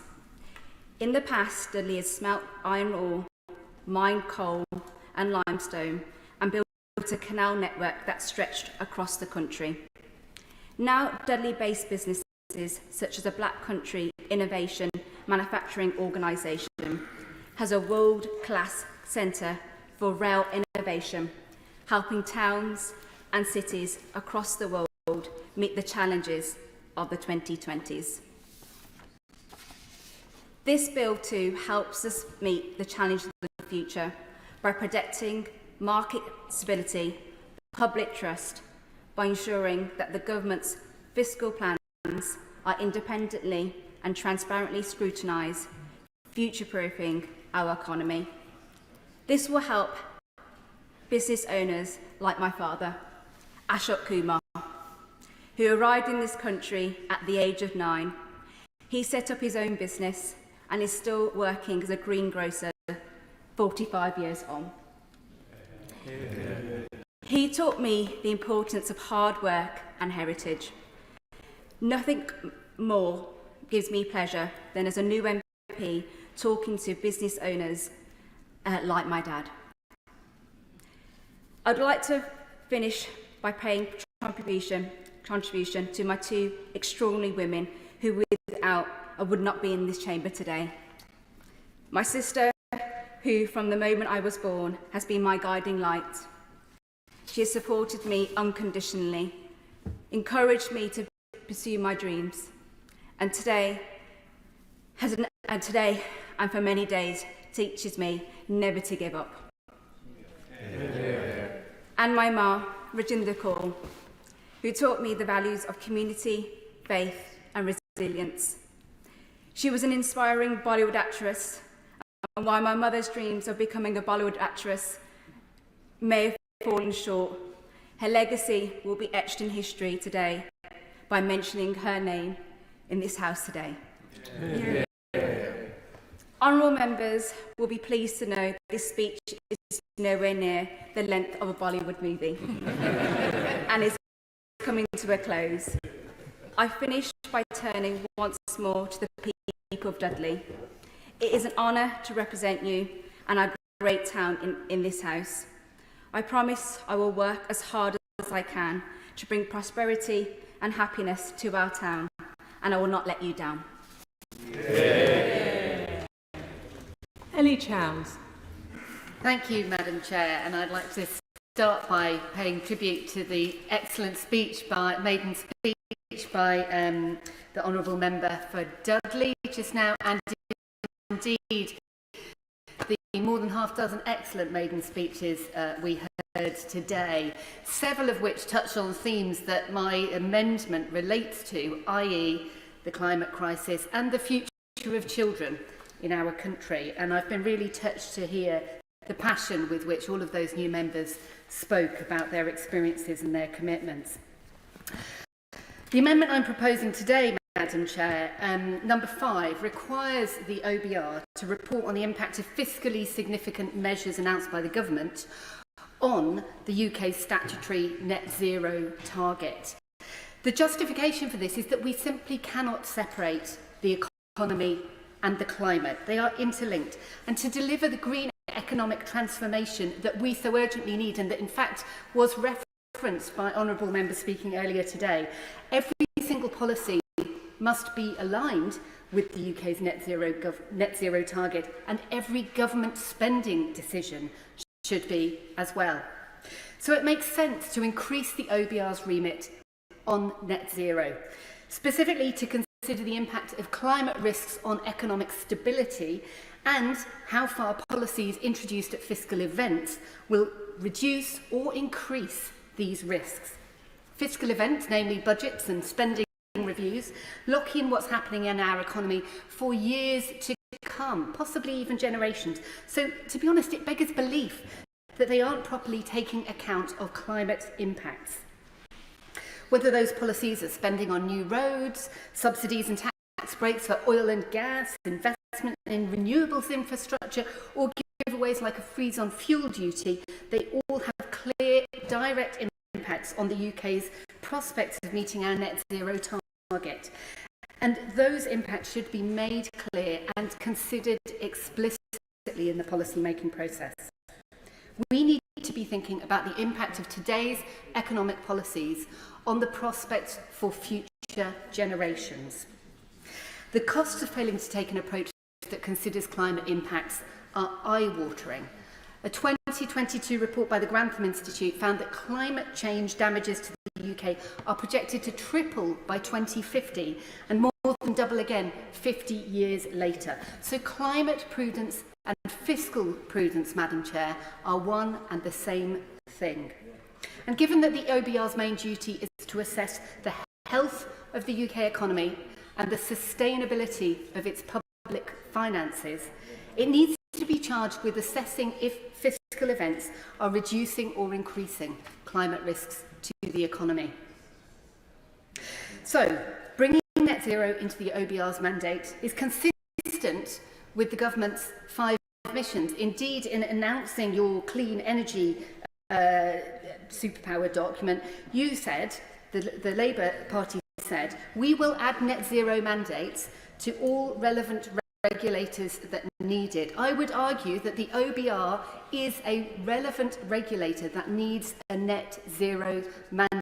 That is why I'm proposing this probing amendment today. It would also represent increased transparency, which other members have mentioned today, transparency around how fiscal policy choices are impacting the UK's progress towards our net zero targets, and help ensure that future governments also consider this. And it's an important stepping stone towards a net zero test, which would assess the aggregate climate and nature impact of every fiscal event. And again, this is something that Labour committed to in opposition. So I ask the Minister to perhaps comment in his winding up remarks on whether he would be able to ensure that this test is integrated into the legislation that you are proposing. I therefore really hope that you will use this opportunity to publicly commit to introducing a net zero test in government and to take a step towards doing it by backing my amendment today. Thank you, Madam Chair. Maiden speech, Lauren Edwards. Thank you for the opportunity to speak, Madam Chair. I pay tribute to the many honourable members who have given such impressive maiden speeches already today. It is an honour to follow the member for Dudley, who gave such a passionate speech about her constituency and certainly did her family very proud. And although she has left her place, can I also commend the member for Chelmsford for her excellent speech, which, as somebody born in Australia, I particularly appreciated for its reference to the Australian opera singer Dame Nellie Melba. Financial market stability and public trust in announcements on fiscally significant measures are, funnily enough, not issues that come up regularly on the doorstep. But the real-life consequences when these two important pillars of our society are lacking was central to the recent conversations that I had across Rochester and Strood. The cost of living pressures, already challenging for most, were heightened as families found they had to pay, on average, hundreds of pounds more just to put a roof over their heads. The cause of that additional pressure, the former Truss government's mini-budget, was a deeply undesirable situation that this bill seeks to prevent from ever happening again. One of the reasons given for the adverse market reaction to that mini-budget was the lack of forecast by the Office for Budget Responsibility. An omission which in turn contributed to a lack of investor confidence in the plans. Political parties, whatever their colour, can have the best policies in the world, but if they are not backed with economic competence and market confidence in those who are holding the purse strings, then no one will be better off for them. We cannot and should not play fast and loose with the economy. And so I, like many others, take great comfort from the bill that we are discussing today. This includes the chair of the OBR himself, Robert Hughes, who says the bill will address a gap in the current law and serve to strengthen the legal foundations for fiscal management.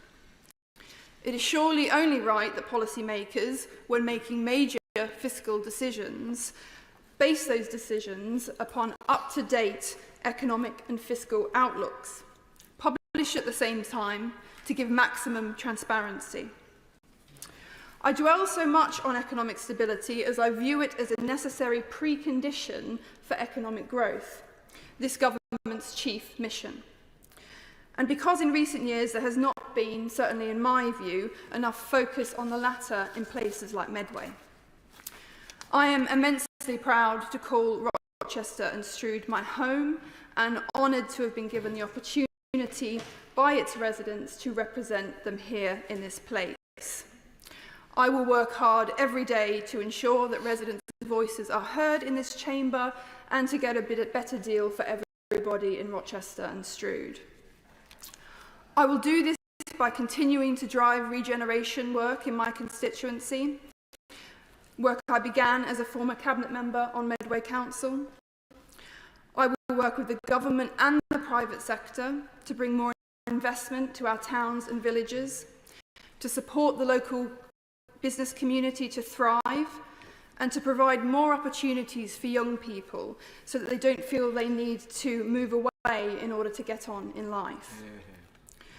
Rochester and Strood has many strengths, not least the military presence at Brompton Barracks, home of the Royal Engineers, the River Medway that runs the length of the constituency and that has so much potential for industry, leisure and tourism, and a very rich maritime history from the days of Chatham Dockyard.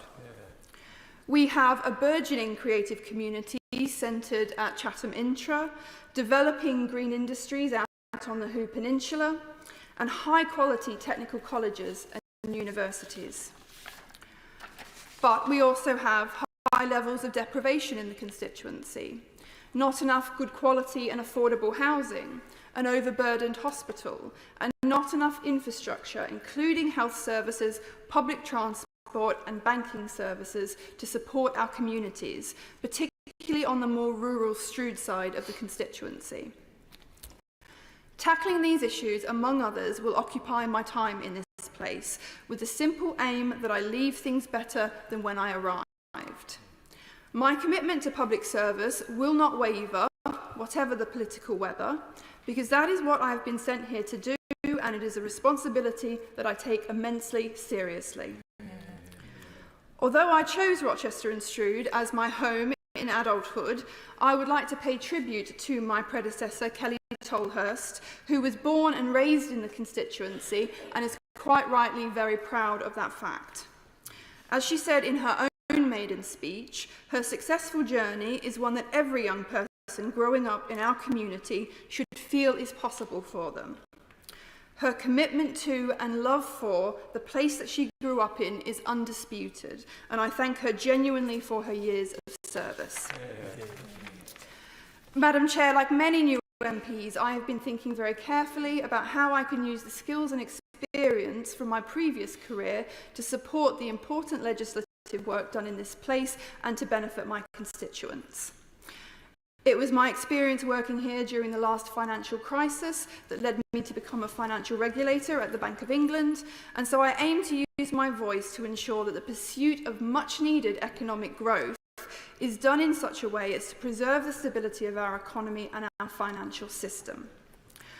I intend to draw on my 13 years' experience as an elected trade union representative to ensure that the New Deal for Working People delivers for my hard-working constituents who often struggle with insufficient pay and rights, and to help drive the government's commitment to invest in our people by improving their knowledge and their skills. I will use my experience in local government to ensure that legislation allows local authorities to invest, to save, and to think much more long-term, both things I consider to be in the best interests of council taxpayers. I will try to ensure that this government's approach to devolution is the one that will genuinely pass power to local communities, who I think are best placed to know what their areas need, and work in the best interests of my constituents. And finally, I hope to continue the cross-party working that I have enjoyed with representatives from across Kent and the South East, so that our region grows and prospers under this government. We face significant challenges in our region, infrastructure, transport and border issues alone, and these cannot be resolved solely within our distinct geographical areas.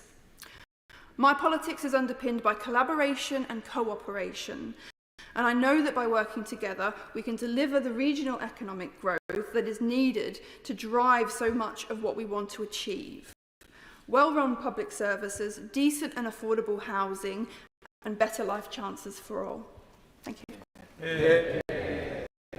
Fred Thomas to make his maiden speech. Thank you, Madam Chair. I'm going to talk to you about Plymouth, but can I first just take a second to celebrate the amazing speeches we've heard this afternoon and also pay tribute to the wealth of experience and passion, not just on these benches, but across the chamber as well. It's really heartening. I think of all the speeches we've heard, the Honourable Friend for Rother Valley spoke about the spirit that we've all seen in our communities where we represent, and the confidence he has in that spirit to overcome some of the challenges we're facing as a nation and in our communities, and I completely share that. But let me now talk about Plymouth, the city that I call home, the city I'm so proud to represent in this place as the member for Plymouth Moorview.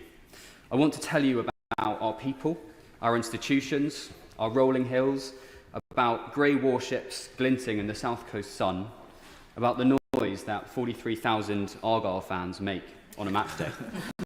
I want to tell you about the gritty determination of staff at one of the biggest hospitals in this country.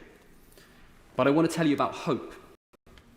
I'm going to frame this with two principles I lived by during my time in the Royal Marines, principles that are well known amongst our armed forces community in Plymouth.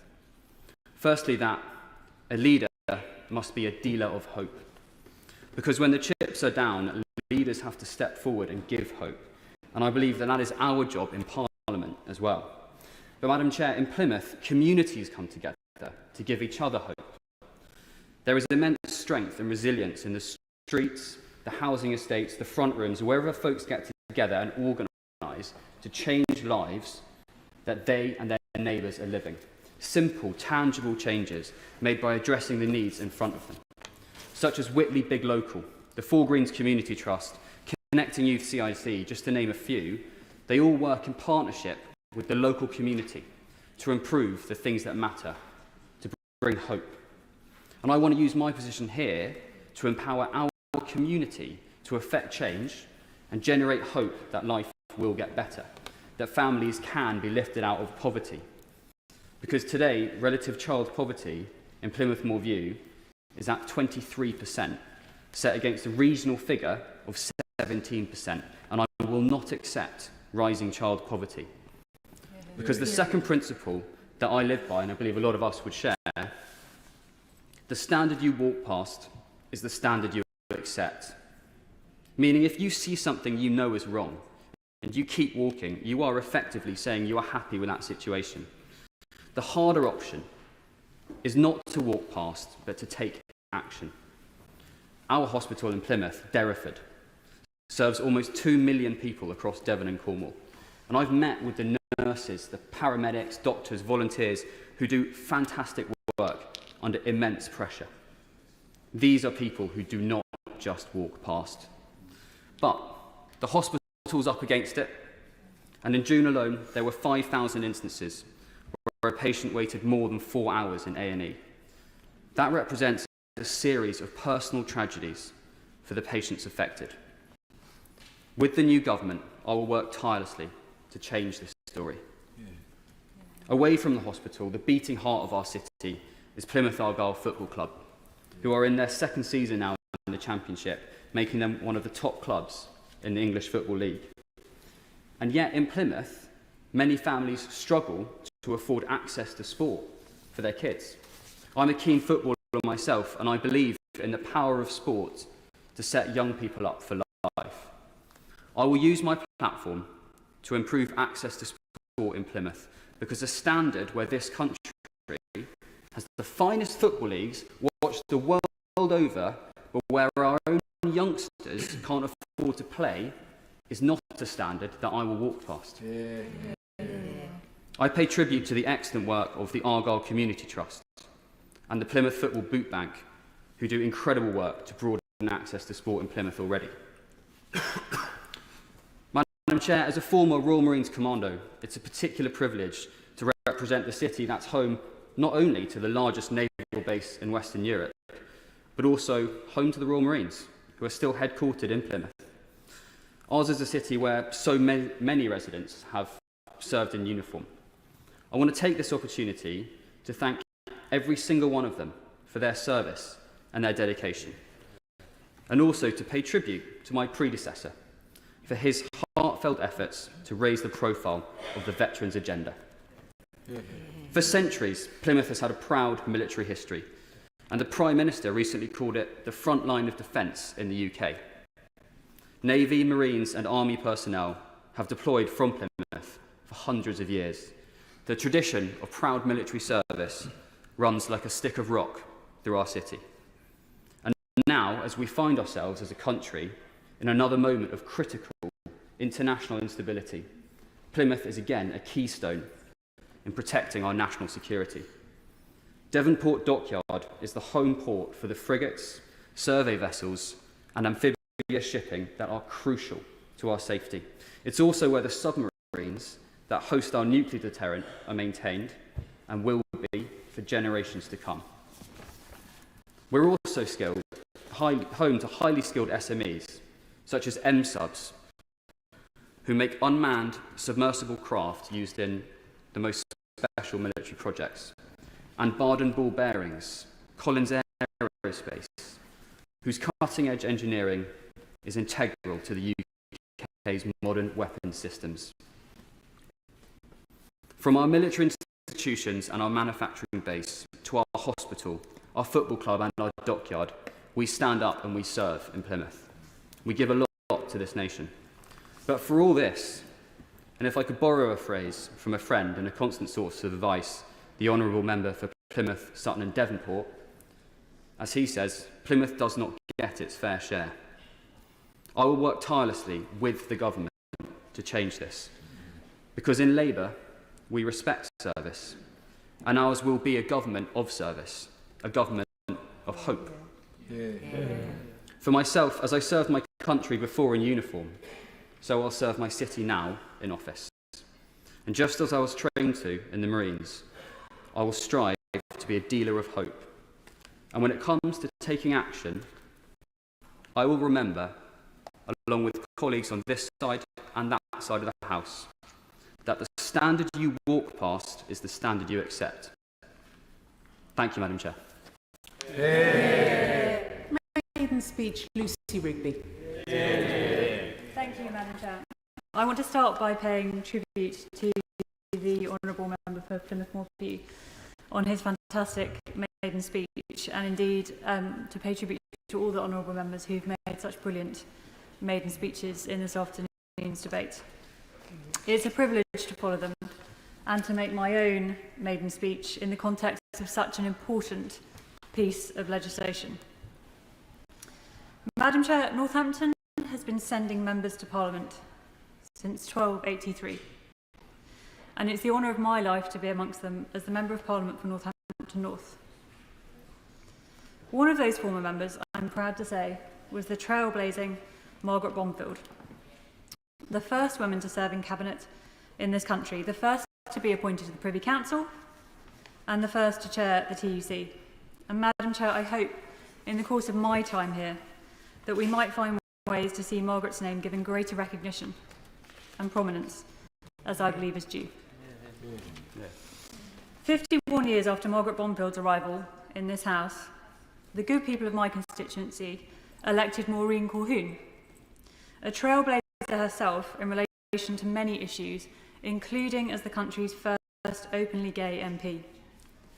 But, Madam Chair, I want to pay particular tribute to my two immediate predecessors, Sir Michael Ellis and Sally Keeble. Sir Michael stepped down at the last election, having served Northampton North for 14 years and serving the country as a minister in multiple roles. He's also remembered locally for performing life-saving CPR on a constituent having a coronary episode, which I'm more than aware sets me a very, very high bar for the purposes of looking after my constituents. Like Sir Michael, Labour's Sally Keeble also served Northampton North for well over a decade, and her country in government too. Sally has many achievements, but notable amongst them was the taking through of one of the last pieces of legislation of the previous Labour government to protect developing countries from vulture funds. Sally remains a dedicated and a committed public servant. I don't mind admitting that I spoke to plenty of residents during the election campaign who told me that whilst they really appreciated my doorstep pitch for their support, they would be voting for Sally Keeble. Madam Chair, I'm aware of the examples of good service in this place that have been set for me, and I hope to live up to them. So I want my constituents to know serving our community in Northampton will be my first and my highest priority for as long as I remain in this place. Which leads me to say, Madam Chair, that this place could in fact be in my constituency, because Northampton has been the seat of Parliament on more than 30 occasions, and King John even moved the Treasury to Northampton in 1205 when he fell out with a few people in London over something akin to a disastrous mini-budget. An option which I suspect those supportive of the Treasury's current location will be glad to know was not suggested, as far as we know, to the former member for South West Norfolk. Madam Chair, we're a town of deep pride, both in our present and in our past. We're the largest town in England. We have buildings of neo-Gothic splendour, strong communities, beautiful green spaces, Eastfield Park, Abington Park, the racecourse, not one but two shoe armies, the Premiership champions, Northampton Saints, and the mighty Cobblers too.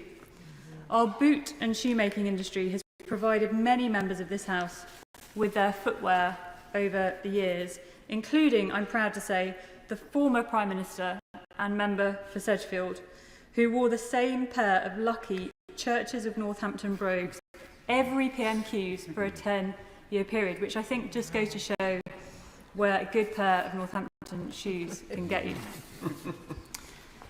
Madam Chair, service is something that runs deep in my family. My mum worked for the NHS and the MOD.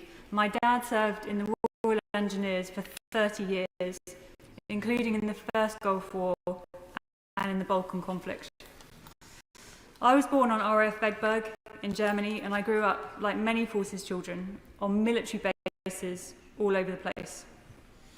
I learned the true value of service, acquired a continuing and personal respect for the dedication of our armed forces, and a deep patriotism, not for its own sake, but rather a commitment to our British values of the rule of law, democracy, tolerance, and liberty. That strong sense of fairness led me to train as a lawyer. And so 13 years after my dad served on the NATO deployment in Bosnia, I went out to The Hague to be part of the International Criminal Tribunal for the former Yugoslavia, the body established to bring some semblance of justice to bear following that conflict. I will never forget the testimony of witnesses to the most appalling of crimes against humanity. And that experience showed me not only the importance of the international community, but the value of justice being done. These are principles which I think are particularly important in the context of Russia's aggression in the Ukraine and the Ukrainian people's brave fight for freedom. Madam Chair, my career as a solicitor has allowed me rich and varied experience, for which I am very grateful.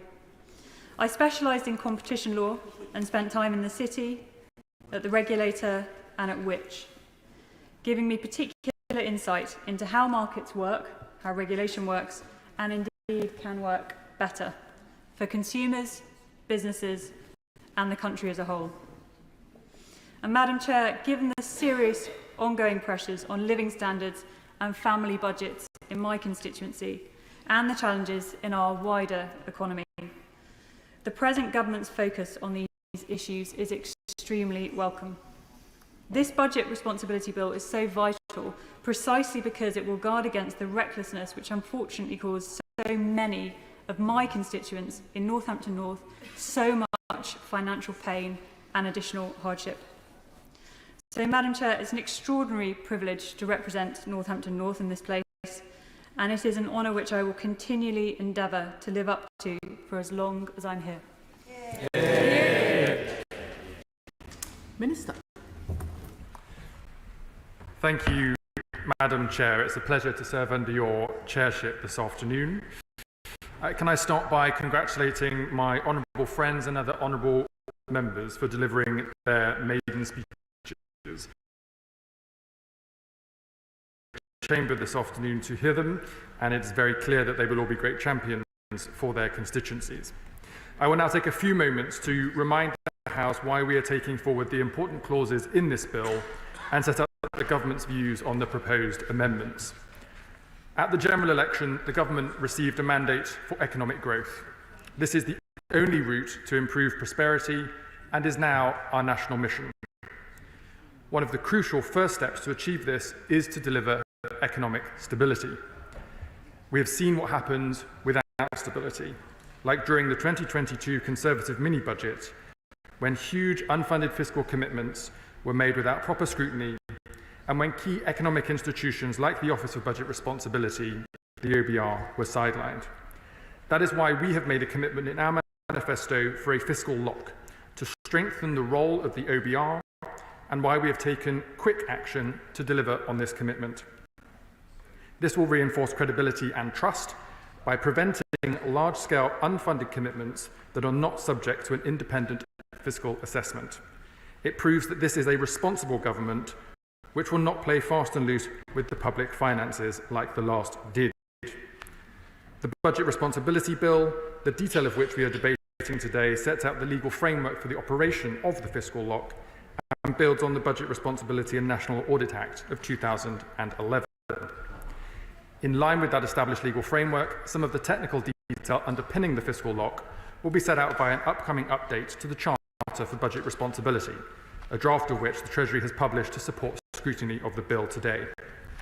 I will now talk through the two specific clauses in the bill. The first clause is the main substantive clause setting out the operation of the fiscal lock.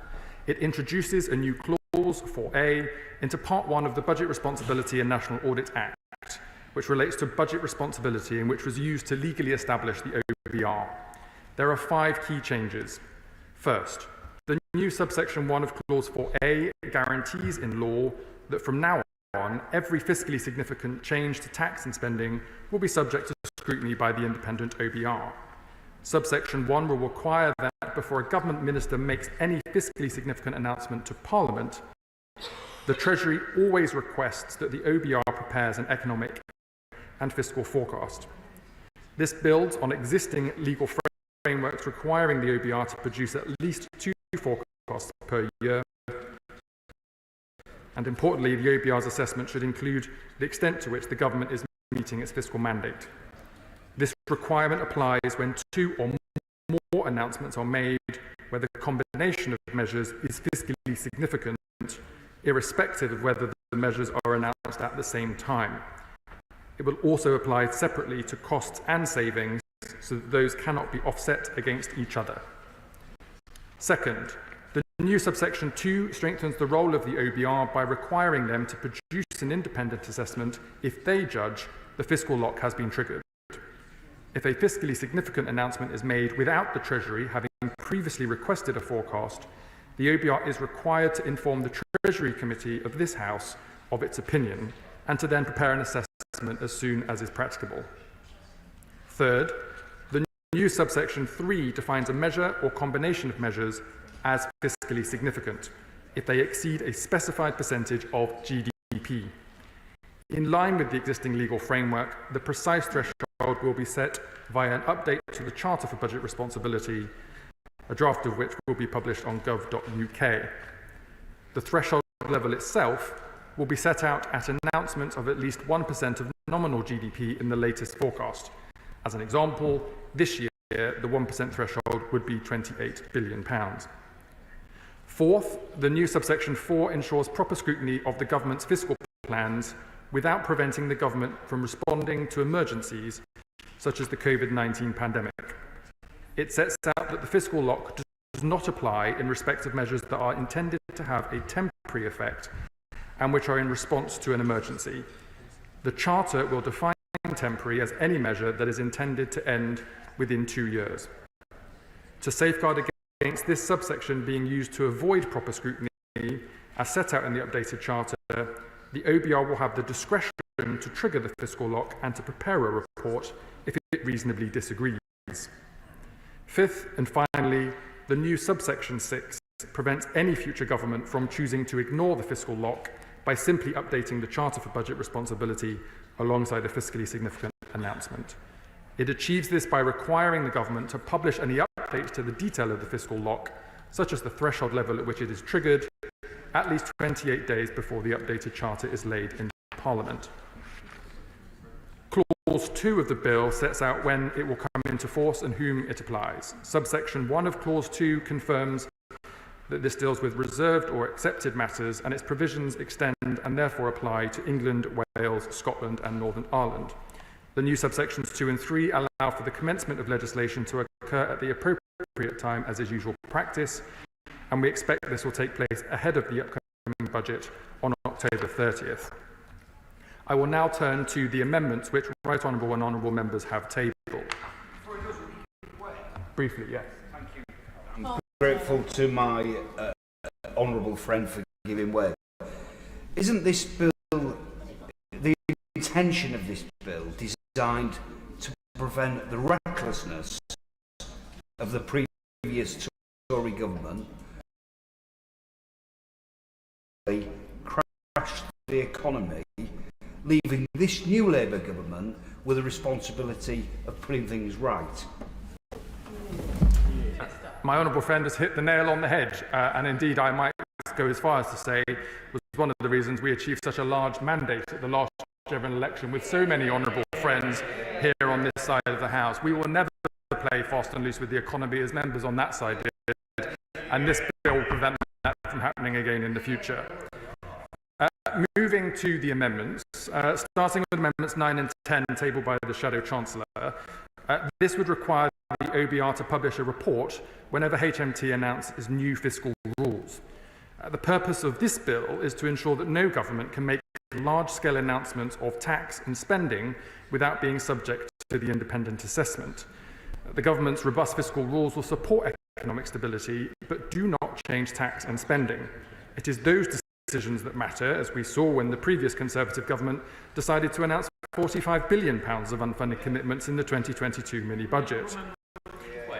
Very briefly, yes. Thank you. Thank you for giving way.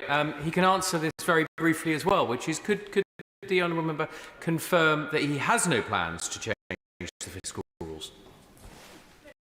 The honourable gentleman is enjoying himself but knows the answer. Wait for the budget. Those amendments, the amendments from the official opposition are therefore not necessary to the bill today. And to answer the Shadow Minister's question, as I've been invited to do so, the Chancellor has already confirmed that this government will set out the precise detail of its fiscal rules at the budget on the 30th of October, alongside an updated OBR forecast. Turning now to Amendments 6 and 7 tabled by my honourable friend, the member for Walthamstow. These focus on the definition of fiscally significant measures to which the fiscal lock will apply. Amendments 6 and 7 would extend the definition of fiscal significance to include measures which would have a cumulative impact on public sector net debt or contingent liabilities. I welcome my honourable friend for highlighting this issue, which I know she has worked on for many years. The draft charter text states measures trigger the lock when the combined costing is at least 1% of GDP in any year. Specifically that, and I quote, the costing of a measure is the direct impact of a policy decision on public finances. It is difficult to set and interpret a threshold consistently for contingent liabilities, as they can often be large in terms of maximum exposure, but low in terms of expected or reasonable worst-case losses. Effective management of contingent liabilities is important, and transparency is key to good fiscal management. The government plans to announce new significant contingent liabilities at fiscal events to make sure that there is transparency with Parliament. We will, of course, continue to notify Parliament of new contingent liabilities as set out in managing public money. The amendments also place a condition on policies with a cumulative impact on public sector net debt, where you have a noted public-private partnerships as an example, referring, of course, to PFI and PF2 models, which the previous government no longer proceeded with, and there has been no change to this policy. As the Chancellor said in her May's lecture earlier this year, we will also report on wider measures of public sector assets and liabilities at fiscal events, to ensure transparency across the whole balance sheet, which includes non-debt liabilities. Reporting transparently on the government's stock of contingent liabilities is key to ensuring we do not take excessive risk, and I can therefore confirm today that the government will publish a report on its contingent liabilities. I expect the contingent liability central capability to do this in early 2025. Having said all of that, I recognise the issues my honourable friend raises, and I will arrange to meet with her to discuss them further. Moving to amendments from the Liberal Democrats. Moving to Amendment 2, tabled by the Honourable Member for Richmond Park. As she said, this would enable the OBR to notify the independent advisor on ministers' interests if the fiscal lock is triggered. I'd remind honourable members that the purpose of this legislation is to ensure that never again do we find ourselves in a situation like at the 2022 Liz Truss mini-budget, in which fiscally significant measures are announced without accompanying OBR analysis. If a future government were to act in this way, this legislation provides a clear remedy. The OBR is empowered to independently notify the Treasury Select Committee and to produce its own report. This would be available for full scrutiny by stakeholders and Parliament, who would be able to hold ministers to account in the normal way. We therefore do not consider this amendment to be necessary.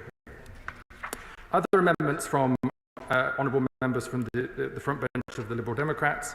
Amendment 1 would broaden the definition of fiscally significant measures to cover anything which is likely to have an impact on the cost of government borrowing, interest rates or economic growth. The bill is focused on preventing irresponsible large-scale fiscal announcements that could undermine macroeconomic stability, such as the previous mini-budget. To support this, we need to have clear and robust legal frameworks which ensures that the provisions are only triggered when appropriate. This requires precise definitions that everyone, including in particular the OBR, can understand clearly and work with practically. It would therefore not be helpful in the government's view to have a broader, vaguer definition that might or might not repeatedly trigger the fiscal lock under many different circumstances. Amendments 3 and 4 require the Treasury to consult with the OBR and the Treasury Committee before the Charter can be updated for the purposes of the fiscal lock, and to publish a report on the outcome of any such consultations. It is of course important that the views of the OBR and of Parliament are taken into account when making changes to the Charter, but I hope the Honourable Member will accept that it will not be necessary to set this specific process out in primary legislation. That's because this bill already includes an important safeguard on the fiscal lock, the requirement that any changes to the Charter for Budget Responsibility are published in draft at least 28 days before they are laid in the Commons. That will ensure that the OBR, the Treasury Select Committee, this Parliament and all stakeholders will have a clear opportunity to make representations to the Treasury and to publish their views as they see fit. Lastly, moving to the amendment from the Green Party. Amendment 5, tabled by the Honourable Member for North Herefordshire, would require the OBR to take net zero targets into account when preparing a report on fiscally significant announcements. There are strong legal frameworks in place already through the Climate Change Act of 2008 to support the transition to net zero in 2050, which legislates for interim 5-year carbon budgets and requires the government to report on these periodically. Parliament and its select committees already scrutinised that in great detail. I would also point to the fact that the Green Book, the Treasury's guidance on how to appraise policies, projects and programmes, requires departments to assess the climate and environmental impacts of policy proposals, with major bids and proposals at fiscal events being assessed accordingly in this way. We therefore do not consider this amendment to be necessary. I shall. Thank you, Madam Chair. Would the Minister not agree with me that having committed to give a net zero mandate to all relevant regulators, that the OBR is indeed a highly relevant regulator? And equipped to do the job it's supposed to do alongside the other regulatory body that holds the government to account, the Committee on Climate Change. In conclusion, Madam Chair, I hope I've been able to provide some assurances such that honourable members will be content to retract their proposed amendments. If not, I urge the House to reject them. I should also say thank you to other members for their contributions to the debate today. In response to the honourable member for Arundel and South Downs, I would maybe gently invite him to reflect on his own party's record in crashing the economy through unfunded tax cuts, losing control of public spending and ruining family finances before offering advice to this government on fiscal responsibility. And may I say to the spokesperson from the SNP, who's not in his place, I was quite surprised to see so many discredited Conservative Party lines to take in his speech. Who knew the SNP and the Tory Party were one and the same thing? With this Labour government, Madam Chair, our commitment to fiscal discipline and sound money is the bedrock of all of our plans. To conclude, these clauses guarantee in law that from now on, every fiscally significant change to tax and spending will be subject to scrutiny by the independent OBR. They deliver on a key manifesto commitment to provide economic stability and sound public finances by strengthening the role of the independent OBR. This is a crucial first step to achieve sustained economic growth. I commend the clauses and the bill to the House. Shadow Minister Nigel Huddleston. Thank you, Chair. I won't detain the House too long by repeating the arguments I made in my opening comments. I would like to say, though, I am disappointed by the Minister's response, in particular his refusal to accept our amendment. It is quite alarming that he's refusing to do so because, as I outlined, I believe that they are very consistent with the goals of the overall bill. And I think that this bill will be seriously undermined, the credibility of this bill will be seriously undermined if it does not include the fiscal rules, and if they're not included. And I like the Minister a lot. We go back a way, we've always had civil conversations. But if the Minister does not believe or consider the level of debt, type of debt, and the definition of debt to be quote-unquote fiscally significant, then with the greatest respect, perhaps the Treasury is not the right home for him. They are transparently fiscally significant and important part of the consideration that we're talking about today. I thank the honourable gentleman for giving way and for inviting me to suggest whether I should try to find a job in another department. I would just point out that having arrived at the Treasury, I did see the impact of fiscally significant levels of debt after 14 years of the Conservative government. Has he got anything to say to the House on that matter? Yes, I have indeed, because as I outlined in my original statement, the arguments the honourable member is making do not stack up with the facts. The economic circumstances they have inherited are better in many areas than we inherited from them back in 2010. The economy is the fastest growing in the G7. Unemployment, which, by the way, every Labour government since the Second World War has increased unemployment while they're in power, for us to then clear it up and reduce unemployment when we take over. Inflation was lower when they took power than it was that we inherited on all of these measures, and debt, annual debt as well, was higher when we took over in 2010. So they keep saying all of these things. The challenging thing is it just doesn't stack up with the facts. Their arguments about the level of debt, as I outlined again earlier on, they have already announced £10 billion for inflation-busting salary increases for their union mates, £8 billion on their energy provisions, and £7 billion on the National Wealth Fund. That's £25 billion of additional money that they have spent. If there is a black hole in the finances, it is so clearly one of their own making by the announcements they've made since coming into government. £25 billion is a huge amount of money. But I will finish those points because we had this debate earlier on, and we'll come to that. I won't give way at the moment because I now want to move on to some more positive things. We've got third reading as well, so let's enjoy ourselves here. But I say, just because the opposition keep repeating this narrative does not make it true. I'm sure they'll continue to do so, but I would say £25 billion I've just outlined of £25 billion of additional spending. That is a choice that they have made. That is a choice that they have made. And as I also outlined earlier on, the arguments that they are having to now, out of response to the circumstances that they inherited, out of response to that, cut pensions, payments to pensioners, again is not true, because as I outlined in my opening speech, that was a deliberate policy choice, a long-stated policy choice, articulated by the current Chancellor a decade ago. That is not a response to circumstances. That was deliberate Labour policy. But as I said, on a more positive note, I would like to congratulate all of those who've made their maiden speech speeches today. The MPs for Loughborough, Portsmouth North, Swindon North, Chelmsford, Southend East and Rochford, Woking, Rother Valley, Wokingham, Dudley, Rochester and Stroud, Plymouth Moorview and Northampton North. They have made incredible contributions today. The breadth of experience that they bring to this Parliament is astounding, and I'm largely talking here about opposition members, and I would say that with a great degree of respect, because in many circumstances, in fact nearly every single circumstances, you have replaced good friends of mine who contributed significantly to this House. You all have, quite big shoes to fill. But what was said today was very impressive.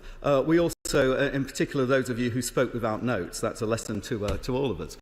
I would also like to say what a beautiful kind of tour we had around the United Kingdom. Everybody who spoke today spoke eloquently about their constituencies, about their constituents, the rich heritage, the rich history that was showcased today was incredibly impressive as well, and their constituents, I'm sure, will be very proud of what they have said. So with that, Madam Chair, I will finish my comments, but the debate, I'm sure, will continue.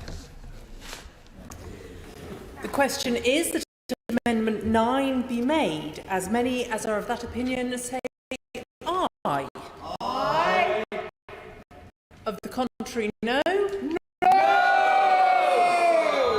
I think the noes have it. The noes have it. You shout a bit. You're meant to be shouting again. Aye. Thank you. Division, clear the lobby.